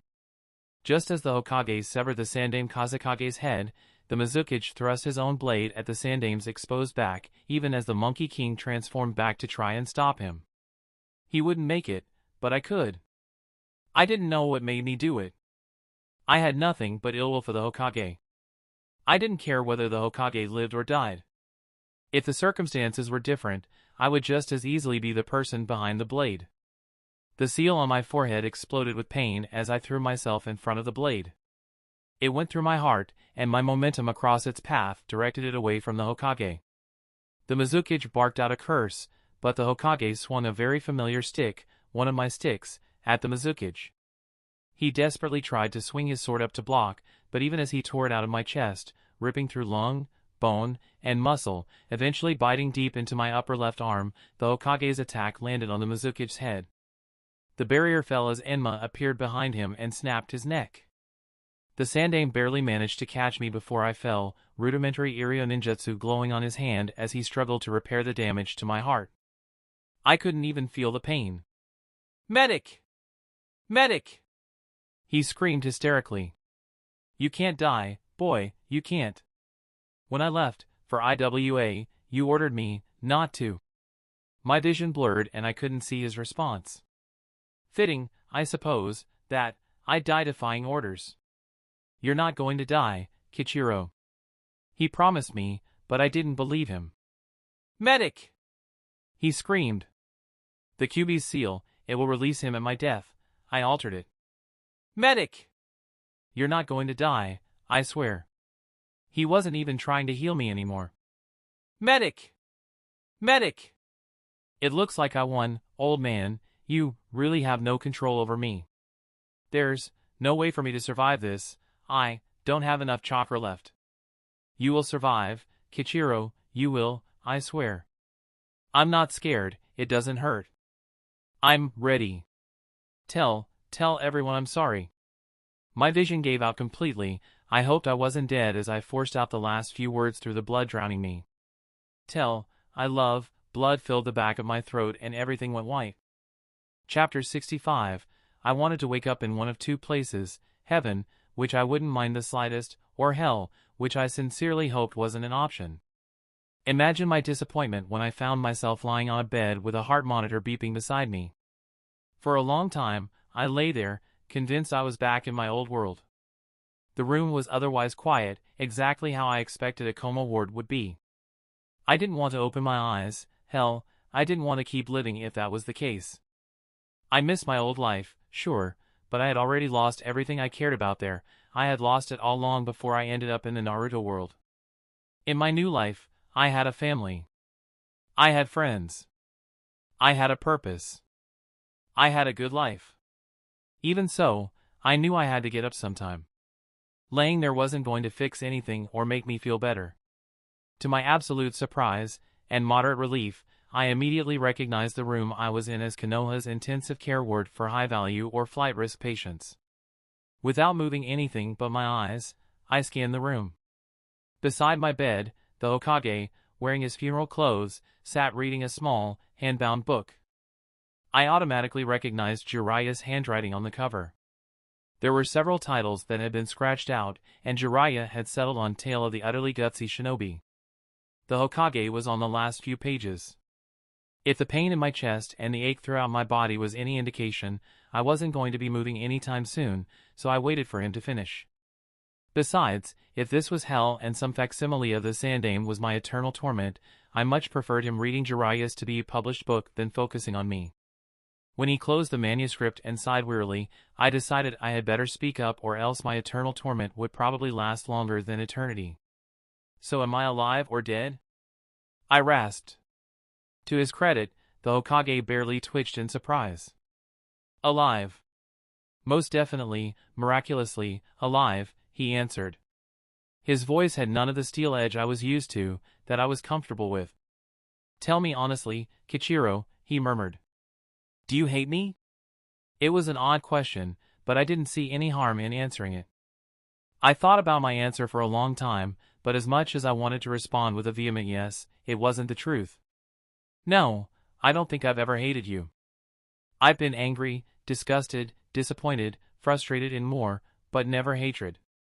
I see. No, you don't. I responded dully. There was a long silence, but it wasn't tense or combative like I had become accustomed to the silences being. Frankly, I didn't know what to do. Whenever I saw the Hokage, it had always been expecting, or instigating, a fight of some kind. This time, I didn't want to fight, and it seemed he wanted to avoid one. It felt nice, but, at the same time, unnatural. For the first time ever, he wasn't studying me. He just stared at the book in his lap. Did you like it? He glanced up, confused. The book. Did you like it? There are 1,000 questions you could, and probably should, be asking right now, but you ask about a book. I didn't respond to that, only turned my head so I could see him better. Or, I tried to. Pain raced down my back at the attempted motion, so I grimaced and lay there staring at the ceiling. He saw the flash of pain and started to reach towards the table before I gave up the movement. When I settled, he pulled his hand back to his lap. He tapped his finger on the cover. Why did you ask about book? Why didn't you ask about what happened? Why didn't you ask if everyone's okay? There was no energy in his words, it was like a husk was going through the motions. I can't do a damn thing about it just lying here, can I? You're not fighting me anymore. Neither are you fighting me. Since you aren't asking, I'll tell you. It took 24 hours for the medics to save your life. That should have been impossible. It's a miracle you survived. I frowned. The medics got to you just in time and were able to keep you alive until Tsunade arrived. You're not the only person who can work impossible feats. There was a long silence I wasn't willing to interrupt. Eventually, he started to speak again. Because you and Nagato snuck out of the village against orders, you were able to intercept the attack force before it reached the village, and you killed half of the attack force in your fight with the other Jinchuriki. Only 3 Jonin and 8 Chunin of Konoha died in the resulting battle. It's estimated that there would have been up to 1,000 casualties if the force had made it any further. You saved a lot of lives. Ironic that it was by defying orders. Ironic, yes. Since I didn't want to start a fight, I bit back my smartass response. He spoke extremely slowly, as if to make sure everything he said was absolutely perfect. Several times, he paused and had to force out the words. Time and time again, I've been presented with evidence that, no matter how much you seem to disprove it, you're as loyal as they come. I underestimated your intelligence and your resolve. Most importantly, I misjudged your character. I think I've known it since the beginning, but until now, I didn't realize how much. As Hokage, I failed in my duty to you and I deeply regret it. I have no right to your forgiveness, but I wholeheartedly apologize for my words, actions, and thoughts concerning you, both in your presence and behind your back. That was the last thing I expected him to say, and I was struck dumb in response. A long time ago, you told me something along these lines. An apology means nothing if nothing is done to fix the situation. I have come to see that your wisdom, when shared, has often, if not always, been greater than my own despite your age. It has been a grave error on my part to have refused to acknowledge that for so long. There was another long silence as I craned my neck, ignoring the pain, to look at him. I, Sarutobi Hiruzen, Sandame Hokage of Konoha, release you, Uzumaki Kichiro, from the Shitago, which binds you to my service. A weight I didn't even realize I was carrying lifted from the center of my chest. Moving my arm was so painful it inadvertently brought tears to my eyes, but I pulled my hand out from beneath the hospital blankets.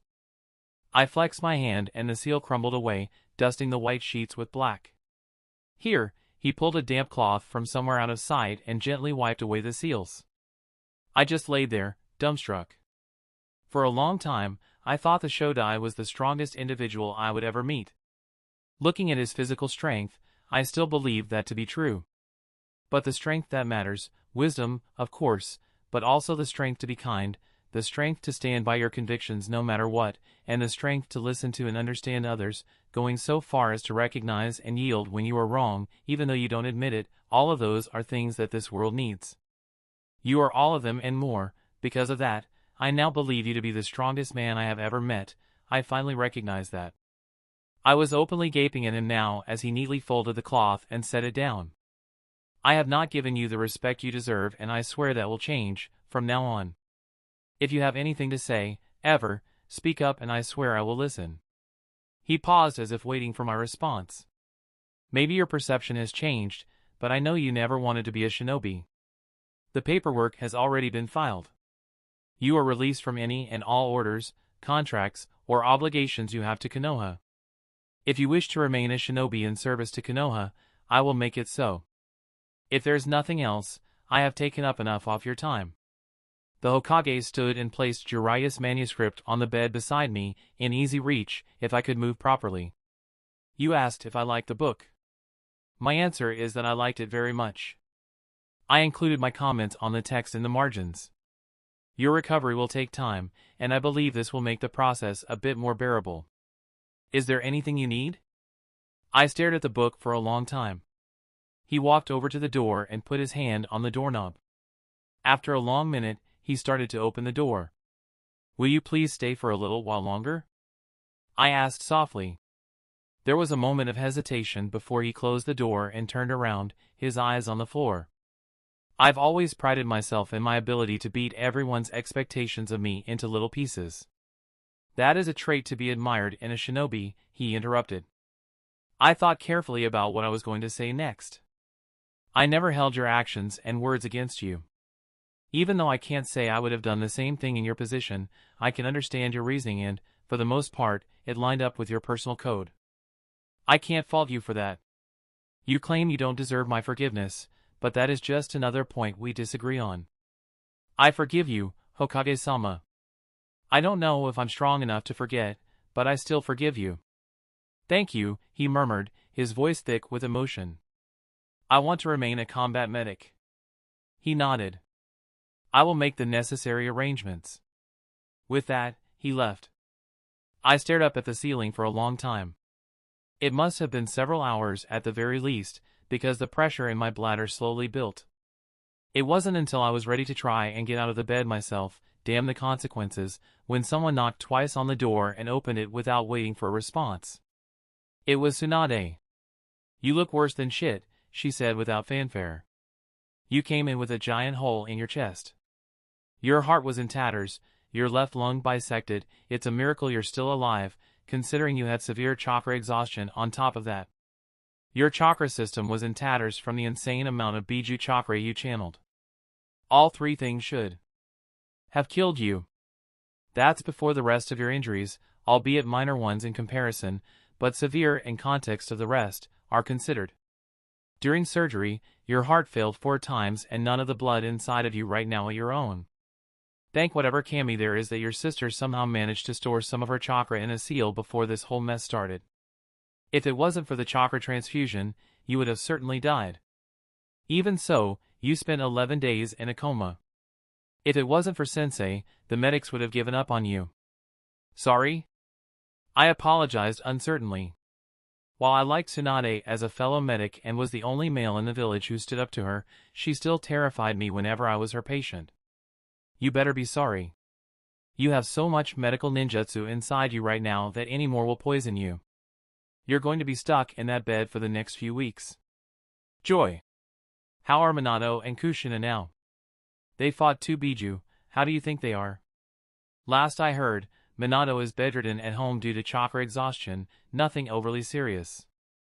I think he's woken a few times, but he's still out of it. Kushina recovered within 3 days, but she's been periodically exhausting herself by giving you more chakra transfusions to keep you alive. We sent her home almost 10 hours ago, and now she's waiting outside the door. Before you ask, no, you can't go home. Frankly, you shouldn't be conscious. I don't want you moving and risking tearing apart what the other medics managed to fix. Then how am I supposed to pee? She held up a bedpan and I groaned. Once I suffered through the ordeal of relieving myself, Tsunade changing the bandages, and everything was cleaned up, she went to the door and scowled at Kushina. She was half asleep and wearing day-old clothes, but she didn't look injured. Make sure he stays still, Tsunade said on her way out. Without acknowledging Tsunade or saying anything, Kushina crossed the room and crawled under the covers beside me, pressing her cold fingers and toes against my skin. It's cold, she murmured, laying her head on the pillow next to me, nestling her head against my collar. I'm so tired. Chakra exhaustion does that, thank you for having my back, I wouldn't have survived without you. She squeezed my hand. You're welcome, now be quiet, I'm going to sleep. I chuckled, but quickly stopped from the pain. I just smiled instead and took her hand in mine. 5 minutes later, Kushina sat up. Where's Nagato? I don't know, I said. He got me out of the middle of the fighting and I didn't see him after that. I think he saw. Saw what? I think he saw you die. Oh, that can't be good. I've been home, but he hasn't visited at all. I even checked the visitor's logs to see if he came here for you. In fact, no one's visited. I think Nagato thinks you're dead. He might not be in the village, he might be on a mission. He might, but the funeral for those who died in the invasion was 2 days ago. I was there, but I didn't see him, and he would never miss that. He's probably on a mission. Yeah, probably. If it makes you feel better, I'll find out for you as soon as I can get out of this damn bed. You know the medics don't. I'm a medic, Kushina, the normal rules don't apply to me.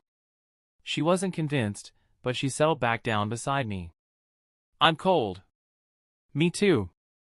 Chakra exhaustion does that. My feet are cold. I'm not surprised. Minato was cold too. Why aren't you with him? He went back to sleep. The clan doctors are starting to worry about him, but he's just sleeping. There are no nightmares or complications. You need to rest. Yeah, but I'm worried. About? You. Nagato. Minato. Natsuki. The rest of the family. I'm even worried about Jiraiya-sensei and Fugaku. My face briefly twisted with confusion at Fugaku's name before I remembered they were teammates. There isn't anything you can do about any of it. I know, that's what I'm worried about. Fugaku's father died during the invasion, now he's the clan head, and he doesn't want to be head. It means he can't go on missions. His mother and cousin took themselves out of the line of succession, so he doesn't get a choice in the matter since there's no one else left in the main family. That means he has to get married and have kids. Mikoto is the strongest kunoichi near his age, so she's dragged into the whole mess as well. Tell me, is there anything at all you can do to help or fix it? I could persuade someone to seal up the compound until Fugaku gets his way. Let me rephrase, is there anything you can do without causing an incident? No. Fugaku and Mikoto are clan ninja. They know they have to do things for the good of the village that they might not agree with. Yes, but what? If it wasn't for Minato, you would be in the same boat. Huh? What?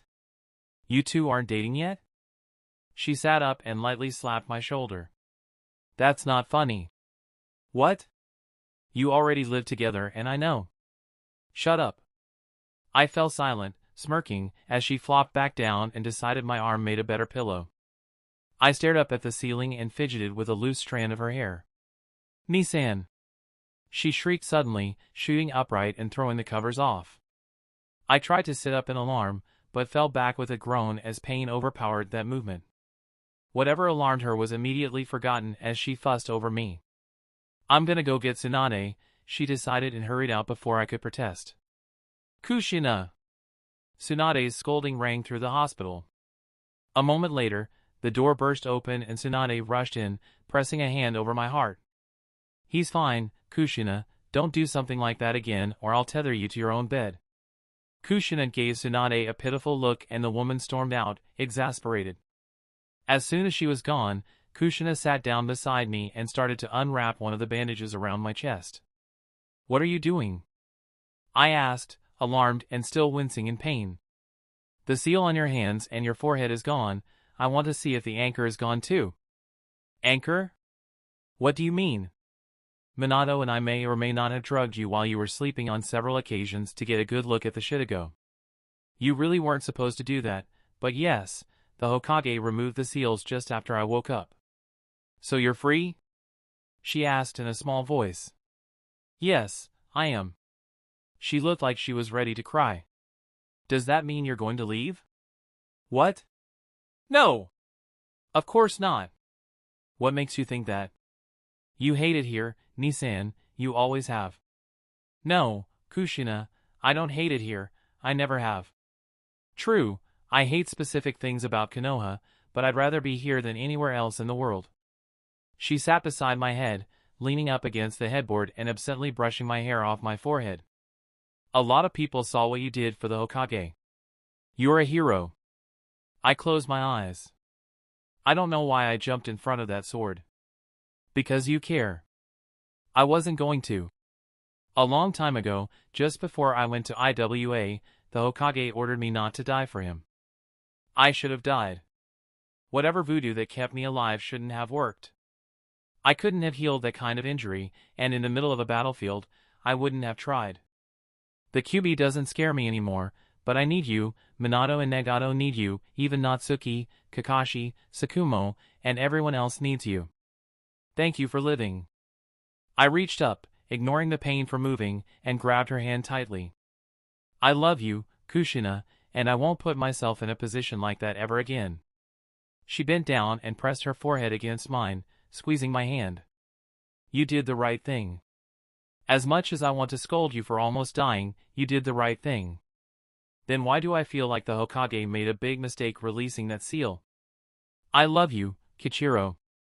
When we were little, You used to do a great job at hiding from me when you were scared or uncertain. For a long time, I truly believed you were my wonderfully confident and perfect big brother. When we got to Konoha, I realized that you weren't perfect.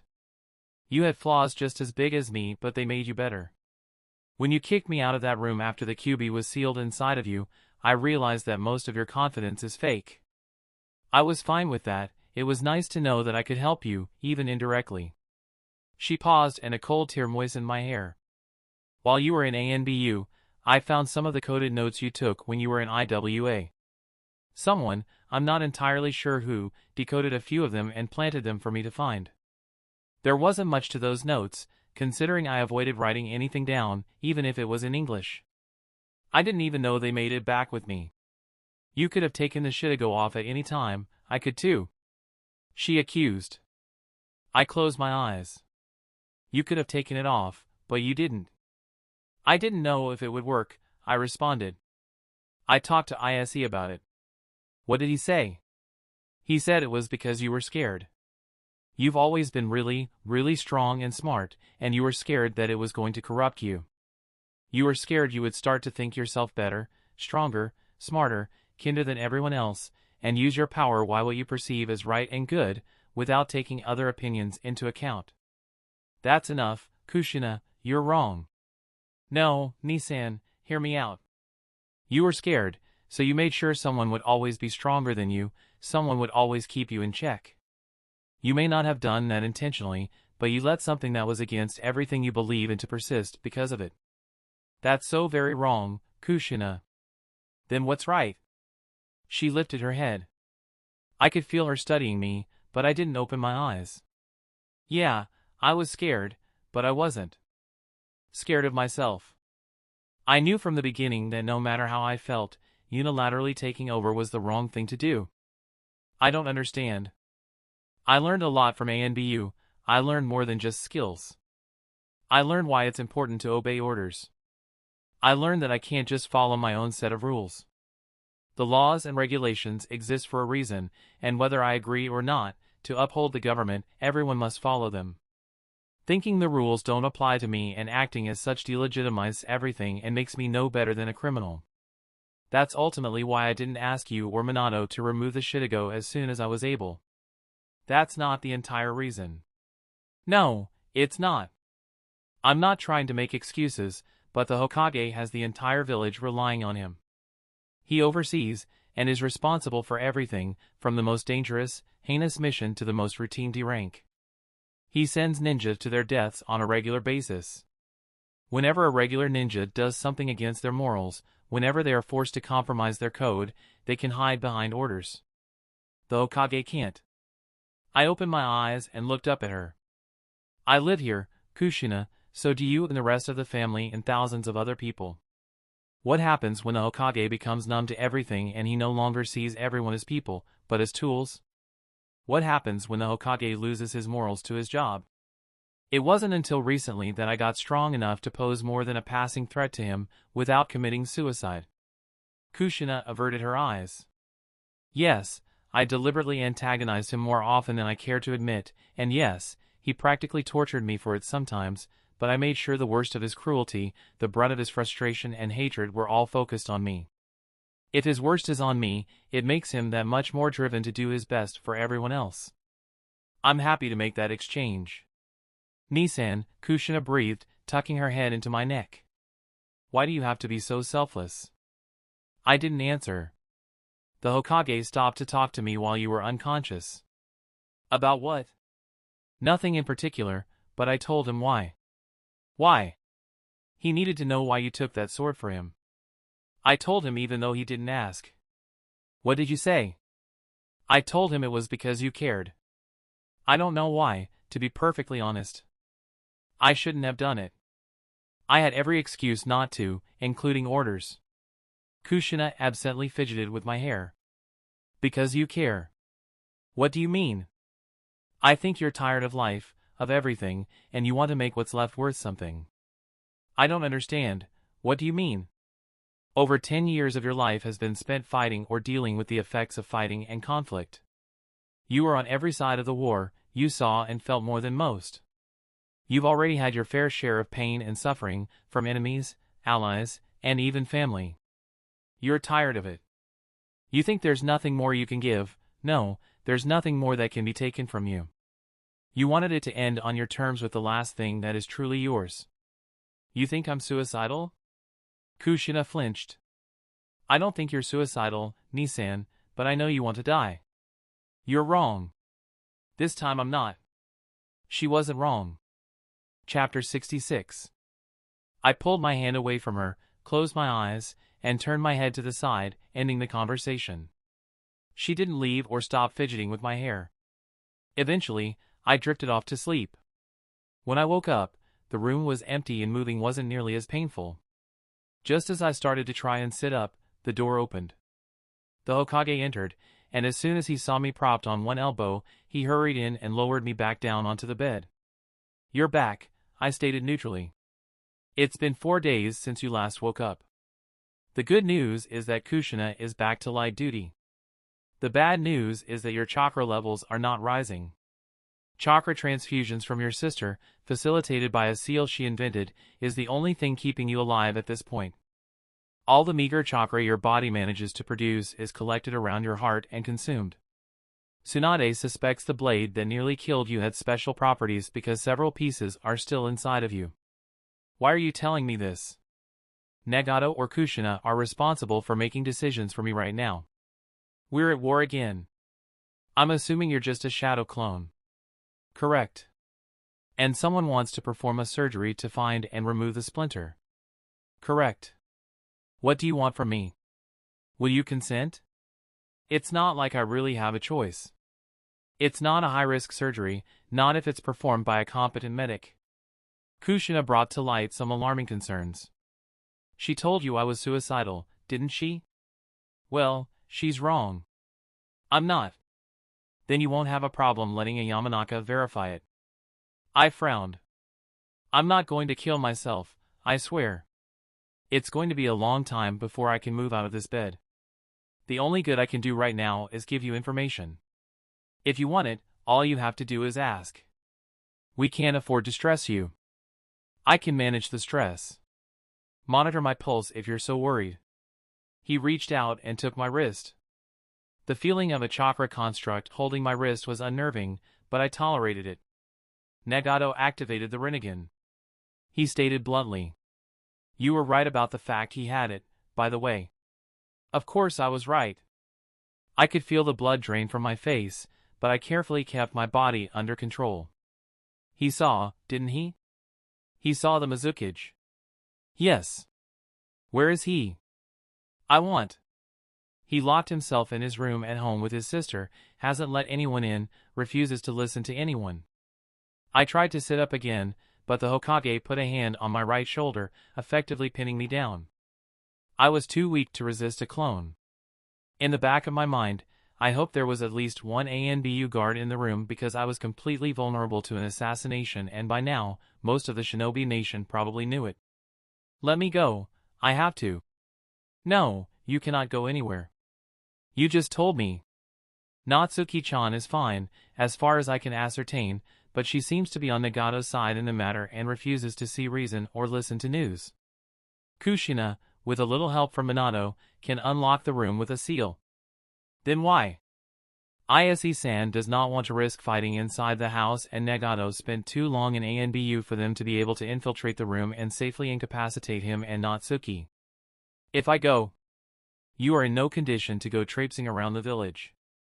Why are you telling me this then? You might know how to get through to Nagato. I was silent for a long time, debating whether it was worth it to give the Hokage our way to identify each other. Do you have any paper and a pen? The Hokage frowned but pulled out a small book I recognized as my own notebook. I scowled at the fact he had it as I ripped out a page, took the pencil he offered, and scribbled down the phrase "Let lame lambs live" in English. Nagato would recognize my handwriting immediately. Slide this under the door and tell him I told you to say, "Let lame lambs live," and he'll listen to you. The Hokage tried to repeat the phrase back to me but garbled it. I coached him through it until he could say it clearly, if heavily accented. The sounds were almost entirely foreign in the language and he had particular trouble with the tongue twister. What does it mean? He asked, peering at the paper. It means I'm alive but injured and I sent you in my place. Thank you, Kichiro. You're welcome. Can I sit up now, please? No. Please? I will not anger Tsunade for no reason. I'm just going to sit up as soon as you leave anyways. No, Kichiro, you're exhausted. I just woke up. As soon as I leave, you're going to be too tired to move and trying to move will only make things worse. If you're serious about your promise not to die, you won't even try to move. Can I at least sit up? The answer is no. I rolled my eyes and the Hokage left, clutching the scrap PF paper and my little notebook in his hand. Sure enough, after he left, I was too tired to do anything but fall back asleep. I didn't know how much time I missed, but I woke up gritting my teeth against a sharp pain in my chest. There were several blurred faces above me. He's awake! Someone snapped above the murmur of voices. Give him something to bite down on. I recognized Tsunade's voice. The rest of you hold him down. His body will shut down if we try and knock him out now. Kichiro, blink twice if you can hear and understand me. I quickly blinked twice as someone pried open my jaw and slid a dowel between my teeth. You're in surgery right now and we're almost finished extracting several splinters of the sword that nearly killed you. Blink twice if you understand. I did as she said while 2 pairs of hands pinned my hips to the table and 4 more grabbed my arms. He's not going to struggle. I still want you to go hold down his legs and you to hold his head. 2 pairs of hands released my arms. One set grabbed the back of my head and laid a hand on my forehead while the other grabbed my legs, just below my knees. Kichiro, there's 2 more pieces and they're already embedded in the scar tissue, so it's going to hurt when I pull it out right now. I groaned as she jerked something out of my chest. It felt like my heart and part of my lung were all getting pulled along with it until the sensation was replaced with a trickle of healing chakra. There we go. Okay, 1 more piece, but we're going to have to turn you on your stomach to get it. Relax and it'll be easier on everyone. 1, 2, 3. Okay, just another minute. I know exactly where the little bastard is. In short order, the last piece was pulled out, and my chest was swiftly rebandaged. Thank you for your help, ladies. You can go back to your normal duties now. I'll take care of him myself. A chorus of acknowledgement answered her and Tsunade leaned over me, taking the dowel out of my mouth and checking my vitals with cold hands. In short order, she finished and started to clean up everything else while she talked. You're probably feeling like shit right now, so I'm going to tell you the news you probably want to hear and the rest can wait. It's been 5 days since you woke up and gave the Hokage the ticket to solving the problem with Nagato. We let the brat in to see you, but one look at you and he went into hysterics about how your chakra was acting funny and it wasn't like it was supposed to be, so we had to sedate him until he calmed down and he has been waiting in the lobby ever since. Minato is still bedridden, but conscious, but Kushina is back in the hospital from the last chakra transfusion to keep you alive. She should be discharged tomorrow. Hopefully, this will solve the worst of the problem. Everyone else is fine, so how about you close your eyes? You're not going to be able to see much anyways. I closed my eyes as she slid me over onto a cot and wheeled me into a different room. By the time we reached the destination, I was unconscious once again. Straight face. When I awoke again, I knew it hadn't been nearly as long, a few hours at most, judging by the dull pain in my chest. Nissan? Nagato's voice rang through the room, much louder than I was ready for. I feel like shit, I mumbled. I thought you were dead. Nagato sobbed into the bed beside me. I'm not dead, I promised, and tried to put my hand on his head. I missed and brushed his shoulder instead, grabbing a piece of fabric and holding on. He grabbed my hand. But you're cold. Nagato, look at me. Please. He shook his head, but I cracked open my eyes and grabbed a fistful of his hair. Look at me, I said as forcefully as I could, tightening my grip. It came out as a croak. He just shook his head again, burying his face deeper into the sheets. Nagato, if you don't look at me this instant, I swear I will thrash around until this wound reopens. Please. Nagato, I am exhausted, in pain, frustrated, and upset. Look me in the eyes so I can promise you I'm going to be fine. I know about the Rinnegan and I don't care. Nagato wiped his face and looked up at me. I am going to be fine, I promised, forcing myself not to flinch at the frankly terrifying eyes staring back at me. I promise you, Nagato, it will take time, but I am going to be fine. Nagato choked back a sob and fled the room, nearly knocking over Kushina on his way out. She had to grab the doorframe for support, but by the time she regained her balance, Nagato was gone. I groaned and slumped back as Kushina staggered over. I don't look that bad, do I? I asked as she sat down on the bed beside me. You're pale, your hand is shaking, you haven't eaten anything solid in over 2 weeks, you're hoarse, you're wearing bandages instead of clothing, you've lost a lot of weight, there are the beginnings of bedsores on your hips and shoulders, and that sheet really doesn't cover anything, but they can't put a heavier blanket over you because they don't want to risk the pressure on your chest. I think it's safe to say you look worse. I groaned. Are you hungry? A little. I'll go and get you something. Kushina hurried out. While she was gone, I did my best to slide myself into what could loosely be called a sitting position. She returned with a somewhat unappetizing array of semi-solid food, enough for both of us piled onto a single tray. I had a sneaking suspicion that not all of it was honestly acquired, but I wasn't going to protest. As unappetizing as it appeared, I was positively starved and would not protest the meal. I painstakingly crossed my legs so Kushina could sit opposite me and we could eat together. I barely managed the self-control necessary not to stuff my face. I started out with the mashed fruit, only taking a couple of bites and waiting for it to hit my stomach. It was a good thing I waited, since as soon as it hit my stomach, my gut twisted and I nearly threw it up. My excruciatingly slow eating irked Kushina to no end, but she didn't comment, even when she caught the small bowl and spoon I ate with several times when I didn't put it down fast enough after the cramps returned every few bites.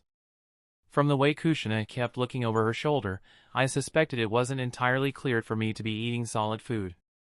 Either that or we were being watched. Why are you so jumpy? I asked quietly. I feel like someone's watching. Kushina, I'm the Kyuubi Jinchuriki and I'm utterly defenseless right now. There better be at least 2, preferably 3, ANBU inside this room right now and 1 standing right outside the door. Depending on how many death threats I've gotten since I nearly died, a 4th and 5th guard might be wandering the nearby halls and vetting anywhere I might spend time. Why can't I see? You're not supposed to see them. Then where? I sighed and closed my eyes, focusing on my senses. Chakra exhaustion for more than 3 or 4 days was not good, so I avoided using any chakra, not that I could anyway, since Kushina's chakra wasn't mine, it was impossible to control. Instead, I focused specifically on listening for breathing. There's one person breathing in the back, right corner, someone underneath the bed, and someone sitting in that chair. Kushina closed her eyes and concentrated, but after a minute, she shook her head. I feel like someone's here, but I can't prove it, much less find them. I finished the last bite of mashed fruit and put the bowl down on the tray. Are you okay? Kushina asked. I shook my head and slumped back, holding my stomach. Do you want me to go get someone? I shook my head again. She stood up and put the tray on the little table beside my bed. After a quick vitals check, Kushina slid one arm under my hips and the other under my shoulders, laying me back down on the bed. Once most of the pain subsided, I felt slightly humiliated from the fact that Kushina could pick me up without chakra or much effort, as well as the fact I was naked under the blanket. I could do the same to her, but she was a year younger and a girl. Although, most preteen genin could carry a full-grown man through the village without too much exertion. She produced a damp cloth from somewhere and used it to cool my forehead, her face wrinkled with worry. I just want to go to sleep, I murmured. Then sleep, Nisan. The worst is past and we can handle the rest. A few seconds later, I was out. Straight face. When I woke up, I felt refreshed and the pain from my chest was only a dull throbbing in the back of my mind. My eyes were crusted shut and when I reached up to wipe it away, only a mild soreness hindered my movements. I looked towards my right and saw a horribly scarred teenager dressed in a Chunin uniform covered by a blanket slumped in the chair reading a jutsu scroll. It took me a long time to figure out who it was, but once I realized the scars covering every visible inch of his skin were made from fire, not an odd-shaped blade, I recognized him immediately. "Nawaki?" I said in disbelief. His head popped up and he smirked at me. "It lives," he commented sarcastically. "It's been about 15 hours since your surgery, which was successful, and you are finally on the way to actually recovering. Your sister and Nagato got into a rather spectacular fight a few hours ago and both are locked in a detention cell until they calm down. The last I heard, they were still shouting at each other and trying to throw punches across the hall from each other. No one knows what set them off, but they were in here when it happened. I'm here because I'm hiding from my teammates. Between Hayashi's hovering and Itsuki's influence, I'm never going to get another exciting mission in my life. My sister probably had a hand in it, but still. And that is entirely your fault. I could have taken that blast to the face and would have been just fine a week later." I carefully levered myself into a sitting position, relieved that someone had thought to put a hospital gown on me while I was unconscious. "Nachon is gonna freak if she catches you, especially if you try." I swung my legs off the bed and stuck my tongue out at him. "On your head be it. You could always stop me, you know." "Sure, but I'm technically not here, therefore no responsibility. For a self-sacrificial brat, you're not half bad. Think you can take it a step further and tell me where they're locked up? They might have taken them to ANBU, since Nagato can pull out some pretty nasty shit when he gets pissed." "You're just exaggerating. As soon as I pester the Toad contract out of Jiraiya II and you don't have a gaping hole in your chest, I'll kick your ass for that." "You actually still do have a hole in your chest, you know that, right?" I shrugged. "It's stitched up nice and tight if you want to give it a go." I stood up rather unsteadily. Nawaki's eyes suddenly widened and he dashed out of the room so quickly I didn't even see what direction he went. I shrugged and staggered towards the door. I reached for the knob, but someone threw it open and nearly knocked me over on their way in. Luckily, I grabbed the doorframe before I went toppling backwards like a tree. Once I made sure I wasn't going to fall over, I looked up at the new arrival. It was Tsunade, and she looked as if she was ready to explode. "What in the Shodai's name do you think you're doing?" "Looking for a good fight," I responded, smirking. "If it wasn't for the fact you aren't looking like death for the first time in almost 3 weeks, I would have some choice words for you. But I look much better and am totally rocking the hospital clothes, so you'll let me go?" "Nice try, wise guy, your charm doesn't work on me. I'll be nice and let you walk back to the bed by yourself. I have somewhere to be, so if you'll just—" Tsunade stepped to the side and blocked the gap I might have been able to squeeze through. "You do realize I'm going to get up as soon as you leave, right? Not if I ask the Sandame very sweetly to add babysitting to the ANBU's orders. It'll take you at least a half hour to get everything official."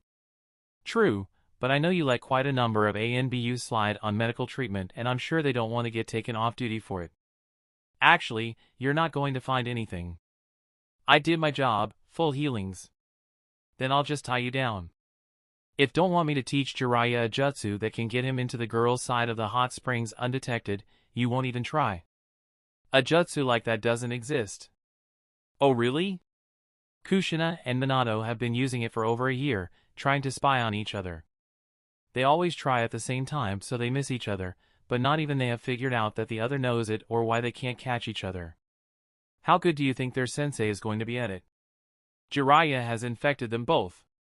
Give him some credit, they didn't even know what sex was until Kushina turned 18. She's 18? She's been 18 for 2 months. Doesn't act like it. Adult ing is overrated. You're overrated. Well, that was immature. Get back in bed." "No. Damn you, I'm not going to ask again. You haven't actually asked to begin with. You're trying to get me angry. I'm trying to make you exasperated and exhausted enough to give up." Tsunade rolled her eyes and caught me as I staggered, my body rebelling against the exertion. "Damn it, Kichiro, I was hoping you could stay conscious for a little longer." A moment later, she laid me on the bed and everything went dark. Chapter 67. It wasn't until 2 weeks later that I was able to leave the hospital on short walks to the market to get something to eat. Kushina was back to training her team, but Nagato had gotten into serious trouble with several civilians shortly after the two of them had been released and was extremely limited on what he could do. For the most part, he was confined to ANBU headquarters except for short visits home and to visit me when I started to instigate trouble out of boredom. It would be a long time before Nagato would be able to erase the 3 black marks on his record. It was a miracle he wasn't suspended. I suspected the Rinnegan was messing with his hormones, which was causing the erratic behavior, but I didn't have much influence when lying on a bed and with a track record of sneaking out of it to roam the halls and gradually build back all the strength I lost. The initial problems with the wound, perpetual chakra exhaustion, and the way the medical ninjutsu refused to dissipate, leading me to heal the long way, made the medic means, especially Tsunade, anxious. While I admitted the lingering medical jutsu to be strange, it wasn't doing any harm. I didn't dare try and manipulate my chakra due to the still damaged chakra pathways around my heart, but I carefully monitored my health and never pushed myself too far, which only made the medics seem more paranoid. It was understandable they would feel antsy when I resumed activities so quickly, especially since I was, by all accounts, supposed to be dead. It didn't take me long to realize Nagato was not adjusting well to the Rinnegan. When I realized this, I tried to talk about it with him, but he left before I could get an answer out of him. The next day, he had scratch marks around his eyes, and it was probably the only reason the medics didn't protest too much when I marched out the front doors, barefooted, in my barely modest hospital shorts, bandages covering my torso, my arm around his shoulders, leaning on Nagato a bit more than I strictly needed to. I steered him towards the park I took him to when he first came to Konoha. A group of civilian kids around Natsuki's age chased each other around the playground. I pulled him over to the center of the playground. The kids didn't pay us much attention as they dashed around. "How are you feeling?" I asked neutrally. "I should be asking you that," he grumbled, jumping up and swinging himself up onto the monkey bars. "I've been injured and hospitalized plenty of times before. You haven't had your world upended like this before." I reached up, and with a bit of strategic jumping and a well-placed foot on the wooden support pole, I made it up beside him. I may have lost most of my muscle mass in the scant 6 weeks in the hospital, but I still had the capabilities of a well-trained genin if it didn't tear open the slowly healing wound. "I can't turn it off," he choked. I was surprised he didn't bullshit an answer, but the way he alternated between fearful looks at the children and angry looks at me, he knew I brought him to the playground intentionally. There were no parents, so he couldn't storm off and leave me there, not if he wanted to stay out of the hospital himself. He couldn't get angry and traumatize the poor children. The most he could do was scowl and ignore me. I see every little damn detail and I can't turn it off. Nagato barely kept his composure. After a minute, he clamped his hands over his eyes. "Sometimes, I just want them gone." For once, I was at a loss for how to help him. The Hyuga and Uchiha clans kept their dojutsu secret, but considering I never actually fought an Uchiha that had a chance at defeating me, Sharingan or not, and I had never fought a Hyuga, I never realized how much the dojutsu improved their skill, and I certainly never even thought about the effects. Sure, the Mangekyo eventually blinded the wielder, but I never considered the effect it would have on Nagato. There was no doubt he was a genius, but his brain probably couldn't handle the amount of input from his eyes. "Nagato," I croaked, at a loss for what to do. "I'm so sorry, this is all my fault. I'm so sorry. I didn't think it would, I'm sorry, I'll find," my heart pounded painfully. On one hand, no one had seen hide nor hair of Madara, not even rumors, since he appeared in ANBU. I didn't believe the potential threat was neutralized, but I knew every year Madara went without a successor, the less likely his plan could be set in motion. I didn't even know if anything I said to him held water. I suspected Nagato reported the incident to the Hokage or Kagami even though I preferred to believe the incident never happened. There was no record whatsoever. As much as I liked to deny it, Nagato was a real troublemaker when left to his own devices for too long, but he knew I didn't always make the best decisions and no longer supported me when I antagonized the village. Leadership. "Nisan!" Nagato shouted. Somehow, I was lying on the ground, Nagato leaning over me, pressing hard against my chest. "Help!" he screamed into the air. "Medic! Somebody help!" A kid was crying off to my right. I couldn't breathe. I looked down and saw blood welling between his fingers. "Help!"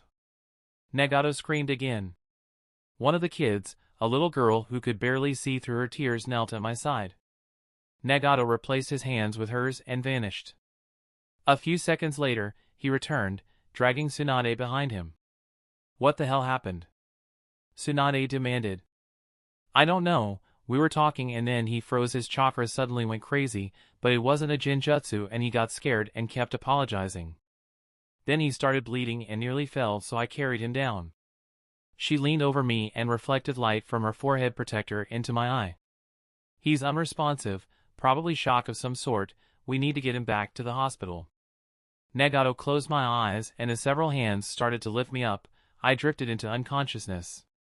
Straight face. Enough! Tsunade's raised voice jolted me out of whatever numb trance I was in. I don't know what's wrong with him, no one does. The QB chakra and the medical ninjutsu had all been flushed from his system, even your chakra was mostly gone, yet he started bleeding through his skin. He's stable, but no one has a clue what happened, there was no further damage. That's all we know, young lady, so quit getting in the face of every medic that walks in here. I'm just trying to figure out what's wrong, I know, but assaulting medics will not get you answers we don't have. Hearts don't just stop. Kushina shrieked. His heart shouldn't even work right now. Try again, please? You said the medical ninjutsu had been flushed out, maybe it will work this time. Tsunade's teeth ground together, but she obliged. Medical ninjutsu flooded the area around my heart, eventually seeping into it. There, she concluded, pulling away. This is the best I can do. His heart is intact, albeit heavily scarred. I can't remove the scarring without risking his life, and the rest of the wound is closed. His ribs are fully healed, if weak, and his lung still has a bit more blood and fluid inside than I'm comfortable with, but that will clear with time. Now, Kushina, leave my medics alone. The only doctor in the village who hasn't tried and failed to figure out the problem is Kichiro himself. There's nothing more that can be done except keep him on bed rest until he's fully healed. He's somewhat conscious, but if I catch you stressing him out in any way, I will shut him in one of the closed wards and he won't be able to see anyone. Yes, Tsunade-sama, Kushina replied, properly contrite, if not entirely sincere. She left, shutting the door behind her with a sharp snap. Kushina sat on the edge of the bed beside me. You really attacked a medic? Nagato asked in disbelief. She was being bitchy first. Kushina absently combed back my hair. He's not your doll, you know that, right? He doesn't care. Yes, he does, he just doesn't say anything because you're his sister. Then he can deal with it, Minato doesn't let me play with his hair anymore. Nagato took my hand and pressed it over his eyes. What are you doing? My head hurts. What does that have to do with anything? Kichiro's chakra is thick enough it blocks out the other chakra. I don't understand. I can see chakra, closing my eyes doesn't turn it off. Oh. Are your eyes why Kichiro is the only medic you ever let near you? No, Kichiro showed me what kind of damage a medic could do with Iryo ninjutsu. It's terrifying. I'm not even going to risk pissing off a medic ever again. Wimp. Have you ever seen a heart beating on the outside of someone's chest? That's what Kichiro did to a guy who tried to torture me. The guy's team begged for mercy after that. That's disturbing. Kichiro put his heart back in the end, but it was still terrifying. You know, most medics can't do something like that. I don't care, I'm not going to risk it. Both fell silent for a long time and eventually I forced my eyes open. Kushina smiled down at me. I tried to sit up, but she held me down with one hand on my sternum. You scared me, Nisan, she said conversationally. I felt a chill run up my spine. I'm sorry. I didn't mean. Of course you didn't mean to collapse in the middle of a playground and terrify a dozen children. Now, I am personally going to make sure that doesn't happen again. I groaned. I think we understand each other. Tsunade thinks your episode might have had something to do with stress. Now, Nagato has a sister to pick up from training. For a long second, Nagato glared at Kushina for unsubtle kicking him out. You didn't have to do that, I commented once she left. He was the only person there when you collapsed. I didn't collapse. Keep telling yourself that. You didn't have to kick him out.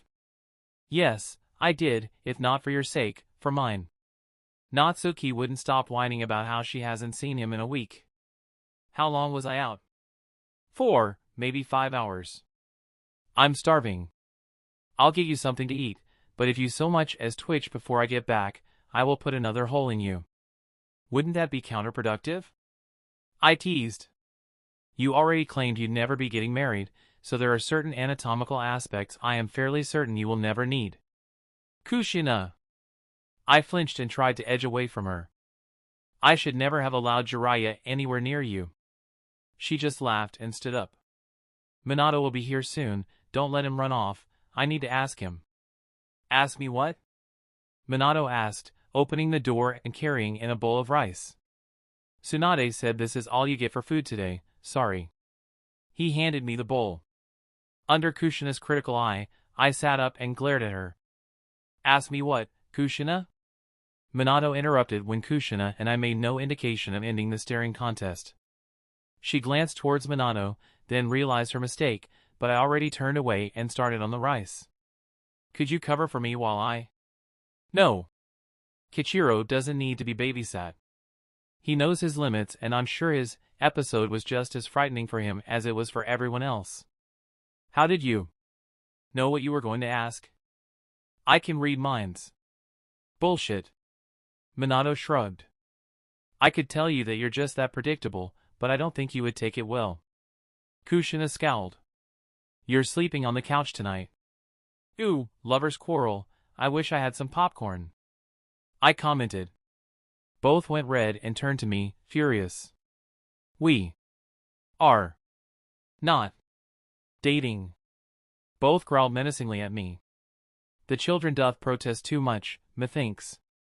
Kushina lunged towards me but stopped herself at the last minute. You're going to pay dearly. By the time I'm well enough for you to beat up, I'll be well enough to evade you. Yes, but you'll probably be almost 2 months out of practice, you better call in some debts.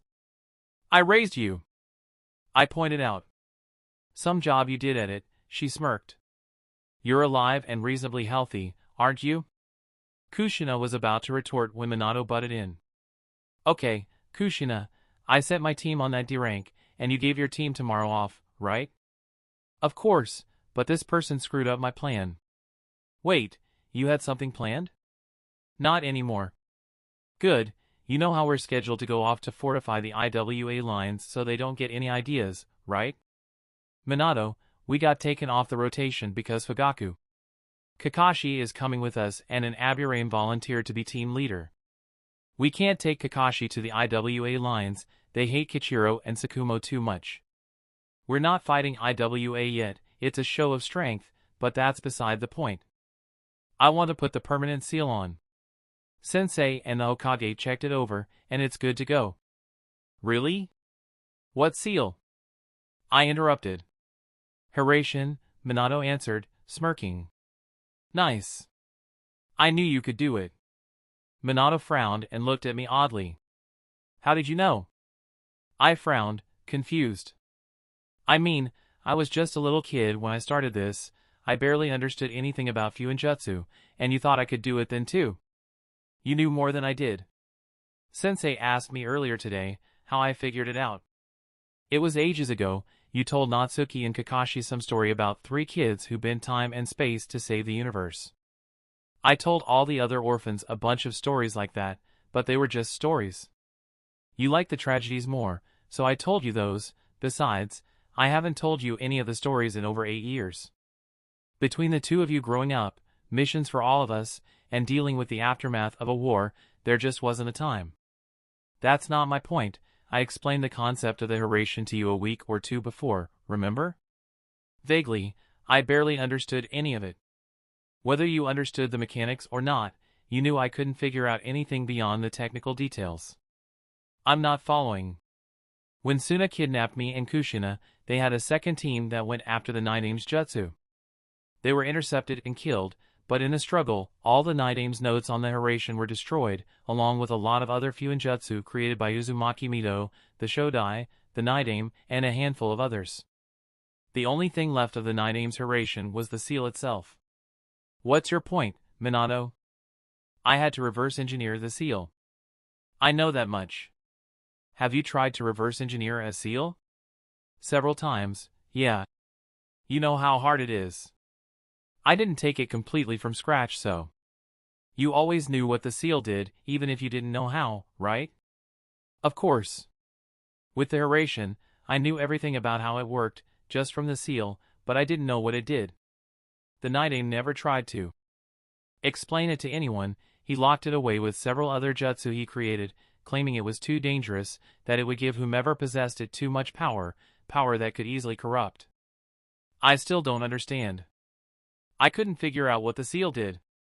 Did it magically move someone from one place to the next? Did it move them at very high speeds? Did it pull them through a tunnel? Did it tear them apart and reassemble them from nothing? What did it do? None of my explanations fit, but the principle behind your story fit perfectly. I'm still not understanding. I gave you a copy of the seal, you spent a whole day studying it. That seal is so far above my level, it wasn't funny. I couldn't make heads or tails of it, and I gave up after a few hours. You couldn't figure out the mechanics, but you understood what it did. Minato, you're not making any sense right now. I glanced at Kushina, silently asking her to interpret. You figured it out long before me. The Hiraishin? I still have no idea how it works, much less figured it out before you. Minato looked taken aback and studied me intently. You aren't lying. No shit, Sherlock. You don't have to insult me in a different language, you know. You don't have to accuse me of withholding information. You withhold information all the time. Classified information. I am not a traitor. Minato, stop, you're upsetting him. Minato turned away, running his fingers through his hair repeatedly, so it stuck up in every direction. Kichiro? Kushina asked warily as I relaxed against the headboard. I'm fine, I swear. Minato? You expect me to believe it was just a coincidence that you told a stupid story that just happened to summarize, almost exactly, the function of a seal that was made, used, and locked away before the founding of this village, before any of us were born.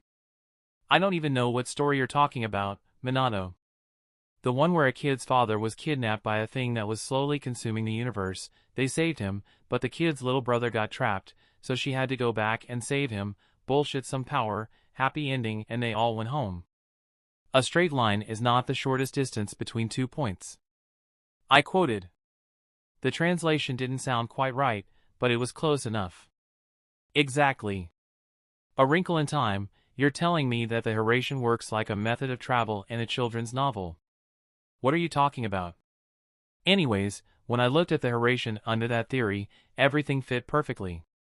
It took me a few months to make sure everything was right, but after a little experimentation, it worked. Minato tossed one of his now signature kunai on my lap and rolled up his sleeve to reveal a seal inked into his forearm. I immediately recognized it as the Hiraishin seal, albeit slightly altered. That seal is single-use. Yeah, I need to put a permanent one under the skin, and I need Kushina's help. By any means, don't let me stop you. I took another bite from my almost forgotten rice. Chapter 68. Minato sat down at the end of my bed and pulled off his vest and shirt while Kushina dug sealing supplies out of her kunai pouch. His torso had several seals covering it. One, I recognized almost immediately, was the seal I created and forced Nagato and Kushina to wear. It was meant to prevent Biju chakra from infiltrating his chakra system. It couldn't handle a lot of chakra at once without affecting me by proximity, but it was strong enough that being exposed to the chakra in small amounts wouldn't be dangerous at all. I had asked him to wear it, but since I had no authority over him, I couldn't force the issue and I didn't know he actually wore it. Now, hold still, or I'll make you lie down, Kushina scolded. Minato scowled as she started to seal. Your hands are cold. Blamed Kichiro. Hey! What do I have to do with anything? You have cold hands too. Do not. Do too. Kushina, focus please, Minato interjected. I am focused. It's not a difficult seal. Maybe not to you, I grumbled. Shut up, Nissan, both snapped at me. Love you guys too, I retorted, taking another bite of rice. There, I'm done, you just have to activate it. In short order, Minato was flashing all around the room while Kushina rolled her eyes. I was a bit disappointed. Minato wasn't very fast at it. After the 50th flash, Minato stopped, standing in the middle of the room, swaying. I feel dizzy. He went cross-eyed. Kushina snickered. You look drunk, I deadpanned. I feel drunk. I frowned. Have you even been drunk before? Minato groaned, swaying dangerously. Kushina, you might want to catch him before he falls. You know what, I hope I didn't look that bad when I first tried that tornado. I saw you try it the second time and you looked worse, to be perfectly honest. Shut it. Kushina rolled her eyes but grabbed Minato's wrist before he leaned too far to one side and collapsed. It put her right in the middle of Minato's spray of vomit. Fortunately for him, he collapsed, unconscious, before she could react. I suppressed a snicker. I think he overdid it a little bit. Kushina sent me a dull look. I will feed you to the fish. It wasn't often that Kushina pulled out Uzu insults, but every time she did, I couldn't help but smile as it brought up memories of what was unconditionally, irrevocably home. I would love some fish, this rice is rather bland. Straight face. 3 weeks later, I was released from the hospital for Real, but limited to tending to Minato and Kushina's Jinin, plus Kakashi. Even without the tragic background, Kakashi was a little shit on a good day.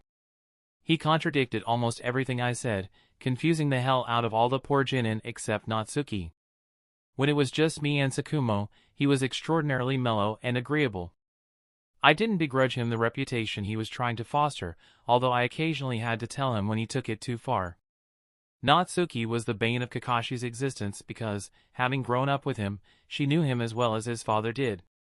Even though Kakashi was a Chunin, Natsuki, who was still a Genin and graduated almost 2 years behind him, could defeat him on a regular basis. Sakumo didn't have a problem letting Kakashi push himself through the ranks and show off his genius, but between Nagato and I, we managed to persuade Natsuki to spend a few years in the academy and not push for promotion so quickly. She could pass Konoha's standards for Chunin without a problem, but she always fell short of the Uzumaki standards. Or so she thought. We made her pass the Uzumaki Chunin standards before allowing her to take Konoha's Genin exam, and we were in the process of convincing her the Jonin standards were the Chunin requirement. So far, she believed us, and it put her head and shoulders above her peers, ensuring she should never receive a mission she couldn't handle. Upon my release from the hospital, I could barely keep up physically with the newest of Genin, which was the primary reason I was placed with the 6 ankle biters, with a handful of others rotating through for supplemental training from me, most of them future combat medics. My goal was not only to train them, but to bring myself up to scratch. The only thing I didn't lose in the 3-month recovery period was my chakra control. The Hokage gave me a choice. I could take over the hospital, freeing Tsunade to return to the lines as a battle medic, or go to the lines myself. If I could get myself up to combat ready in 3 months, by the time the medic corps was to be sent out, I had my pick of assignments. I was sure as hell not going to stay locked in the village, especially when Minato, Kushina, and Nagato were all on the lines. I knew Nagato would be fine inside ANBU and combating Kiri. Sakumo, Kagami, and most of the older Nin were stationed on the Suna front. IWA declared war the week I was released from the hospital, with Kiri and Suna being the primary threats, recovering their militaries much faster than anyone expected. The IWA front had very few young jonin, and none had a reputation. Minato and Kushina's only self-created reputation was inside the village as a very popular gossip topic. The two were besotted with each other, had been since the academy, but both refused to acknowledge it. Training 4 Genin, 1 should be Chunin, and 1 Chunin would be interesting to say the least. I came out of the hospital with almost no stamina and my strength severely depleted, as well as cautious about using chakra and accidentally killing myself by overflowing the chakra coils inside and around my heart. What are you doing here? Kakashi demanded when I stepped onto the training ground where the 6 children I would be training waited. What are you doing here? I retorted, rolling my eyes. I'm waiting for the idiot who thinks they can replace Minato-sensei. I rolled my eyes. Don't be mean to Kairo and Kakashi. Natsuki scolded. Don't tell Kakashi-kun what to do, you temperamental jackass. Rin retorted. Obito snickered and the other genin looked distinctly unimpressed. Natsuki's teammates were Choji Akimichi and Sho Aburame, both younger brothers to their clan heirs. I assumed Choji was the future namesake for the Choji I remembered from the story, though their personalities were drastically different. The current Choji, according to Kushina's report, didn't rely on his clan jutsu unless there was no other choice. Sho's arsenal was still reliant on his clan jutsu, but over his time training under Kushina, he advanced surprisingly quickly. I just waited impassively as the two girls glared at each other. Kakashi marched up to me. He was definitely the scrawniest of the 8-year-olds. The Akimichi and the Aburame were both 10, but the others were all 8.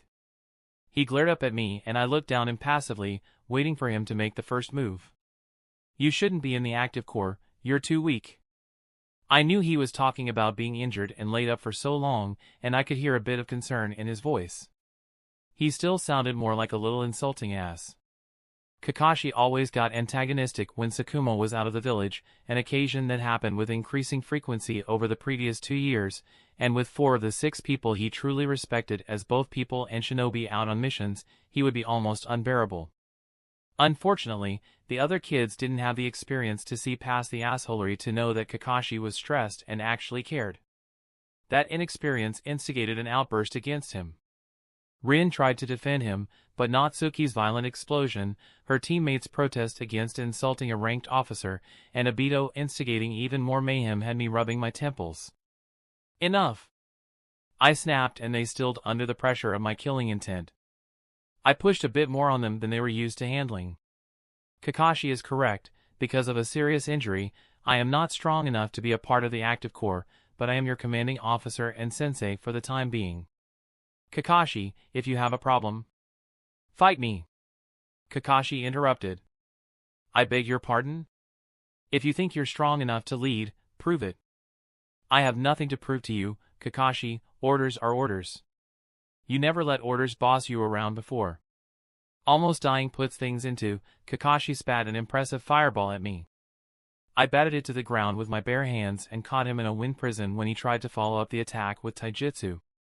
I solidified the outside layer of the prison to protect him from the 4 genin who tried to leap to my defense with thrown kunai. Uzumaki, you were off target.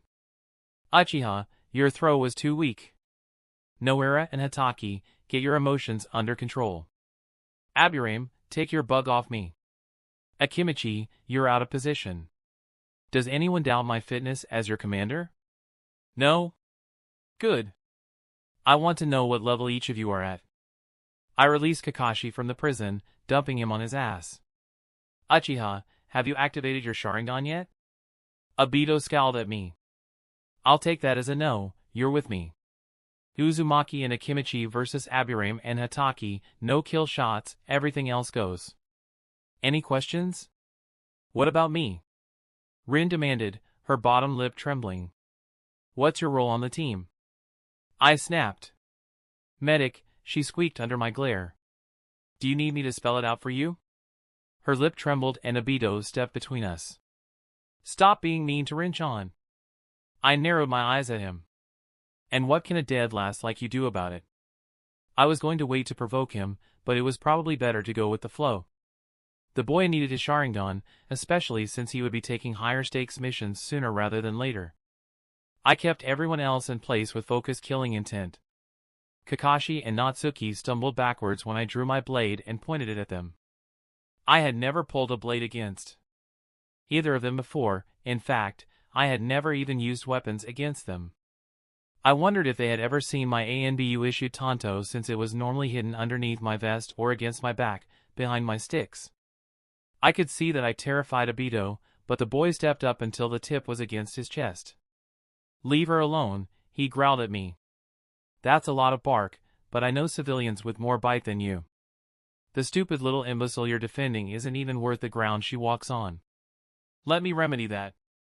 I feinted to one side and swung the blade at Rin's neck. Obito barely blocked it and attacked back.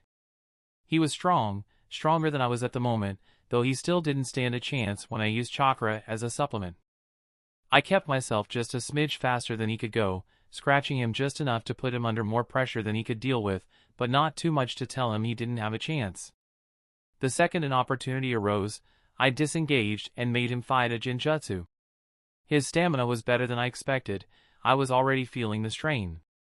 Kakashi stepped forward to break the genjutsu, but I waved him off, leaning heavily against a tree. He can't break that genjutsu without his Sharingan. The rest of you come here. When they all gathered around, Rin wouldn't look at me. Hatake, your ninjutsu was predictable, weak, unfocused, and out of control. Run laps around the training field on your hands until I tell you to stop. I paused. What are you waiting for? Get moving. I wasn't going to only rip into him. I'm sorry about what I said, Rin, but I needed to provoke Obito. You're smart and a vital piece of the team. Combat medics have the hardest, most dangerous jobs, except perhaps deep cover spies. Now, Rin, what level medic are you? Why? She asked in a small voice. So I know how difficult I can make training before it becomes a risk. Level 3, she said in a small voice. I frowned. You've been training for almost 2 years, young lady, I scolded. At the very least, you should be a level 6. Have you been working in the hospital at all? She flinched. From now on, you will be taking 6-hour shifts at the hospital every day before we begin training, and I will be working them with you so I know if you skip or slack off. She swallowed fearfully. But, I can't. Why not? I have to, she glanced between the others assembled. I'll address this after training today. You have until then to come up with your excuse, and it better be a damn good one. I want you to go through every taijutsu kata you know, perfectly, while standing upside down from a tree branch. I'll tell you when to stop. Maybe my view was poisoned by the shinobi raised kunoichi I knew, but except for the desire to become a medic, Rin had no drive. I knew both her parents. They often gave Takeshi trouble in the civilian political sphere. In fact, I knew they tried to arrange a marriage between her and one of the boys in my clan, but I shut them down as hard as I shut down the Oshiro clan.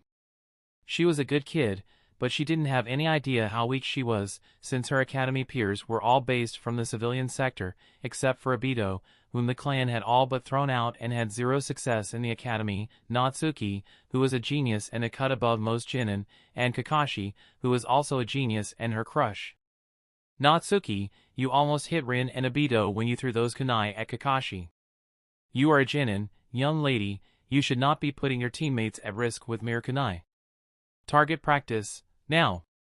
Every time you get 10 perfect hits in a row, both right and left-handed, I want you to take a step backwards until you can hit the target 10 times in a row, with both your right and left hands from 100 meters. She winced and skittered away. Standard kunai were nowhere near accurate enough to accomplish that without a Sharingan. Minato's kunai could, as well as Senbon and some shuriken, but that kind of accuracy was reserved almost exclusively for Sharingan wielders and weapons masters. I could only hit 7 out of 10 Senbon at that distance. She should get stuck around 50 meters. That left me with Sho and Choji. I'm going to be perfectly honest with the two of you. I don't know you well enough to see any blatant faults in your arsenal. I could have you spar and then set you to work, but the two of you are more mature than your fellow genin. Is there anything in particular you need to work on? Stamina, Sho said automatically. After a few seconds, Choji agreed. Have you two learned water walking yet? They sent me a blank look before shaking their heads. What about tree walking? Sho nodded, but Choji still looked lost. Sho, the principle for water walking is like that of tree walking, except you have to constantly adjust your chakra output. I made the rat hand seal and created a large depression in the ground behind me, hardening it so it could hold water. Several hand seals later, it was full of cold water. The two of them gaped at me. Rin almost lost her balance, but Natsuki and Kakashi were either too occupied or had seen my little tricks often enough that the awe factor had worn off. Every time you fall in, take a lap around the water and try again. The chakra you'll waste trying to figure it out will help your stamina. If you haven't made progress in the next hour, I'll explain it in more detail. Choji, for tree walking, you want to expel chakra from the soles of your feet. Too little and you won't stick to the tree. Too much and you'll blow yourself off. It's easier if you run up the tree and it will build your stamina the most. I checked on everyone else. Both Rin and Kakashi were struggling with the exercises, and Obito was beginning to slow down. The Jinjutsu continued to thrash him. If he managed to dodge, he just barely missed it, sometimes gaining a scratch or two to show for it. The closest he got to landing a hit was to my chest, and the edge of his knuckles barely brushed my clothes. I upped the pressure from my killing intent, forcing him to push himself harder, seamlessly blending back into the Jinjutsu and eventually dispelling it. He never noticed the difference. I didn't blame him. Plenty Jonin still fell for the trick on a regular basis, even when they knew it was coming. If it wasn't for how much experience I had on him, I wouldn't have dared face Obito directly, even in a spar. I pushed Obito as hard as I dared, barely missing lethal strikes and causing him a lot of pain in general. I wasn't sure what clicked, but his Sharingan suddenly swirled to life. I knew I didn't have the strength and speed I needed to prolong the fight while he had such an advantage, so I spun behind him, disarmed him, and slammed him into the ground with a textbook Uchiha-style takedown. I wiped my blade on his sleeve and stuck it in the ground in front of his face so he could see his Sharingan. At the same moment, I let up on the killing intent. Congratulations, Obito, you activated your Sharingan. He was still in battle mode and struggled underneath me. Calm down, boy, I ordered. His heart rate gradually slowed, his anger ebbed, and he slowly regained control over his fear. Before he managed to deactivate his Sharingan, I flipped him onto his back and pinned him with my knee, forcing him to look at me, so he would forever remember what I said. You activated that Sharingan under duress. The pain and fear of failure, of not being good enough, feeling like you're about to die, the hopelessness from all that activated your Sharingan. Not your entire clan believes this, but the evidence is overwhelming from an outsider's point of view. Activating your Sharingan made you susceptible to your clan's curse of hatred. Obito's attention was completely on me. According to Kagami, you'll have a harder time controlling your emotions, both positive and negative. You'll feel more strongly. This is not an excuse for anything. I know plenty of Uchiha who have kept themselves under control. Your Sharingan enhances what you can see and perceive. Use it to help people, to get along with them, not antagonize them and cause division. This is your one and only warning, understand? Obito nodded. You can become Hokage, young man, but keep in mind, a Hokage doesn't just care about the village, a Hokage cares about each and every person in it, yes, but a Hokage loves every person under their command, every person inside the village, no matter who they are and how they treat you or anyone else. Each loss is the Hokage's responsibility and only his. If you are serious about your dream, I expect it to start now. Your Hatake and your Sharingan mean you are no longer a child and childish behavior is no longer tolerated, provoked or not. Do you understand? He nodded again. If you want to be Hokage, I expect you to be a cut above everyone else. Stronger, faster, smarter, more skilled, a better ninja, yes, but also more compassionate, kinder, more patient, always in control of yourself, loyal, respectful, and most of all, humbler. At the last word, he broke eye contact and his Sharingan faded. I pulled him to his feet, ignoring the tears threatening to spill from his eyes. He tried to scrub them away, but I grabbed his wrists and knelt in front of him.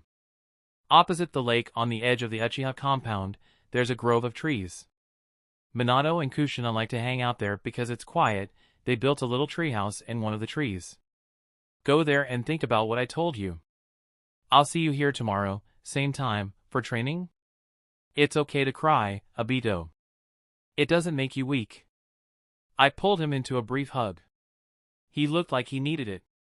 After a minute, he pulled away and wiped his eyes. Thank you, Kairo-sensei. You're welcome, Obito. He turned and left with a skip in his step. Kakashi stormed up to me when I stood up and turned away from Obito. You're just going to let him leave? He completed his objective for today, you have not. What's the point of running on my hands? Kakashi demanded. I'm not your father, Kakashi. I'm not going to give you an easy answer, I never have. Now go.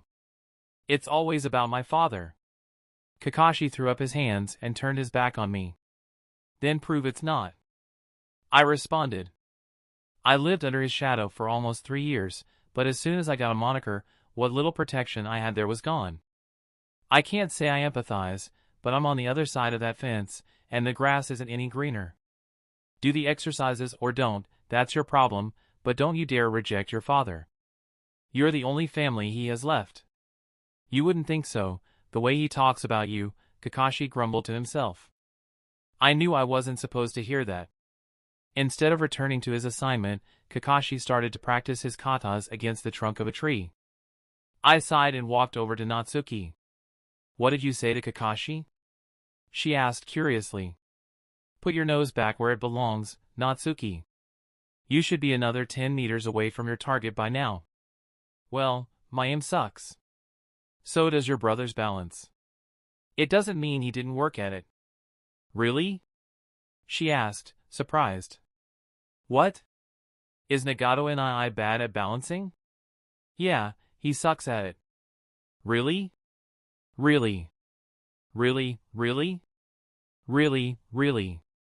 Now, back on topic, your aim is the issue. You don't have a problem working hard on anything else. She scowled.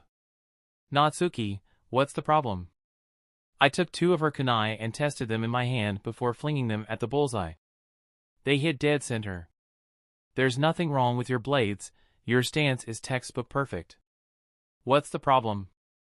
I had an inkling, but I wanted her to come forward with it. I couldn't think of any other explanation as to why half her blades fell short, sometimes by several meters, and the other half were scattered across the target without a pattern. She sure as hell wasn't too weak to throw a kunai 20 meters. Hey, your aim wasn't this bad when you graduated. In fact, when you graduated, you were much better than this. When I last talked to Kushina, your aim was fine. She scrubbed at her right eye, but she wasn't crying. It's nothing.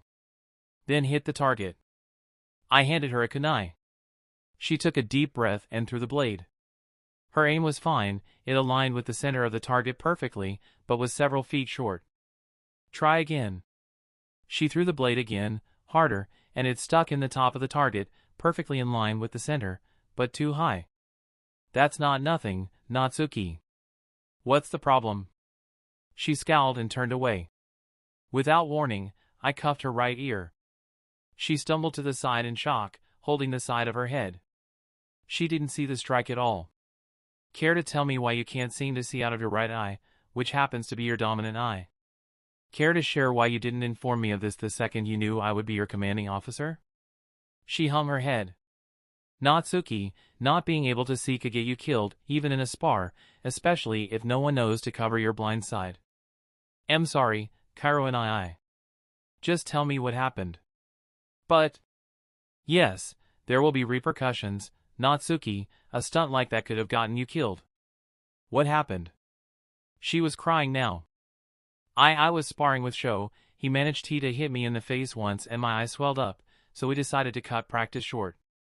I went to sleep, and when I woke up, everything was blurry the next day. I woke up today and couldn't see. Calm down.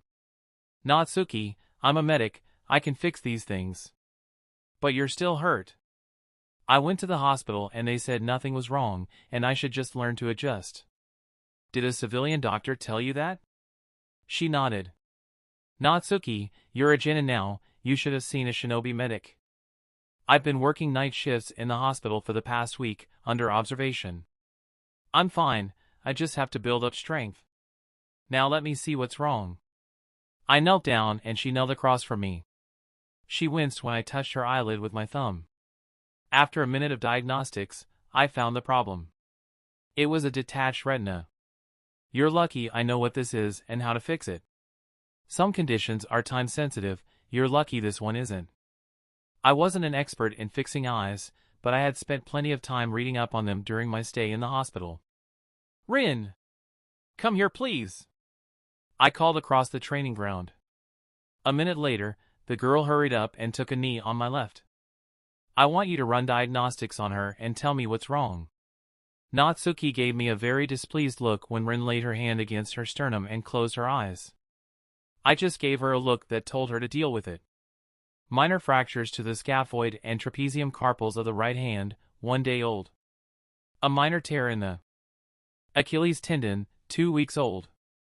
She paused for a long moment between each statement.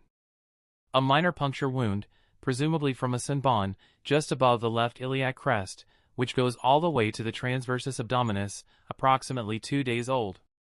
Minor scrapes and contusions down the right side of the body, from the shoulder to knee, almost 3 days old. Minor contusion to the supraorbital ridge, 3 days old. Rin opened her eyes, smiling. You missed 3 minor things and 1 major one. Try again. There was a long pause. I'm sorry, I can't find anything else. I didn't ask you for injuries, I asked you for what was wrong. Rin frowned. What's the difference? Assume that Natsuki is incapacitated, what would you do differently? I would check for poison. You're 2 minutes too slow, she would already be too far gone. Now, you're sending her back onto an active battlefield. What would you do differently? Check for Jinjutsu. What else? She gave me a blank look. I'll give you a hint, it was a procedure I bullied Iwako-senpai to add to the guidelines almost 6 years ago when I figured out a way to diagnose it with Iryo Ninjutsu. Rin flinched. Check for a damage to the brain and the senses. Now, follow procedure this time. Those are procedures for. And I told you something more was wrong, that means stop repeating what you've done and try something new. You're better than this, Rin. Stop making excuses and do your job. I am. Your job is to do your best and learn. This is not your best and you're not trying to learn. How good were you as a genin? She grumbled under her breath. I wasn't supposed to hear that. By the time I was your age, I was a full-fledged doctor at the hospital. I was on the front lines at the beginning of the Second Shinobi World War for all but the first few days of my genin career. The entire time, I was healing patients who were supposedly beyond help. I succeeded and even managed to invent a brand new technique, several, actually, that turned the war in our favor. I was 9 years old. Ask anyone, I'm not a genius like Kakashi or Natsuki, unless stubbornness is a form of genius.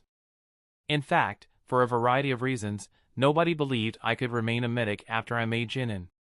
By the time I was 13, only 2 people in this village could rival my skill.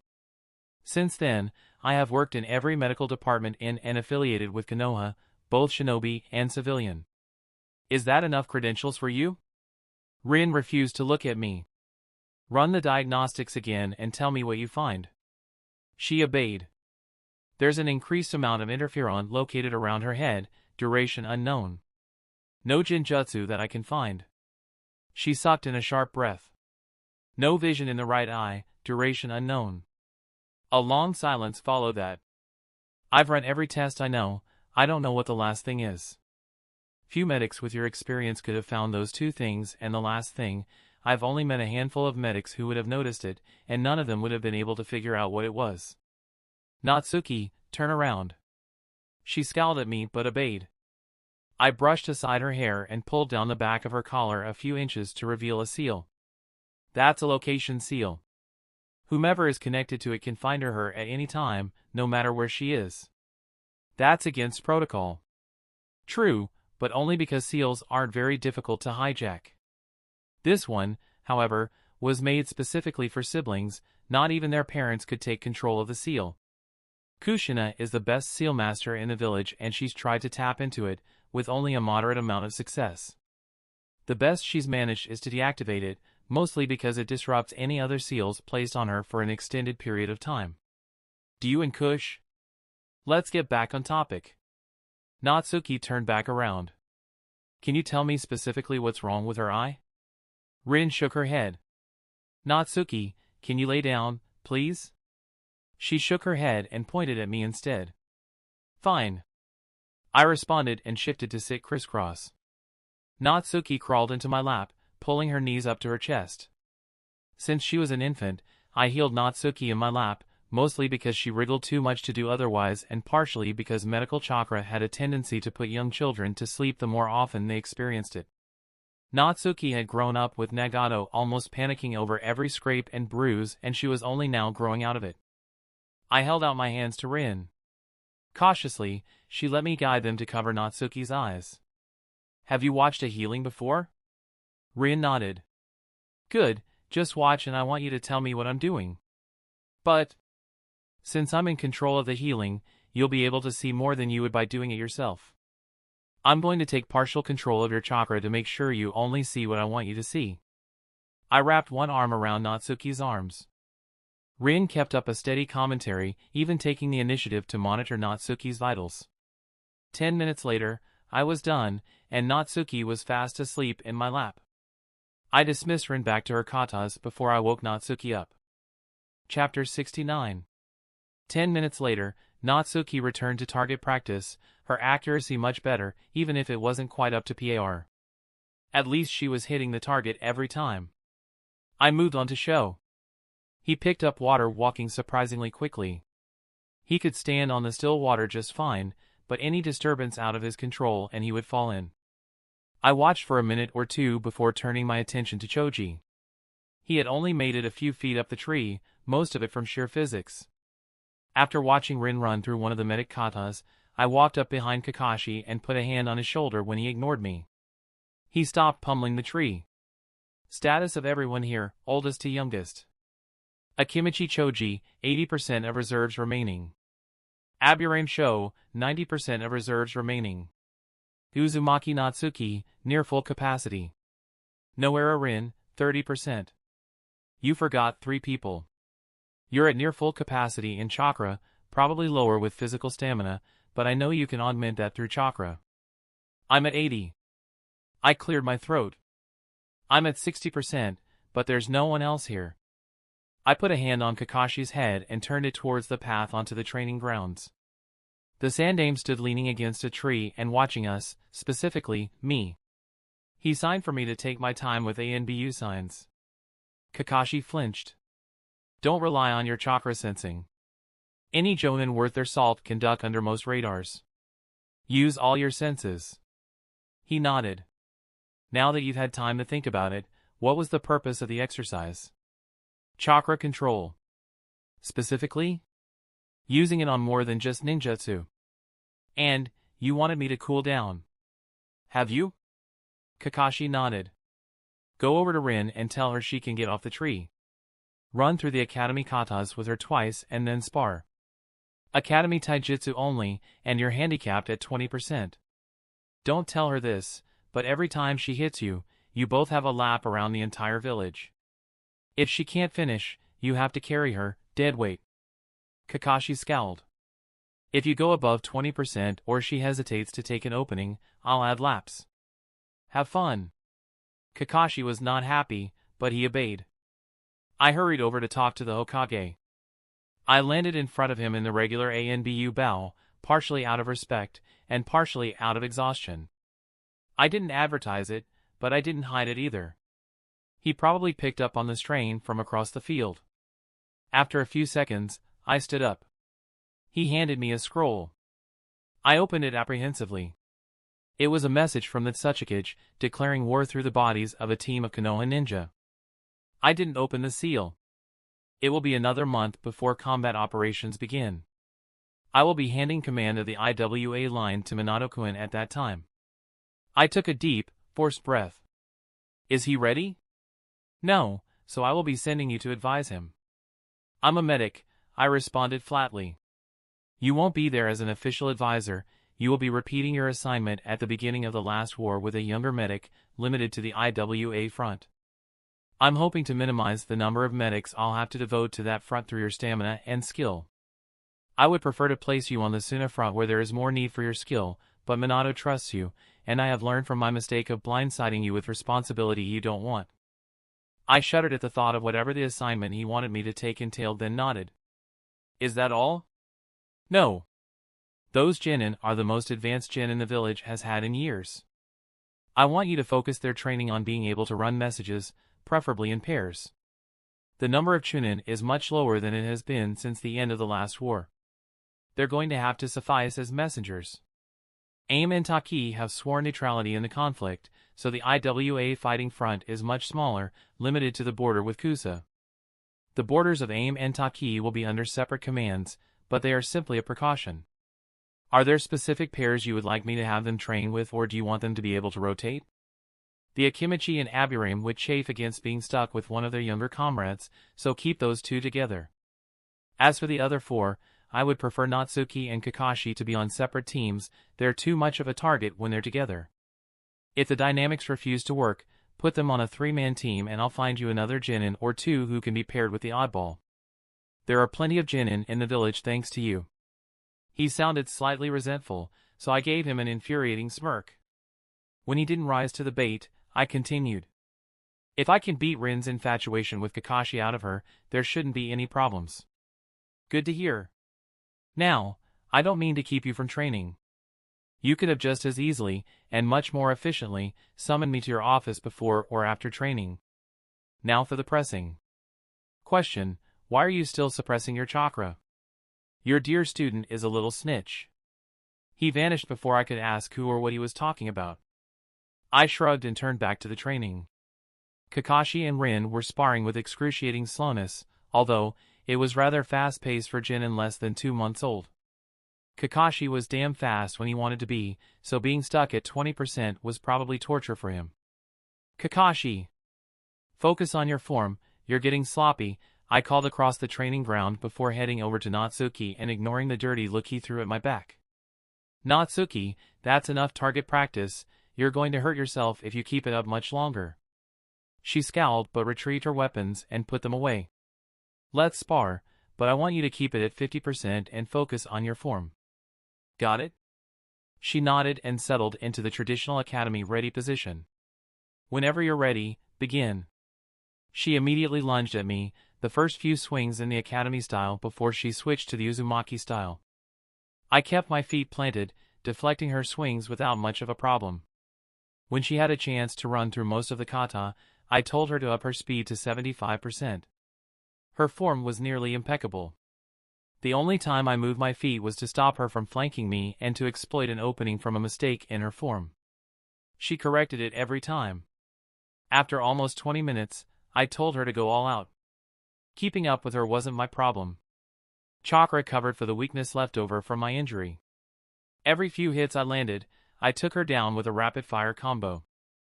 I repeated the same combo until she managed to thwart it before moving on to the next one. I took care not to outstrip her too much and avoided strengthening my body as much as I could, even if I did nearly turn off the pain of exertion and supplemented my physical energy with chakra. Artificially boosting my endurance was frustratingly simple, but very few medics had the skill to work on a cellular level. If I spent a few hours every day working on it, I would be up to my previous level of stamina by the time I was deployed. Covering for my lack of strength would be more difficult, but I could speed the process with the clever application of medical chakra and needing very little rest for healing. Not letting anyone catch on to my abuse of power would be the most difficult, though most people would attribute it to being a Jinchuriki. Natsuki executed a clever twist in midair that had clearly been copied off Kakashi, nearly kicking me in the head, but I caught her ankle, twisted, and slammed her into the ground, pinning her and chuckling at her curses. You might want to clean up that mouth before going home, there's no telling what Fuso would do if she heard you cursing worse than me. Stuff it, Kairo and I'll get you eventually. Weak as a toddler or not, I am a jonin. It's going to be a few years before you stand a chance. Arrogant asshole. It's not arrogance if it's true. She started thrashing in my grip. After a few seconds, I let her go. She came at me with a rather cute, although not entirely harmless, fury. She gave up on taijutsu and broke out the ninjutsu. I dodged her water bullets, snickering. Riling up Nagato was fun, although he was good enough now that I couldn't do it with impunity, but Natsuki was more easily angered than Kushina and she may have been a genius, but I had 10 more years of experience than her.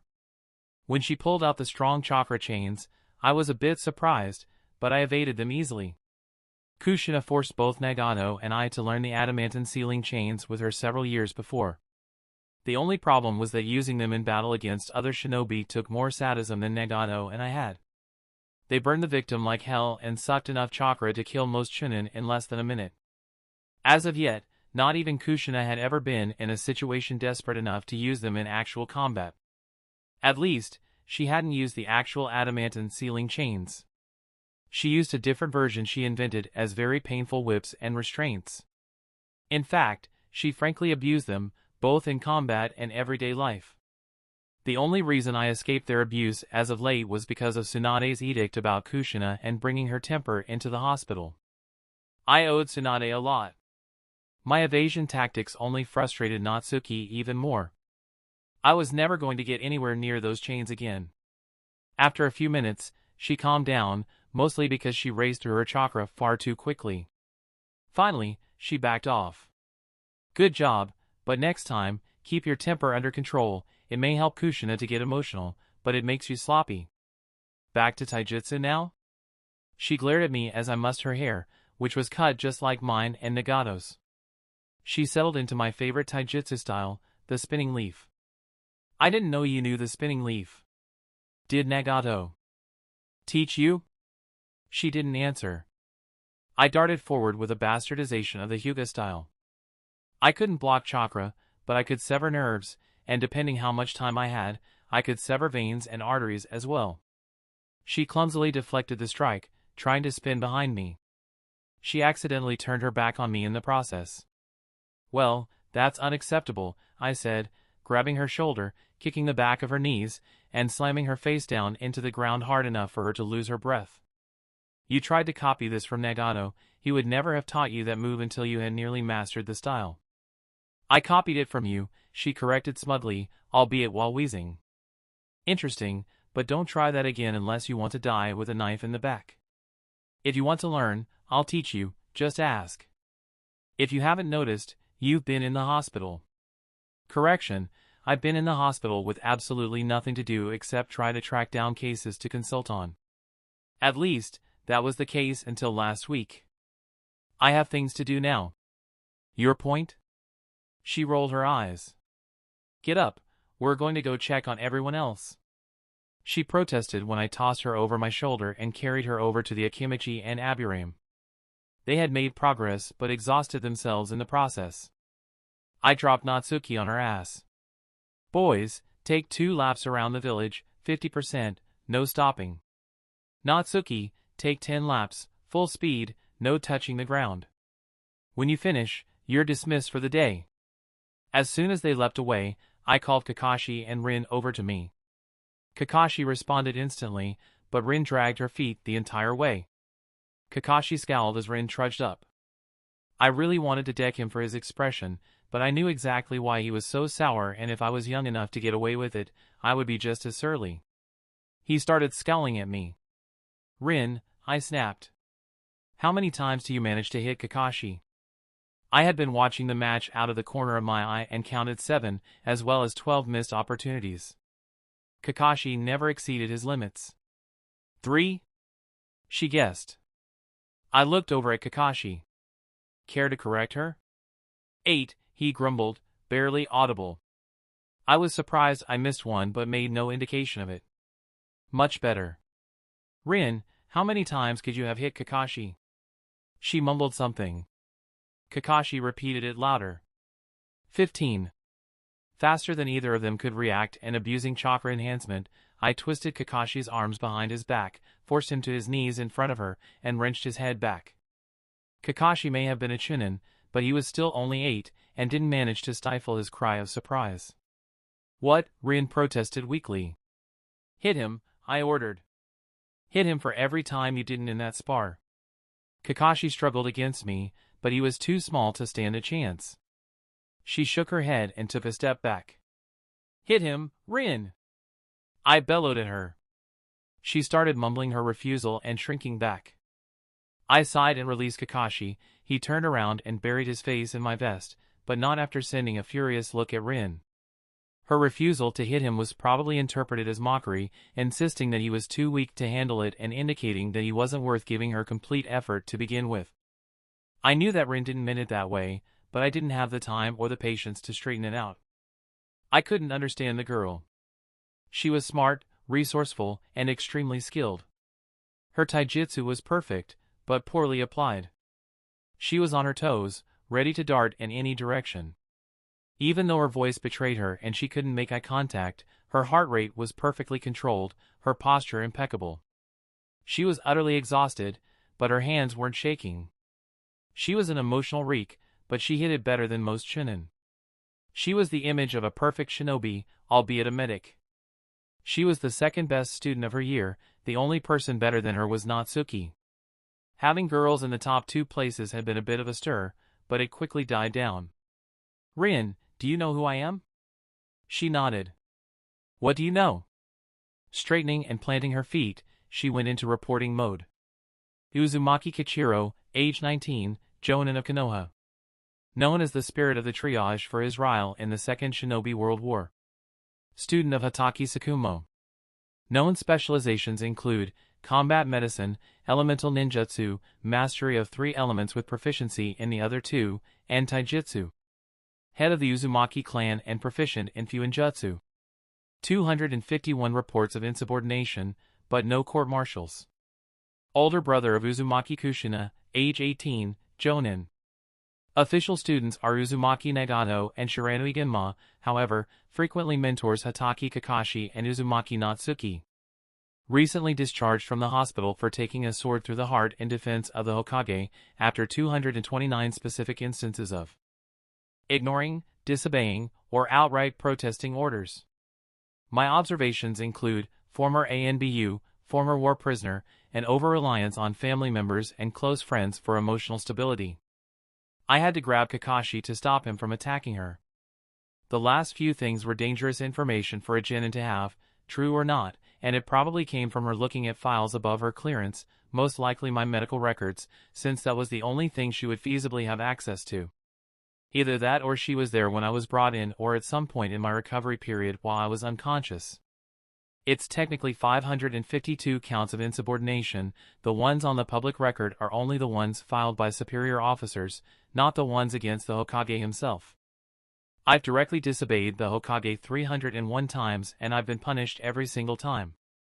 Do you know why I'm telling you this? She shook her head. I'm telling you so you know no one can push me around or play with me. What makes you, a little medic nobody, think you are able to play my game? It was a shot in the dark, but I had a good feeling she had an ulterior motive. I almost cheered when she took a step back, but I limited it to a grin of triumph. What do you want? She glanced around nervously. Kakashi, go run your laps. He took off. What do you want? I repeated. I want to change this. Change what specifically? The shinobi world. I opened my mouth to answer her, but her answer brought me up short. This isn't a discussion for a training ground. Walk with me. I led her towards the market and up to the same ramen stand Kushina and I first had lunch with Minato at. It was also the first time I talked to Sakumo after he brought me back from Yuzu. One small bowl, how special, I told the cook. I may have been starving, but unlike the rest of my clan, I couldn't eat ramen by the gallon. What would you like? My treat. I asked Rin. She stared at me blankly then ordered the same thing. After a few minutes of waiting in silence, Rin started to shift uncomfortably. 10 minutes of silence later, the cook placed the ramen in front of us. I took 2 bites and waited for her to start before speaking. Changing the shinobi world is a big mission for a little girl like you. I can do it, she retorted stubbornly. First, what do you want to change? Everything. Then I'll tell you now, give up. Go back to being a civilian. She balked, completely losing control of her expression for a moment. I considered it a win. Let me ask again, what specifically do you want to change? I want to stop the wars. I want to stop innocent people from becoming collateral damage. How? She slowly swirled her ramen. I don't know. Okay, then why? Why do you care about nobodies who were stupid enough to get caught in the middle of a conflict they had no stake in and couldn't possibly survive? It's not right. What's not right? She ignored the question and continued to eat. Medics are reactionary, I stated when she finished half the bowl. They don't stop the fighting. They help people survive it. If you wanted to stop the fighting, you need to be the strongest person out on the battlefield, strong enough that no matter how vast the army arrayed against you could become, they would still fear you, they would still back down, knowing that to face you would mean certain loss. That's the only way to get people to listen in this world. Maybe that could change in the future, but unless you want to wait until you're old and gray, you're setting yourself up for failure as a medic. You're wrong. Prove it, I snapped. What if it doesn't have to be fear that makes them back down? What do you mean? Everyone respects medics because they take care of people, they fix them, they save lives, right? Go on. Everyone respects their skill, right? I nodded. It's because a lot of medics can bring people back from the brink of death, they can save lives and let them rejoin the fight that medics are the first targets in a fight, right? I felt a sudden rush of déjà vu, but still gestured for her to go on. What if medics weren't targeted at all? That's a big what if. What if medics helped everybody? The déjà vu feeling intensified. I was about a year younger than you when I asked those questions. Did you find the answer? She asked hopefully. Yes, but it's not the answer you want. Why not? What if medics were strong and important enough that no one targeted them? They could help everyone. Without medics, there would be less shinobi able to fight. She frowned. Logically, with medics, there are more shinobi to fight. What if medics were neutral? There would be less people dying. This is what my sensei told me before I started training to be a shinobi. Suppose all medics are neutral. How would they get to places they were needed?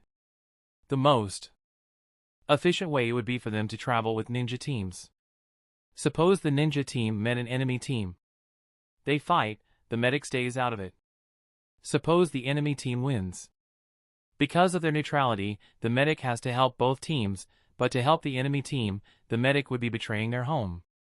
How can the enemy team trust the medic now? Some people may be able to set aside their emotions, but most people can't, shinobi or not. The medic still has to help, they're still neutral. So, they help. Their hand slips when they're cutting of a piece of charred flesh, their patient dies. They move on to the next patient. They extract a little too much blood along with the poison, their patient dies. The next patient is beyond saving. The last member of the enemy team sees a pattern. If this scene is repeated enough, the medics are no longer neutral, they are death sentences. How can anyone trust medics now? That's not true. Before I was 10, I'd killed 5 ninja from Suna, all Chunin, and only one of the kills had been attributed to me. I'd never been a part of an offensive operation against them, in fact, I'd healed several Suna ninja as well. Now tell me, why would they put a ridiculous bounty on my head and kidnap Minato and Kushina, who were genin at the time, torture them, and send them back with a message to try to threaten me into quitting? She gaped at me. Before the attempted invasion, my actual kill count was 32, officially, I only took credit for 26. My bounty was much higher than the average jonin, even a jonin in Black Ops. It was nearly equal to the Hokage's bounty. Tsunade's bounty is almost double that of the rest of the Sannin, although it was still lower than mine. How does that make sense? You're the spirit. Some people think you can raise the dead. So? You healed people so they could go back to fighting, and they killed more people than you could ever kill yourself. Yet medics are fundamentally doing good by healing. Who is the real enemy then? I asked rhetorically. She stared at the broth in front of her, contemplating the question. You don't know that answer, do you? Unfortunately. You said you asked the same questions as me. What did you decide to do? I decided to end the violence. How? I winced. Most of what I've done has ended up classified far above your level. Does it have to do with your insubordination? It has a lot to do with it. You're trying to change the Hokage's point of view. She looked up at me, quite proud of herself and barely holding back a smile. No. I stated flatly. She adopted a thoughtful look. Don't even think of trying to do it either. I can guarantee you will be charged with treason and executed. She stared at me, shocked. But you. The first time I outright defied the Hokage was because I had no other choice if I wanted to protect my sister. Don't misunderstand me, the Hokage was just doing what he thought was right. As one of the last living Uzumaki, and a ninja with a ninja legacy, there weren't very many ways the Hokage could discipline me for stepping out of line, and he certainly couldn't kill me. I may not be particularly talented with Fuinjutsu, but there isn't a seal master to spare in the shinobi nations, not after my clan was practically annihilated, and by the time I came home from the war, destroying me as an asset would be political and military suicide. You have none of that protection, your family isn't even a shinobi clan, and I don't have the influence to bail you out. When the Oshiro clan fell out of the daimyo's favor, the Noara clan picked up the slack. Their business wasn't as extensive, but they were excellent metalworkers and helped create weapons and armor for shinobi. Rin wasn't a prominent member of the clan, and they didn't have enough leverage to protect her anyway. I watched her slowly build up her mask as she continued to process what I said. Finishing off my bowl, I tossed down the money for my meal and hers. My point is that I understand where you're coming from and I empathize with what you want. I won't tell you to give up on it, but it's my job to make sure you don't die or bring anyone else down with you. I'm not hypocritical enough to tell you to follow orders without question, but I never disobey or challenge orders in front of an audience, especially an audience of my peers or subordinates. Nagato doesn't count. I expect the same from you. Also, you're a smart and talented little girl. Don't waste your talent. Meet me in front of the hospital at 0400 hours tomorrow morning and be prepared to shadow me for several hours, then to go straight to training. I'm not allowed out of the house before sunrise. Then don't get caught. You are a shinobi.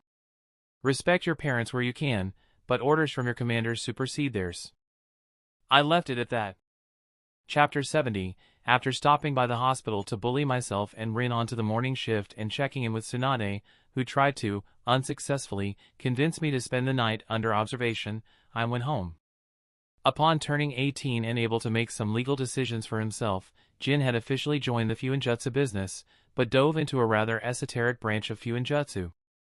I didn't even understand what it was, and I didn't try. He'd just gotten permission to marry a demure civilian girl from a minor clan. She was practically a servant of the main family, being the bastard child of the clan head's brother, but there was still politics. Tamaki, the boy who had spent several years captive of Orochimaru, had started working in the hospital as a medic. While he didn't train as a shinobi, he was damn good at Iryo ninjutsu. He was only allowed to take shifts at the hospital 3 times a week, which annoyed him to no end, but with me, Tsunade, and Biwako backing the decision, he couldn't do anything about it. The rest of the orphans had graduated school at 15, but instead of working with the other adults in Fuinjutsu, they bounced around odd jobs. By the time I got out of the hospital, they had all found careers they liked, even if they had to work part-time until they mastered Fuinjutsu to preserve the clan's legacy. Yuzu had found a boyfriend, or so she claimed. No one had actually met him, although Minato and Kushina took it upon themselves to vet the poor boy. I caught them before they could attempt to terrify him and made a bit of a scene dragging them away. During the 5 years of peace, Fuso had given birth to 3 more girls. One of the women, Keiko, had gotten married to an Inuzuka shinobi who was a bit too happy in his use of explosive tags. Over the previous 4 years, she had 6 children, a set of girl twins, a boy, and a set of identical triplet boys. The last 3 had nearly killed her, and would have, if Kushina hadn't found a way to break into the Hokage's house while they were being born, at home, against everyone's advice, and grabbed Biwako, the Hokage's wife. Tsunade and I were both out of the village on missions at the time, both of which were heavily classified to the point where Kushina didn't even know I was gone. By the time I got back, the fiasco was over, but Biwako had strongly advised the woman not to have any more children. To everyone's surprise, all 3 of Fuso's girls had shown an early aptitude for being a shinobi, not that such a choice of career would be encouraged by anyone in the family. Keiko's children were still too young to be sure. I was of the opinion Fuso and Keiko had taken it upon themselves to repopulate the earth, not just the clan, but that might have been because I couldn't walk in the front door anymore without being assaulted by red-headed ankle-biters I could barely tell apart. Kushina thought it was funny and had sealed all other entrances to the house. The only one that remained was the one for emergency purposes, and I wasn't desperate enough to use it. I could hide from the toddlers without a problem. The only problem was that Keiko's oldest boy was a natural sensor and my chakra signature was too strong to hide without Jinjutsu and, without fail, alerted the boy as soon as I stepped into the house. Even when he was supposed to be fast asleep, in the middle of the night, it somehow woke him, and until they stopped making him sleep in a crib, he would wake up and scream until someone came to give him attention. That responsibility always fell to me. By the time I escaped the hospital, it was 10 at night, long after the bedtimes of everyone in the house except the teenagers. I suppressed my chakra as much as possible, creeping into the house. As soon as the door closed behind me, absolutely silent, the wails of a toddler could be heard below my feet. A quick chakra scan of the house indicated that everyone except Minato, Kushina, and Nagato were home. I sensed another civilian in the living room with Yuzu, and a civilian in the library with Jin, but everyone else was in their rooms, though none of the orphans were asleep. Misaki stuck her head out the door of her room. She both gave me a rather vindictive grin and pointed towards the stairs. I rolled my eyes, hung my vest on the wall, slipped off my shoes, and hurried downstairs and picked him off the mattress he shared with his two older sisters. Jin's dog lay at the bottom of the stairs, giving me a mild scolding with his look. The baby grinned at me through the darkness his eyes couldn't possibly penetrate, drool dripping from his mouth. "Chiro," he said happily while I shushed him. Unfortunately, he was already too awake for me to settle back down. Fortunately, he didn't wake the other children. I carried him up the stairs and into the living room. Yuzu was not happy about the introduction. The boy with her looked especially nervous. "You're on clan property past village. Curfew," I informed the boy. "What's it to you?" Yuzu defended. The orphans all kept their canine companions close. Yuzu's dog started to growl at me. I raised my eyebrow. His growling was at a low enough register that only Shinobi could hear it. "Jin has his girlfriend over." "Hey, I'm not criticizing. The only problem is that I've never met Taro-san before." "You're not my father," Yuzu snapped. "And how do you know his name?" "I am a jonin and I do live here." The boy took a step back. Yuzu rolled her eyes. "Kichiro, this is my boyfriend Taro. Taro, this is my older brother, Kichiro, and the toddler is Kaido." "Hi," the boy said at his name. He shyly buried his face in my neck. "How many brothers do you have?" Taro asked warily. "Biologically, none, but for all intents and purposes, I have 6 older brothers, an older sister, and one about to be older sister. 3 of them are jonin. I have 6 younger brothers, one of which is a jonin, and 7 younger sisters, one of which is a jinin." He gaped at her. "That's 20 siblings, plus an almost sibling. And 5 of them are shinobi." She finished proudly. "And there are 8 adults?" "9, now. I thought you said your clan was almost dead." 12 years ago, there were over 2,000 people in our clan." "You mean, over 2,000, that's double the Uchihas, Hyugas, and Senju combined." "At their peak." "Yuzu, I think it's time I took your boyfriend home," I suggested firmly. She glared at me but nodded. "I'm coming with you." "I come too." Kaido clapped his hands. "I see no problem with Yuzu coming, but you have to go back to sleep, Kaido." "No." "Would you like to play with Jin for a little while?" "No." "Cairo." I didn't answer him. Instead, I walked out of the room and down the hall to the library. I listened for a moment to make sure I wouldn't walk in on something awkward before opening the door without invitation. Kaido squealed excitedly as soon as he saw Jin's fiancée, Hiroko, and squirmed until I put him down so he could toddle over to her. "I'll be back in 10 to take you home too," I told them as they scowled at me, grabbing Yuzu and her boyfriend by the arm and hurrying them out the door, snatching out my shoes and vest on the way out. Exactly 8 minutes later, we arrived at Taro's home. Neither were happy I knew exactly where it was. "I'm a jonin," I reminded them. "I knew the day I got back from my mission after you started dating. It only took me an hour to track you down. You're just lucky I found out about it before Kushina. Say goodbye, I had a long day and I want to go to sleep." After a few murmured words, Taro went inside. Yuzu giggled as I pulled her onto my back and took the rooftops back home, her dog running along below us. Kaido was waiting by the door when we arrived, already beginning to doze off. I set Yuzu down on the front step and picked him up as soon as I opened the door, careful not to jostle him.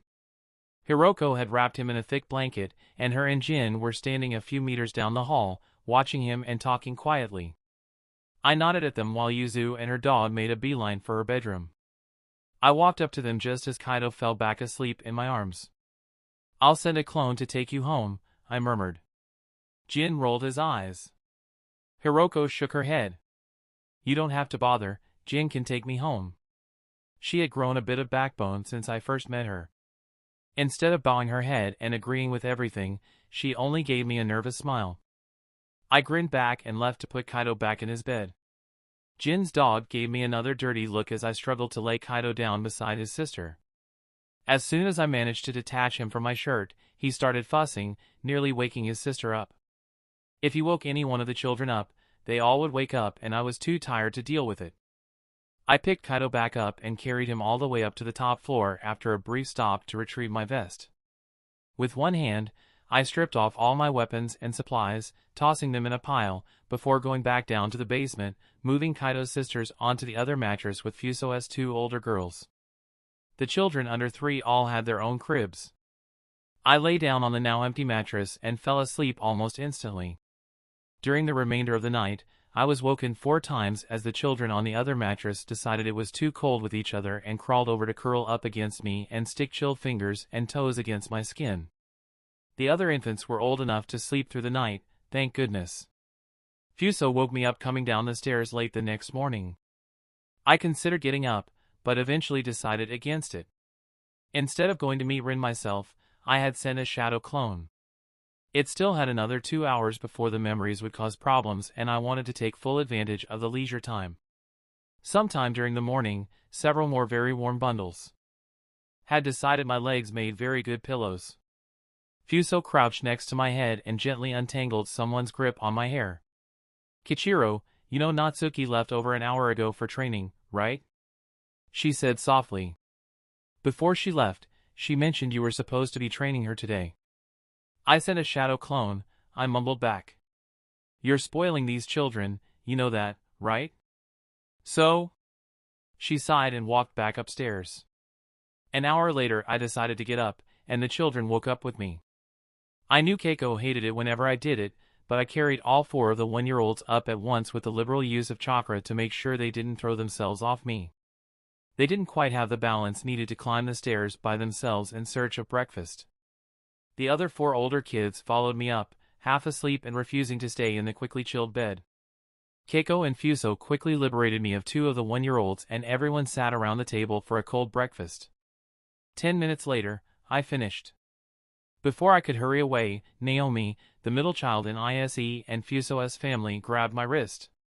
Cairo and I. She pleaded. She was 5 and although she wasn't as smart as Nagato and Natsuki, if she wanted to, she could join the academy once she turned 6 in a month. Unlike the other kids, she had gotten dressed before coming upstairs. I didn't miss the fact she was wearing Natsuki's old training clothes. What do you want? I asked warily. Can I come train with you? I looked at Fuso for an answer. She looked torn.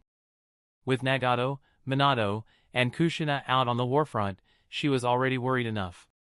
She didn't know it, but Natsuki would be leaving with me just after Naomi's birthday. While no one thought this war would be quite as bad as the last one, Fuso knew full well that any competent academy student was promoted during the last war, no matter what age. I waited too long to answer. I want to be a ninja too, Naomi declared. I flinched while Fuso paled. Keiko put an arm around the other woman and guided her into a seat. Not today, Naomi. Training is really important right now, and I can't afford to slow the others down to wait for you. I realized what I implied a second too late. Fuso's eyes widened and tears glimmered in her eyes. She stood up and dashed towards me, grabbing my shoulders roughly. Please, no, she begged. Not my babies too. I couldn't meet her eyes. Nagato has already been deployed to Kiri. Minato and Kushina's teams are coming with me to IWA in a month. Minato and Kushina? On the IWA front already. She choked back a sob and hugged me tightly. I hugged her back for a moment before pulling away and leaving. Staying to comfort her would only tempt me to go back on my word with the Hokage. Why are you crying, Kachan? Naomi asked. Why is everyone leaving? I glanced over my shoulder as Fuso crouched down and wrapped the child in a hug. I love you, Kachan. I hurried to retrieve my vest and 5 minutes later was armed and at the training ground, watching the 7-against-1 spar. An odd-looking boy I thought looked incredibly familiar had joined the group. I decided to dispel the shadow clone and find out who he was and how everyone was doing. The memories trickled in. Rin was a good medic. I intended to have her shadow me for the shift, but it didn't take long before I trusted her to take care of the patients by herself, albeit only with supervision. She made several mistakes, mostly misdiagnosis, but half of them could be attributed to inexperience, and the other half were because she didn't know what to look for. Halfway through the shift, the trauma ward called me in to help with a major surgery. It was an extremely high-level Jonin who had been undercover for over 4 years and barely made it back to Konoha alive. Rin hovered at my elbow the entire time, watching avidly. It wasn't until after the surgery and the patient had been moved to recovery that I realized it was the first surgery she ever observed. I was impressed. The first time I saw someone deliberately cut open, I had to leave the room. That privilege had come during my first few months of training, before I had fully accustomed myself to the blood and guts of the profession. She had the discipline, nature, and potential to be an excellent medic, but she didn't apply herself like she should. After the first hour, unless she was actively treating a patient, her attention would wander. She would stare at air for several minutes at a time before turning back towards what I was trying to explain to her. Besides that, she was perfectly disciplined. She readily answered questions and most were correct, however, she lacked initiative. I sent her out into the waiting room to drop off several files then take a break, watching her from behind the door. In the waiting room, there was an orphan girl sitting with an obviously dislocated arm. She spent the entirety of her 10-minute break watching the child and inwardly debating whether to go and help. At the end of her break, she returned. "You don't look like someone who wants to change anything," I said coldly when she opened the door and returned to the main part of the hospital. She stiffened when she realized I had seen her entire dilemma. "It's against hospital procedures. Only when you're on duty, not on break." I barked at her. "You've been here long enough to know the only care orphans get is out of pity. That child is going to sit there until the end of this shift and hope one of the doctors or nurses decide to leave through the main door and has pity on her. I was beginning to think you were different, but I guess I was wrong. I take my job seriously, even if you won't, procedures be damned." I shouldered past her, not even trying to be gentle. Just as I entered the waiting room, I felt a small hand grab onto my pant leg. "Kairo-sensei?" another small girl asked. I crouched down in front of her. "How can I help you?" "My brother is sick, could you help?" "Of course, would you like to show me?" She grabbed my hand and led me over to an obscure corner of the room where a little boy was hiding underneath a chair, shivering. The room wasn't cold at all. I glanced over my shoulder at Rin, who was watching from the door, then turned my back on her and held out my hand to the boy. He wasn't dangerously sick, but it was contagious enough to lay up both him and his sister if it persisted.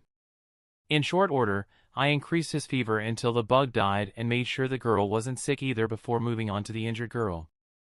I got several disapproving looks from nurses and other patients, but I ignored them, healed her, and sent her on her way. Rin wouldn't look me in the eye for the rest of the shift.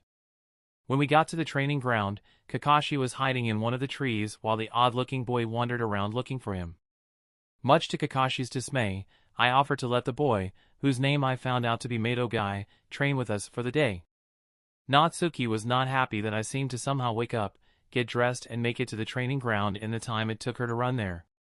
Once Obito and Natsuki's teammates arrived, I started them on balance exercises.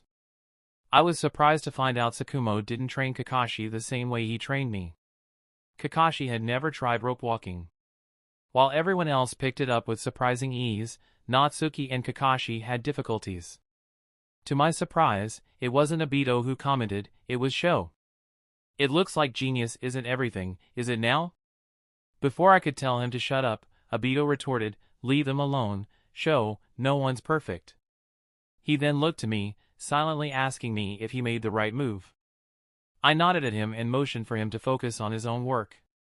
"It seems our resident idiot would know better than anyone," Kakashi snapped back.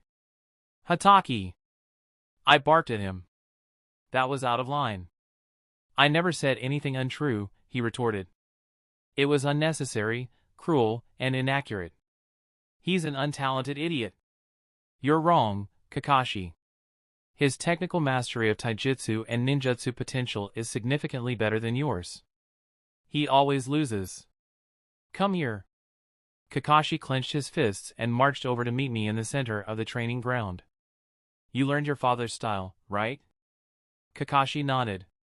Taijutsu only, attack me. He scowled and attacked.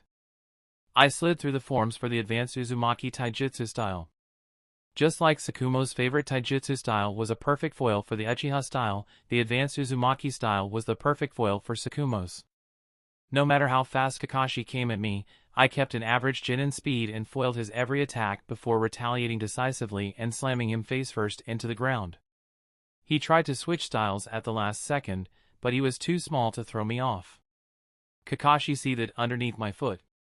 Do you understand now? You have the cheat code to Obito's entire arsenal, of course he doesn't stand a chance. I strongly advise you to hold your tongue in the future, now get back to training.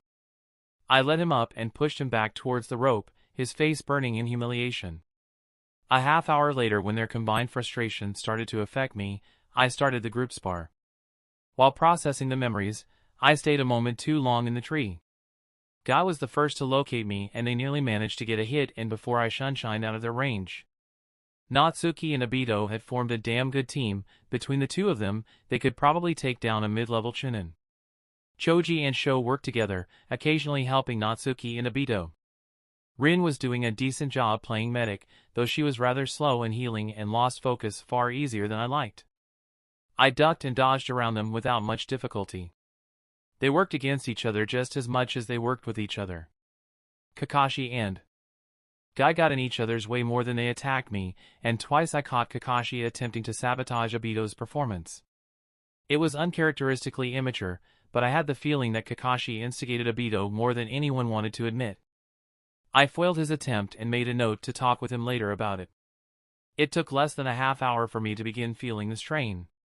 Chakra made up for most of it, but it didn't matter how much chakra I used, my brain was still screaming at me to take it easy. I pushed myself 20 minutes past that before I ended the spar. Hatake and Uzumaki, go back to working on your balance, and alternate between that and flexibility exercises. Uchiha, Noura, and Mato, you're with me, Akimichi and Aburame, go back to what you were working on yesterday. If you master it, start practicing your katas while sticking to the trees or standing on the water. They split up.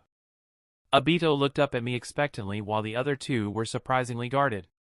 Obito, you're great at the Uchiha-style taijutsu, but you don't know any other useful styles. Rin, you only know the academy style, which means you're defenseless. Guy, you've only shown the strong fist. As you've probably seen, knowing only a single style helps your mastery, but it leaves you extremely vulnerable, especially to someone who is familiar with countering the style. All three of you need more in your repertoire. I don't have time to teach you an entire style, but I can teach you ways to minimize and use the holes you have. For Guy, he had a solid understanding of taijutsu and a natural inclination towards it. He was strong and fast enough to make it count, and I had no doubt he would be a Chunin by the end of the year if he received proper training. He practiced diligently, though I knew he was paying close attention when I talked with the other two. For Rin, I drilled the adaptations to the academy style which were made specifically for young medics. She was practically learning a new style, but from the odd way her chakra was flowing, I could see she was becoming increasingly stressed and her chakra was caught in a feedback loop between the stress and her stubborn attempt to keep herself perfectly in control. For Obito, it was the easiest. Once I got the other two started, I had him copy the first kata of the strong fist style with his Sharingan. He repeated it until he could do it without relying on the Sharingan memories. I personally didn't like using the strong fist, but Obito was strong enough that he could pull it off, and it was a good style for him to grow into and use as a backup if his original style proved ineffective against an opponent. I made sure to minimize their fighting against each other. It was unlikely they would ever come up against an opponent their size and needed all the help they could get against larger opponents. It only took Obito a half hour to master the first kata to my, admittedly low, standards. Guy made visible improvements whenever I alternated between sparring with him and Rin, however, she hardly made any progress. When she started to regress, I set her running laps around the training ground until she calmed down. 3 hours later, Obito had mastered the first 5 katas of the style. Kakashi was visibly frustrated throughout the process, and I had to send him several sharp looks to keep him focused on his own assignment. From when I set Rin to running, it took her nearly an hour to calm down. I made a note to keep her and Kakashi back after training to solve the various issues. Once I had gotten the 3 of them to the point where they just had to keep repeating what they learned until it was a reflex, I switched over to the other 4. They had noticeably fewer holes, and all 3 obviously had more consistent and attentive teachers. Considering Natsuki and Kakashi had been training together for more than 3 years, taught by me, Kushina and Minato, or Sakumo, they had many of the same holes. Natsuki was probably the only person Kakashi didn't mind sharing attention with. Training in a group vindicated Kakashi's feeling of superiority because, as one of the most talented of the lot, unrivaled by anyone but Natsuki, he often got the least attention, which was just as frustrating. There wasn't much I could do for Sho and Choji. I wasn't familiar with their training methods and only knew the basics of their family styles, so the best I could do was push them in their mastery of what they knew. At least Kakashi didn't scowl as much at them. Natsuki wasn't anywhere near as arrogant as she was forceful. She liked getting her way, and except for a handful of people, namely me, Kushina, and Kakashi, who either refused to be cowed or had equally forceful personalities, she nearly always got what she wanted. If I had a choice, I would have paired Natsuki with Kakashi and Rin with Obito. They would have the easiest times working together. With his Sharingan, Obito could effectively defend Rin long enough for them to escape. Natsuki and Kakashi could probably take on an average Jonin and come out on top. They had grown up together and knew how to get along. However, putting Kakashi, who was already a major target because of his father, next to Natsuki, who was a viable Biju host, the remnant of a legendary clan, and a target because of me, Kushina, and Nagato was asking for trouble. Putting Rin and Natsuki together would make them just as much of a target, mostly because of the fact they were girls, and I wasn't naive enough to believe Kunoichi had the same respect in combat as their male counterparts, no matter how many times legendary Kunoichi put them in their places. In Rin and Natsuki's case, their age made them especially vulnerable. Putting Obito with Kakashi was a disaster waiting to happen. Obito was stubbornly clinging to his maturity, but I knew he would slip up. The second he did, Kakashi would be on him. I resolved to keep them separated as much as I could. Kakashi's opinion of Rin may not be entirely positive, but she didn't rub him the wrong way, and I trusted him to stay professional.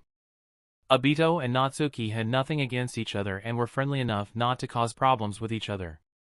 Their ideologies meshed better than I expected. Obito's goal in life was to become Hokage, while Natsuki's was to become a kick-ass kunoichi and have one more child than her mother, but they didn't contradict each other, which was more than I expected. I was mostly certain Natsuki didn't understand how children were made, and I had a bad feeling I was going to get dragged into that particular revelation at some point, even though I tried to vacate the area every time the subject of expanding the clan or having children came up, no matter how much Kushina mocked me for it. After training, I started trying to resolve both Rin and Kakashi's issues as well as building at least a teammate relationship between them. Rin was more than happy to engage Kakashi, even if her motives weren't entirely pure. Getting Kakashi to participate was like pulling teeth, and I had pulled more than a few. Most of them were because some idiot shinobi thought it was a smart idea to embed a small, metal blade in their mouth, or replace a lost or broken tooth with some kind of metal, thus damaging even more teeth. Daily working on Rin and Kakashi's relationship as teammates steadily bore fruit. Guy had decided he learned more with a fraction of my attention on him than he did with whomever was supposed to teach him and crash training every day. It took a bit more than 2 weeks before all of them, save Rin, joined forces to complain that I wasn't teaching them any ninjutsu. I knew I would eventually have to tell them we were all headed off to fight, but I didn't want to say anything so they wouldn't stress over it for longer than they had to. That's the end of this tale for now. Thank you for watching, and with that being said, peace.